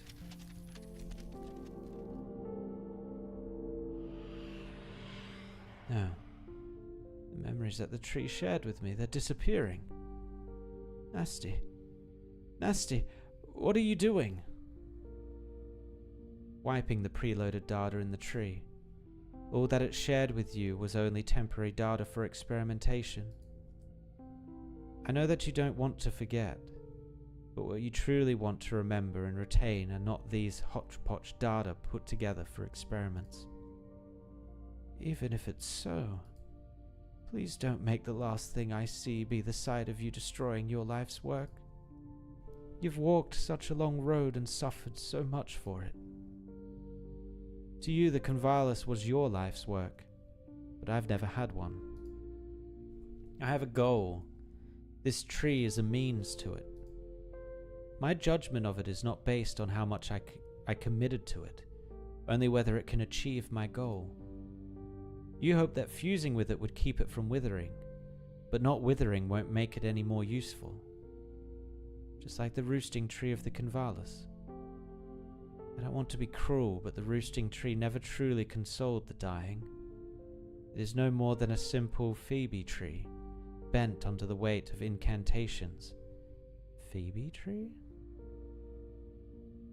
Are they going to explain what a Phoebe tree is? Do I need to look that up? It's native... Okay, she's explaining it. It's native to the genus Phoebesis in the family of Targangils Cimarubaceae, and its wood is commonly used for buildings in southeast Terra. I had an elf colleague verify its nature after I joined Rhine Lab. Your size mentioned. It became the roosting tree of the Convalis because you saw it as a symbol and mourned its change. It has withered because it has reached the end of its natural lifespan. That is all. Even the colors that run through its branches is merely the result of exposure to incantations over the years. I don't remember how it used to look anymore. But, Nasti, if it's truly so, why does your tree look so much like the roosting tree? Because it reminds me of you, just as you think of me. Do you know why I planted this tree?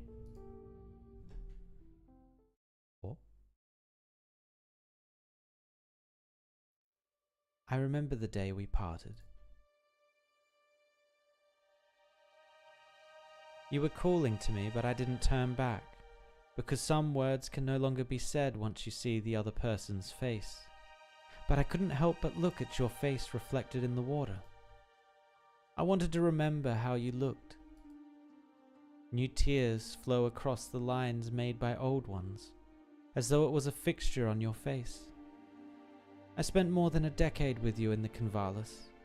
I never saw you without tear marks on your face. Life in the valley was good. I would have chosen the Convalis over Kasdal every time, 100 times over. But Vela, was there a single moment that you weren't in pain?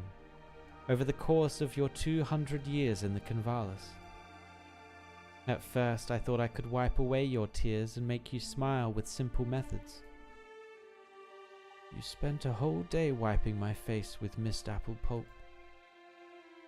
It was only later that I learned why you were in pain. The source of your pain was the decision, the lie. The kin who suffered because they defied their nature. The kindred who could not return to the myriad souls because there was no one to deliver them. They were the source of your pain.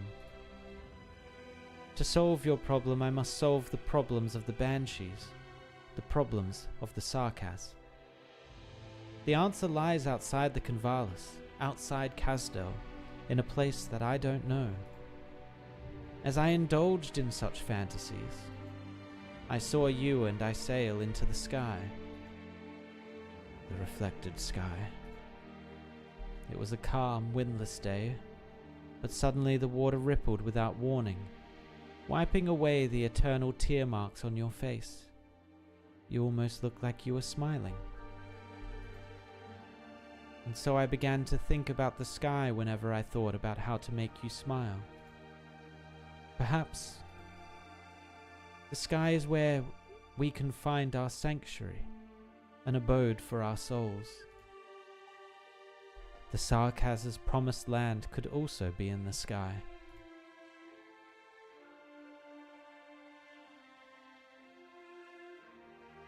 all the things you did, this tree in the sky,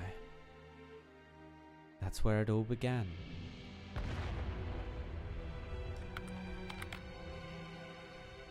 Access security camera image.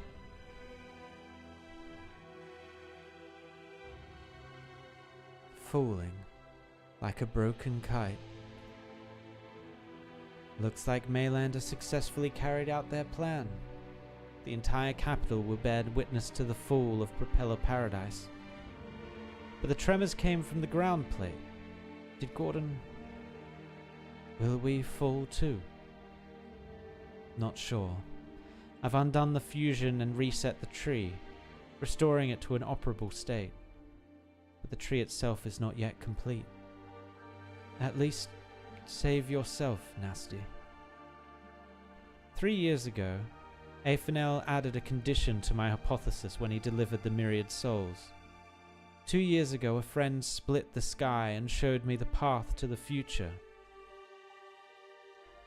But I'm still one step away from the answer. What is to come will depend on whether we find it. We're in the sky, but I don't see the answer. Everything has fallen. The sky is empty. Yes, the sky has always been empty. It is we who must fill it. For you, Vela, I don't think the answer is in the sky. It's in you.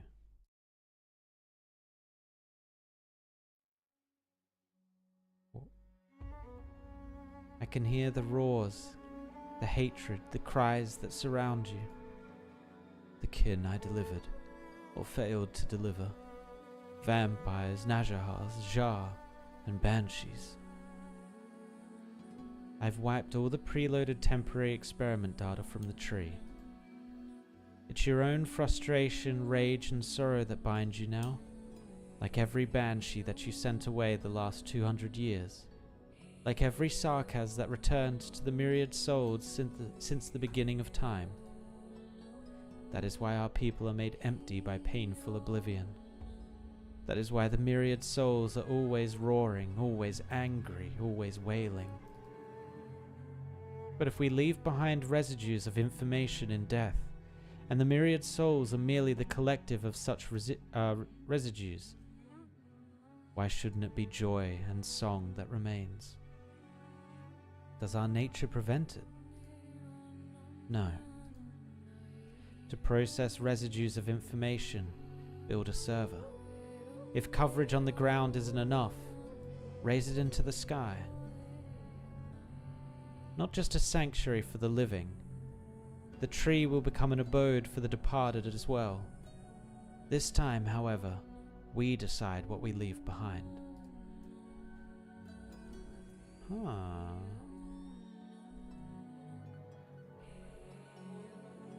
Perhaps it wasn't function that the tree was missing. It was a command, a decision, a sincere wish. Tell me the answer, Vela. What is it that you truly want to leave behind? The tree. I'll preserve that memory for you. Oblivion will never claim what you want to leave behind. I don't know. You don't know. At first, I wanted to save our kin from pain, from anger, from sorrow. But I no longer know how that can be achieved. If neither the Convalis nor the roosting tree can accomplish it, is there any meaning in leaving anything behind? Vela. Nasti wanted to do something, say something, but no sound comes out from her lips. She is normally not one to deal with hypotheticals, but she could not help but think, if she finished the tree and took her people to the sanctuary in the sky sooner, would her mother have had a comforting memory to cling to? Hundreds of pods fall burning from the sky like black meteors, like heavy raindrops, like broken kites. Mother and daughter gaze at each other silently as they hoped it would make this moment an eternity. No. You were never one to stop walking, Nasti. Once you've decided on a path, you'll see it through to the end. Don't stop now. Don't let me take away the meaning of what you've accomplished. My life may have had no meaning, but there must be some meaning to all that you've done. If this tree is the new abode for the souls of the Sarkaz, then let me be its first denizen. I gave you a home 20 years ago. Now, you've given me one. When the children stand around the tree to listen to its voice, I want it to be your laughter that they hear, not your weeping. And I want to remember your smile when I think of you. Nasti, my child. I've had good memories. Memories that made me smile. I remember it was...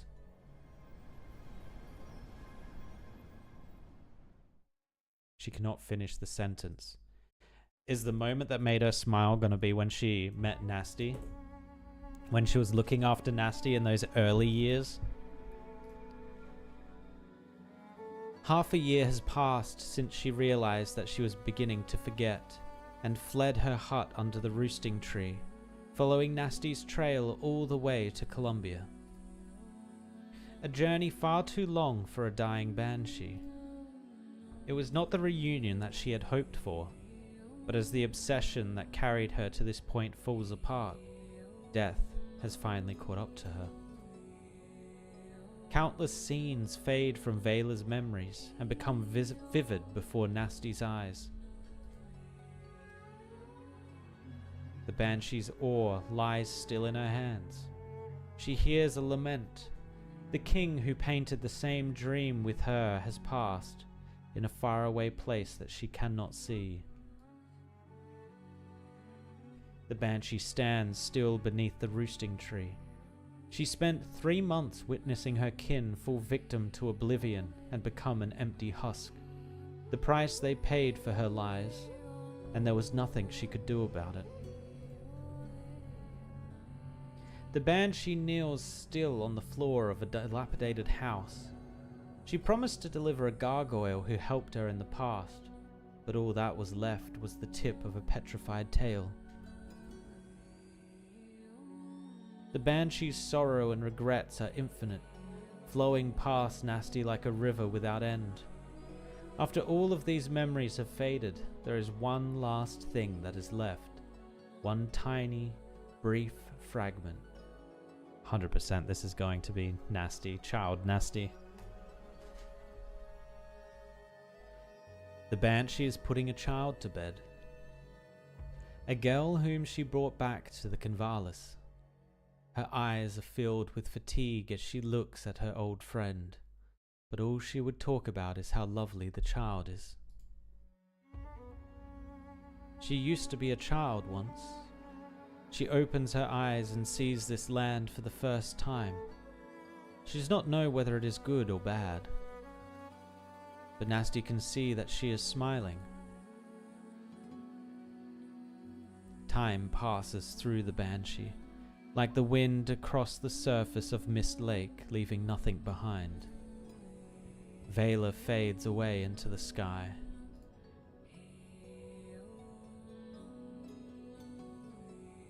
A leaf gently drifts down. I'll catch you and remember you, Mother. Nasti catches the leaf gently, as her mother once picked a leaf from the tree for her. One does not need a bone whistle to accompany a smile.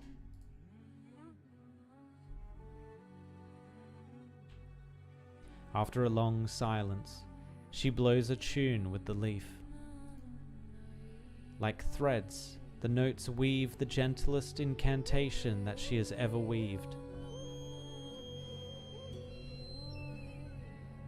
Be at peace.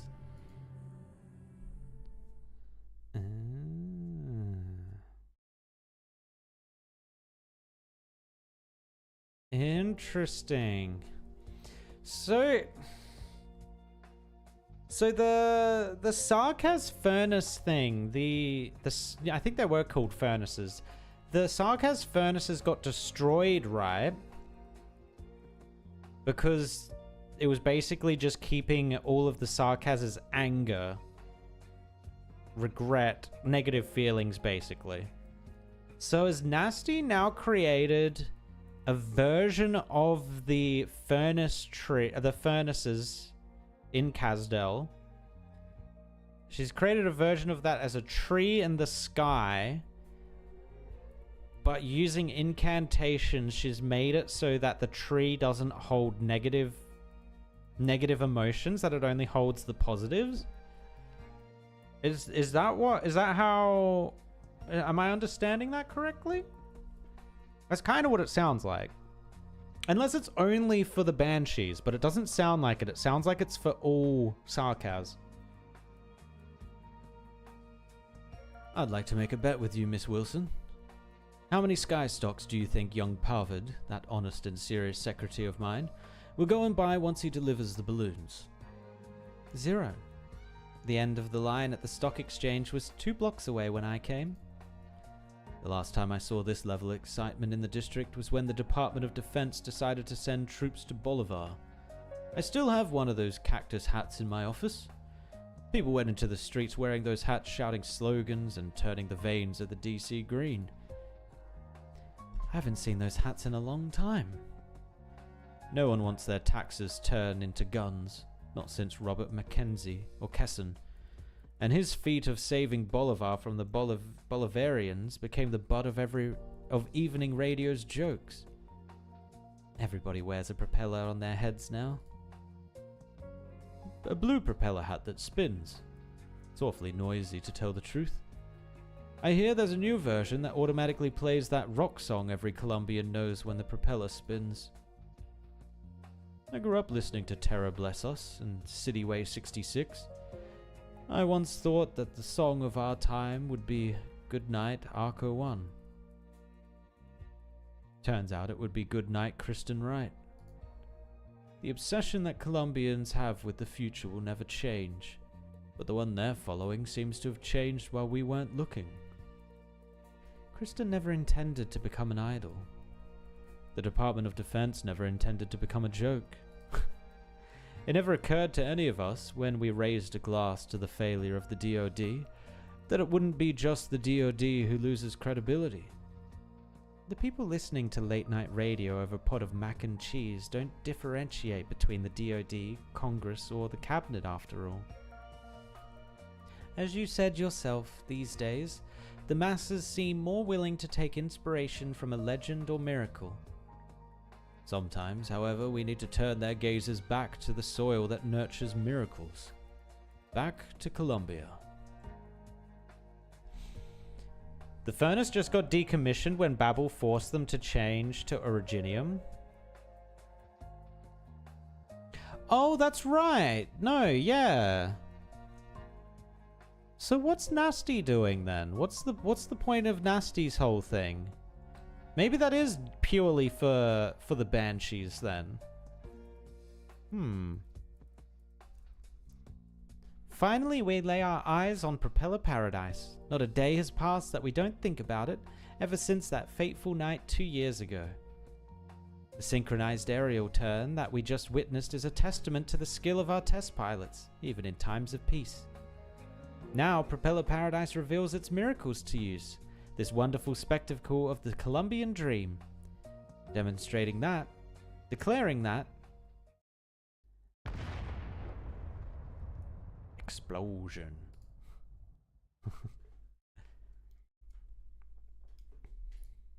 Silence. Every media outlet, every channel, voices rich or coarse or sharp or warm, all fall silent at the same time. The entrepreneurs and investors on the streets, along with thousands upon thousands of ordinary people, fall silent too. For a few minutes, the only sound in Max DC is the sound of their propeller hats. The rustling sound they make, like falling leaves, is the only accompaniment to this spectacular disaster, witnessed by millions in the capital.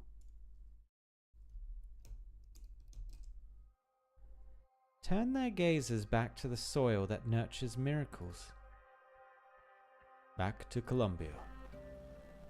A terrorist attack? A premeditated act of terror. Investigators confirm that the explosion was caused by a batch of arts weapons smuggled in disguise as general parts. The weapons can be traced to numerous Centrum nations, including Casimir's, which has long since abandoned the ways of chivalry, and Lithanian, the ancient nation of casters, have used their despicable tricks against us.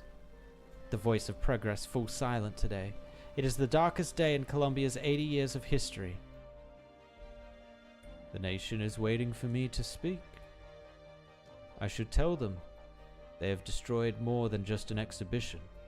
They have destroyed the hopes and dreams that every Colombian entrusted to it.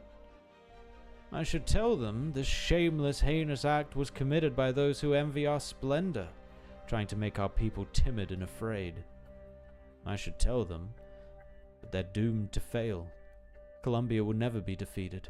No conspiracy can stop the lamp and star from shining bright in the west. And then Colombians will eagerly turn their taxes into guns again. Everything that they fervently devoted to Propeller Paradise, all those sky stocks and the spinning propeller hats, will turn into shields and swords. When the smoke clears, the empty sky will be more inflammatory than any speech.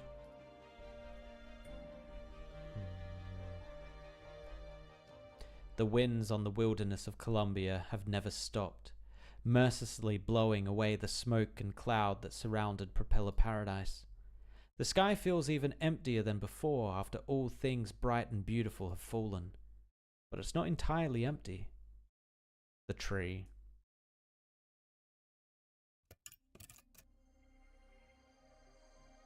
Interesting, it's metallic. She did say it was a server, right? Is the soot playing tricks on my eyes? I see it as well as you do, Mr. Vice President. As do millions of people here in DC. Floating platforms supported by a complicated system of massive hot air balloons and propellers have fallen. Floating labs of many shapes and sizes have fallen. The ropeway system that connected the levitation layer has fallen, along with hundreds of pods. The saucer-shaped tower that linked to the ground and the sky has fallen, along with the elevator that it supports. Only one thing rises through the clouds into the bright skies of Colombia.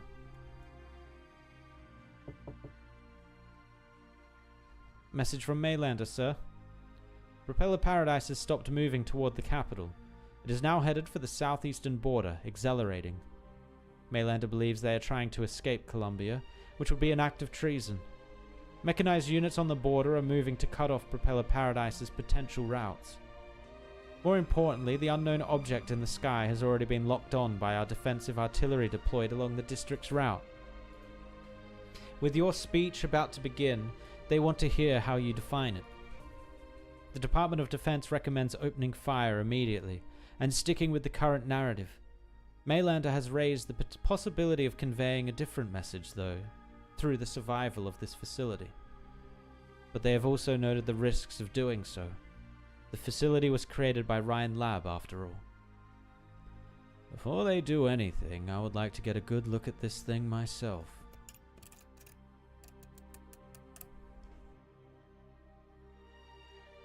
A tree. A tree. Ryan certainly has style, doesn't it?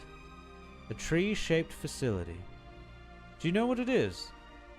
I have no idea. I suppose I'm just here to lighten the mood while you vent about Ryan. Well, it doesn't matter. What it is will soon stop mattering to the people, just like that balloon that couldn't fly. In the DoD's game, it will become an infant slaughtered by knights, an envoy killed by the Witch King. Its fall will drive the rise of the people's wrath. In Maylander's proposal, it will become the next symbol of the Colombian spirit, its silhouette printed on every hat that leaves the factories for the next decade. Is that so? All I see is a tree. You see those foul beasts brushing their feathers and honing their beaks? They've accepted that that it's a tree. A tree they can roost on. A tree rising from the wounds of Columbia. How should people understand it? They don't have to. Just as you didn't need to understand the mobile mining platform on the wilderness that you skipped classes to watch when you were young. Did you know if it was carrying a group of ambitious pioneers or desperate debtors? Did it return with a full load of riches, or was it simply drifting aimlessly? Huh. All I know is that I really don't want to take a test that day, and the mining platform happened to be chasing the setting sun. A mining platform chasing the setting sun, and a flying tree. They're not so different, are they? What is your position, Mr. Vice President? I'm the Vice President of the Columbian Union. With this position comes responsibility. I can't skip classes to watch a mining platform chase the setting sun like I used to. Still, that was indeed what made me feel something about the soil of Columbia for the first time. If the sky is the soil that nurtures the future of Columbia, I'm sure there's enough room in it for a flying tree.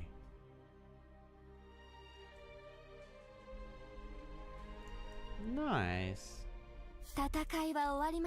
Nasti's plan is to build Kazdel in the sky, the promised land. Are you saying she wants to actually build like land off of the tree though? That doesn't sound right. And no way is Columbia going to accept Kazdel moving in to the sky above them.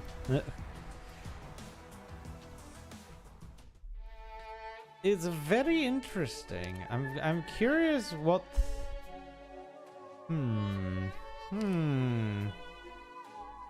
Maybe this last bit will explain it a little bit better. Maybe we get a little bit more of Nasti's like reasoning and what she was doing.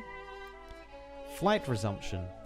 A discussion, a few empty chairs. When has that ever stopped the Sarkaz before? When they tried to take Victoria. They got stopped. That stopped them. Alright, I'm gonna go to the toilet, then I'll come back and we'll finish up the story with this last little bit.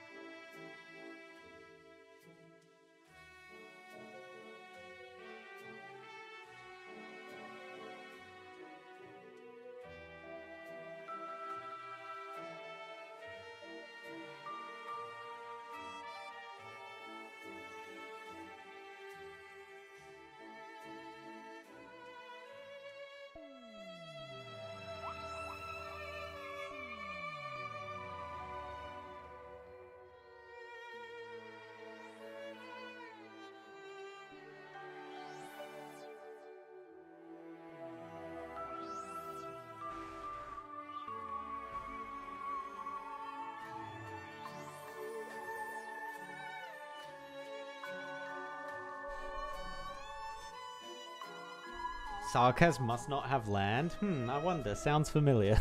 Yeah, sounds very familiar. But they do have Kazdel now, don't they? Isn't Kazdel like a fully fledged place with Wizardel in charge? Which, okay, maybe it won't be a place much longer if Wizardel's in charge. Alright, let's finish this story off.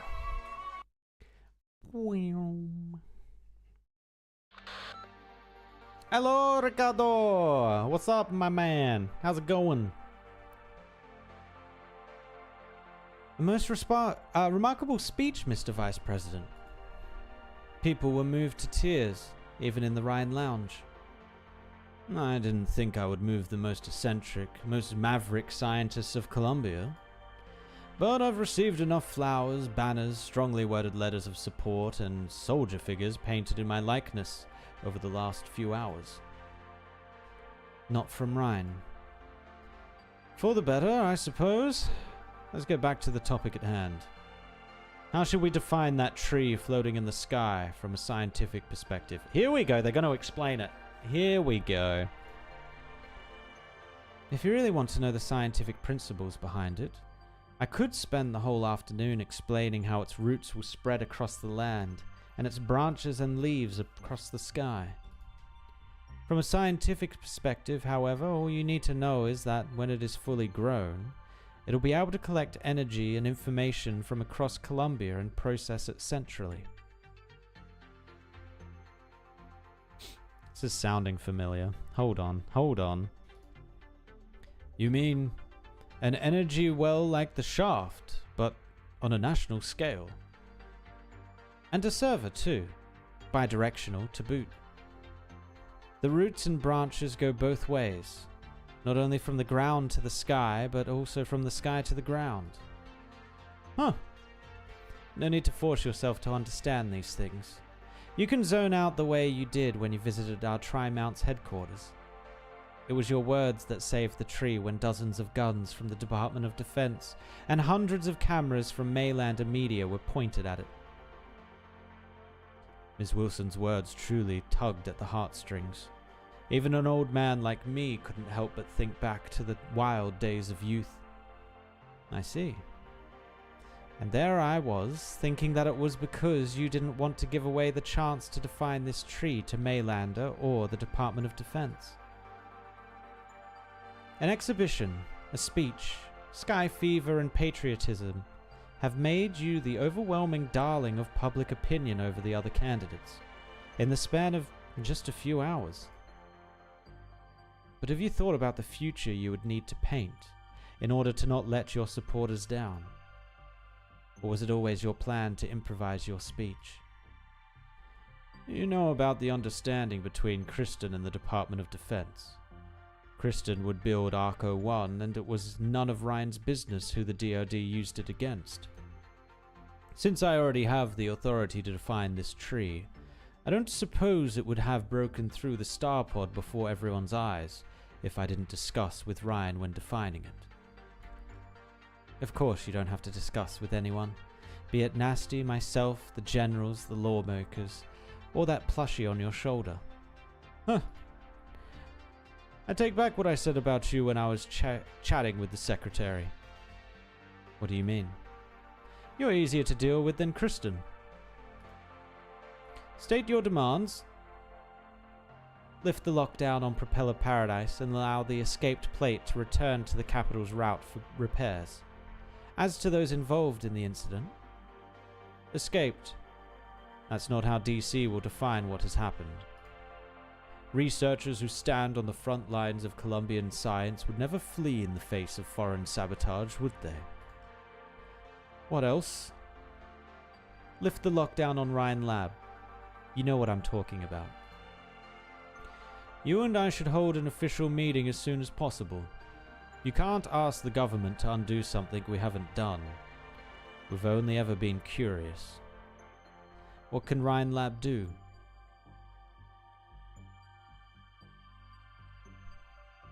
Oh, is Ryan about to go insane with like experimentation and science and stuff?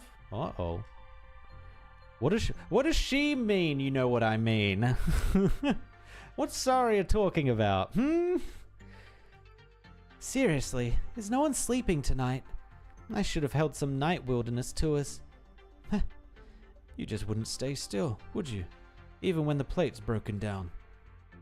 I could say the same about you. You look like a clerk gazing blankly at the sky outside after coming back from vacation. Well, I was scared, but also excited. When we started fighting the Maylander people, you almost scared me when you tried to bite that agent's finger off. I'm not really an emotional guy. The last time I was so excited was when I got approved for that Sky loan. The loan shark was showing off levitating devices at the entrance at the local bar. There were so many people watching that they broke the fence. In the end, it wasn't education or economic circumstances that decided who got the loan, but who could fly a drone the highest and furthest. Which was how you ended up being the sucker who got scammed into it. That night, I stupidly bragged to my wife. showing off the finger I used to move the control stick and win a chance for the future. It was only a few days later that you realized there was no battery in the controller at all. Yeah, I should never trust myself when blood gets to my head. But you still charged the blockade with us without a second thought, didn't you? Yeah. Now we're like sister beasts to the slaughter in the wilderness, waiting for the government to decide our future. I feel like an onion thrown into a washing machine, getting layers after layers peeled off in these tides of fevers. Do you want to escape the washing machine? Or do you want to be more than a powerless onion? A few years ago, I had an idea while going into the bleached wasteland for the third time. If I sneaked inside with a truckload of pure gold ore and took it through the border checkpoint in broad daylight, Colombians would forget all the terrifying legends in the blink of an eye and begin another great expansion, and it wouldn't be much different from what we're going through. Even if it began with a bored tour guide rather than a scientist who split the sky. Even if it was a hoax rather than a milestone. We always try to see new possibilities inside the door marked impossible, to escape the laws of common sense that seem to have no end, to go somewhere else and live a different life. You, me, the hundreds of Propeller Paradise testers, even that Rhine researcher assistant, Sky, we're all the same. The onion can get out of the washing machine, can't get out of the washing machine, but we can remember why we chose to go inside. If the government doesn't hang us all for treason tonight, I want to stay on Propeller Paradise, run Lucky Sister Beast and pay my debts. Can you deliver a letter to my wife? I don't really trust regular messengers. Would you like to join Fern's tours? I could deliver you. I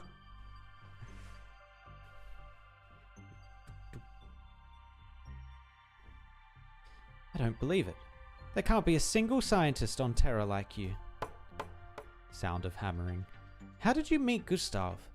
Did you know about his and Maylander's plan? Sound of metal being polished. Shame I never actually got to teach him a lesson. The old fox ran off with Maylander's people after the levitation layer fell. He was taken away in handcuffs. Handcuffs? Huh. He wanted me to take the fall for Propeller Paradise, but he's the one who ends up going down. Sound of metal clanging. Good. You've been sitting here the whole day with those pillars and hammers. What are you studying? I'm preparing for a journey. The Kuranta gestures to the bottom of his shoes. Only then does Gordon realize that the sound that the Kuranta makes when walking does not come from shoes. A piece of crescent-shaped metal nailed to your feet. Doesn't it hurt? He's literally got horseshoes. Okay, bruh. No. Feet are more trustworthy than shoes in treacherous terrain, such as the swamps of Sargon, the ice fields of Sami, and the barren lands of Colombia. So you don't plan on hiding your identity from me? My role is insignificant in this entire event. I simply came to help a friend, and made a new friend along the way. I do so hate free spirits. You have enough experience to be my travel companion, but you won't do it. ATO's gonna be purged after this accident. Why should I not go back when the old fox no longer has any influence? Besides, you recognized everything in my collection room. I'll always be inferior to you if I traveled with you. I'll make good use of the ATOW resources available to me. You won't recognize 5-4 the next time you see it. I look forward to it. Is there any place you haven't been? Like beyond the star pod, I guess? There are many paths that no one has trodden before. If there indeed comes a day when humanity stands among the clouds, I will continue to cast my gaze to the land. Okay, Horseboy's going on an adventure. We're back at the tree. I saw you coming this time, Mercia. Best burb. It's rare to see you not burying your head in work. Are you waiting for someone? What about you? Your colleagues already pulled out of Propeller Paradise before the sun had set. Another rule of secretaries. You have to be the last one to leave. Just ran into a bit of trouble when packing. Hover. Oh, thank you. I was wondering how I'd get them down there. Yet you chose the most scenic route, one that would take you around the tree. I wanted to see the final resting place of Vela, your mother. Her epitaph is the leaves that grow upon it. Look up on your way out. She might have the wind carry one to you, if she still remembers you. You're not angry that I used Vela to complete Maylander's mission. You also defied Maylander's orders in order to help her. If it's to prison that you go from here, I would not consider it a shining example of Columbian justice. No need to worry about that. The Tin Man once decorated himself with drone parts that Mr. Celine discarded. Usefulness is not the only standard that he uses to judge. And this little rebellion won't be either. I think that's the one you were waiting for. I'll take my leave then. Give me the parameters, Sky. Transmission complete. Nothing out of the ordinary. The tree is in great shape. But you already know that, don't you?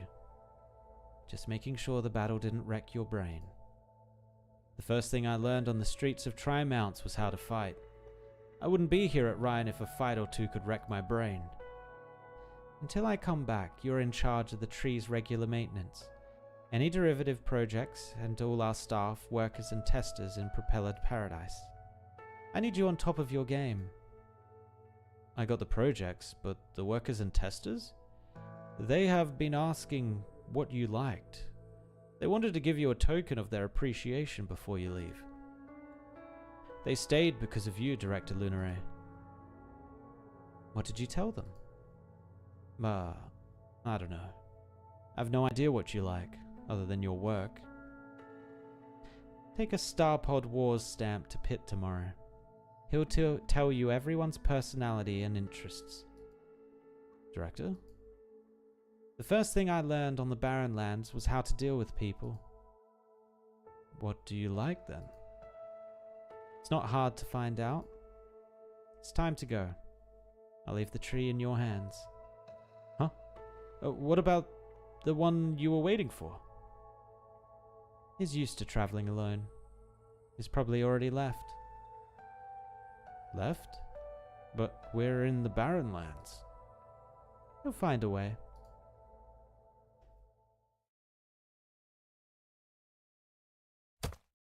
Who's the one she's waiting for? Is it the doctor? Hey, stop.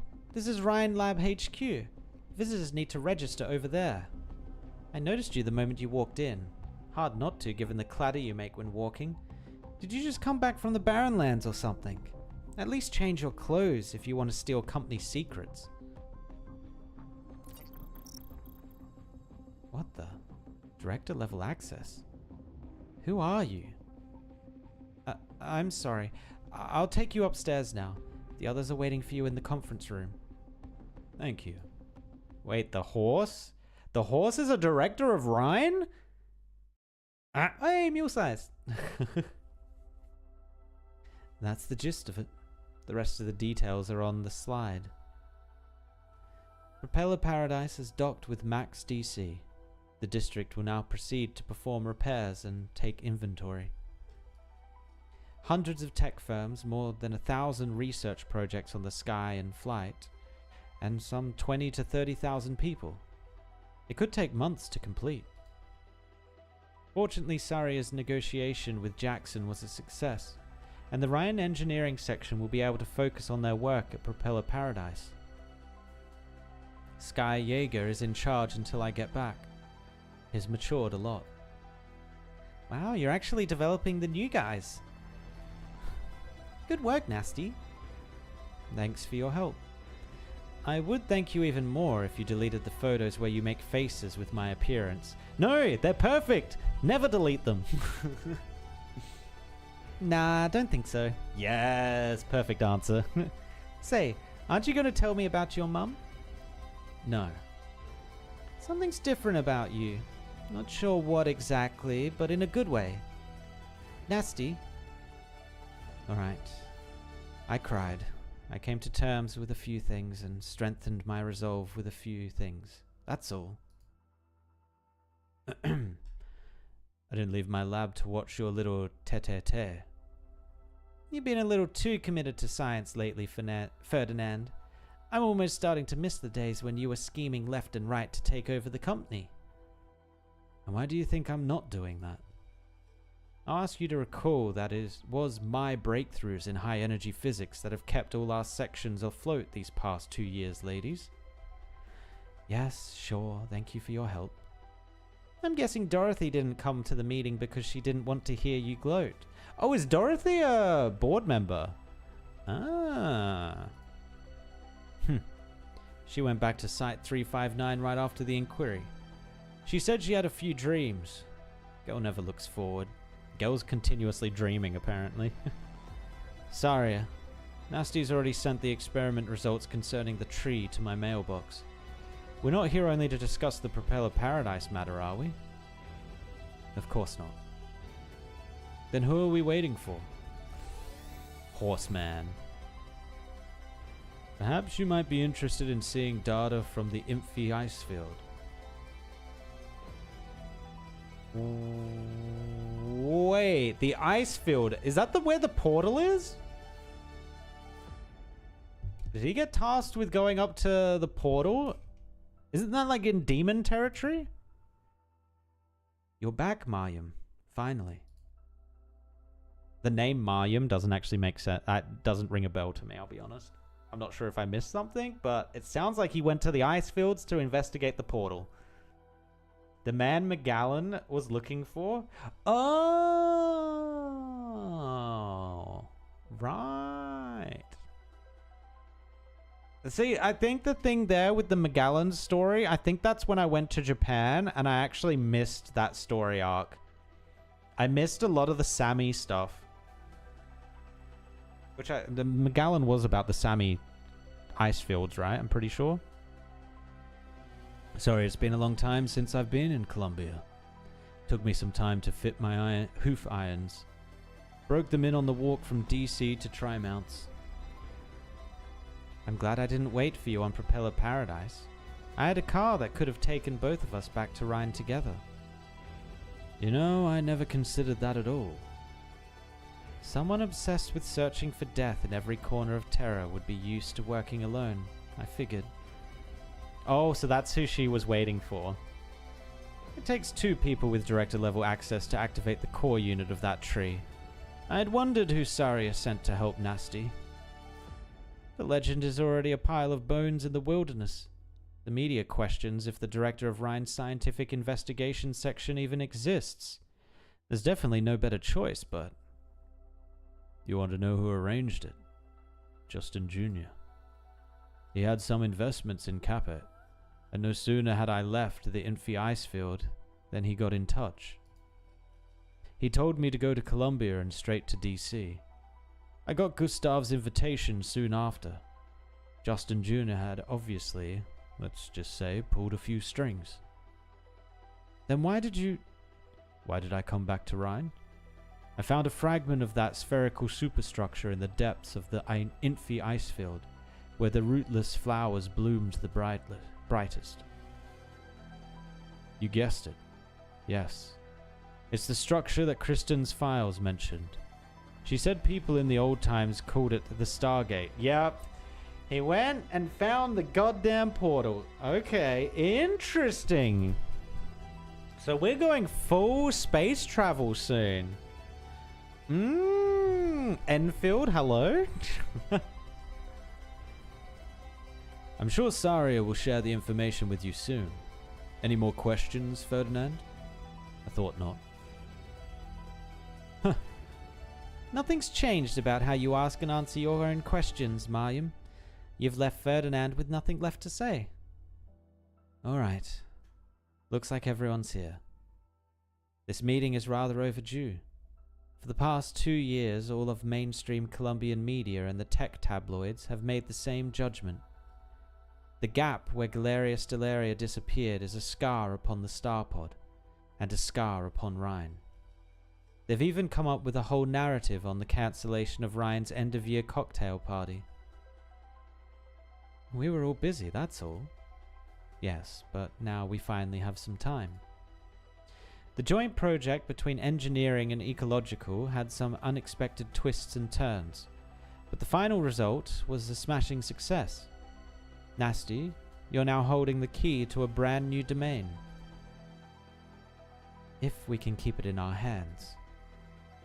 Mariam's discovery in the Imphi ice field has proven beyond all doubt that those strange tales that Kristen collected are, indeed, based on actual fact.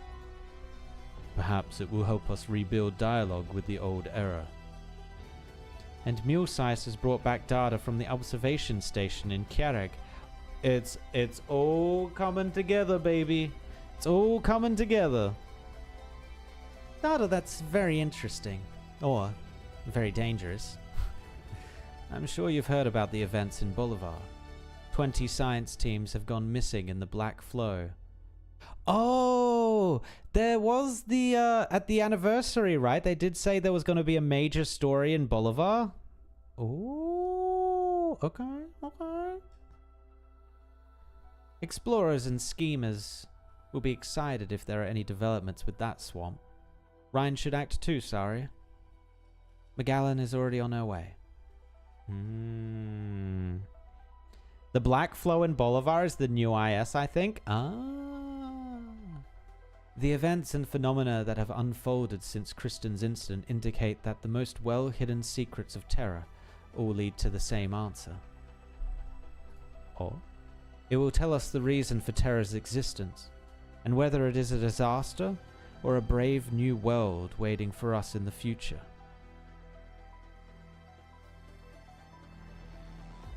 Saria talked to the doctor?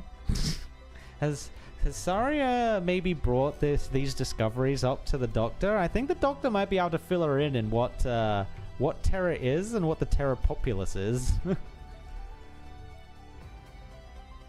Rhine Lab has already made preparations, but that alone is not enough. We must respond to the fear of the unknown and go boldly where no one has gone before. What you said was absolutely correct, Nasti. However, Rhine Lab must be the one to turn that key. Whoa. Of course, we'll have a make-up cocktail party. Enfield song title drop. Yeah. A convergence of minds. Rhine Lab elites reunited in tri-mounts. But Dorothy's not here. Rip Dorothy, man. Oh, white gloves. Who's this? What's this, Justin Jr.? A newspaper sample I would like you to think of a little... Start again. A newspaper sample. I would like you to think of a title for this article here before it goes to print. Are these scientists gathered to mourn the end of Sky forever? Or preparing to usher in a tide of new changes? You sent a screenshot of your communications with your colleagues to the Savior. More appropriate to put it as a DoD-aligned newspaper getting its hands on certain documents that could not be obtained by official means. But I heard your control has already reached an understanding with Jackson concerning Propeller Paradise. None too thrilled about it, are you? But it won't stop me from making another deal with you. You understand that, in the aftermath of the Horizon Arc project, Rhine Lab's credibility with the Department of Defense has become roughly the equivalent of Mama John's scratch-off lottery tickets. Garbage. Which is why I only come to you after Saria reached an understanding with Jackson. In the aftermath of the setback in Bolivar, the failure of the Horizon Arc project, and the Propeller Paradise incident, the Department of Defense's credibility with President Mark Max has become... well, I suppose I should spare you the proverbs. I don't know what exactly our scientists are planning, but I know the value they can create. In this, I'm sure we're in agreement. I'm a businessman, and my priority is Ryan's business interests. Sounds like I have no reason to refuse. It's a pleasure doing business with you. To be frank with you, I don't think much of you when Blake recommended you. I'm sure you remember my life story that I just shared. which is a fairly interesting one if I do say so myself. All you need to do is think something of fate. As for your attitude toward the one who controls its pulse, that's rarely in your hands. Dorothy's in prison for crimes against humanity? Nah! She does cool science things. They can't prison that. That gets you a free pass, man. Gets you a free pass. Alright, there we go. That's a lot of movement at the end there, actually. A lot of things all coming together. So we're obviously going to be going up and checking out or doing something around the Stargate. I wonder if they go to the length of us actually stepping through, like activating the Stargate and stepping through it. Or sending like a probe or something through it. That could be interesting. That could also be a very easy way of them going and boom, here's Talos 2. Or what happened to Talos 1? Maybe. It could also reveal some things about where the elves came from as well. That could be interesting. Especially because one of the elves crashed in the Kiereg storyline too. And then we got the Bolivar stuff as well. Dude. This is nice. I like this. The tree thing I still need like a little bit more of an understanding of. I assume they'll talk about it like in later events. Especially if we go to like a Sarkaz event. The tree doesn't fully make sense to me. Stargate stuff was kind of done in supplementary stuff posted on Twitter. Oh, okay. That's interesting. I wonder why they did that. That seems kind of weird, seeing as the Stargate is like a pretty massive thing. But yeah. Anyway, it is now 1 a.m. for me, so I need to go to bed. But I do see that the extreme stages will open today? Or is this American time? This might be American time. So I'm just trying to think, what do we do for tomorrow? I'm not sure. I don't think I'm going to decide what we're doing tomorrow tonight. But we will come back, not tomorrow, but the next day, most likely, to do the EX stages and fight the hardened version of the boss. And we'll see if that boss is actually difficult to defeat this time. But yes, thank you for watching, everyone. And I shall catch you guys. Once I find it. I shall catch you guys next time. Peace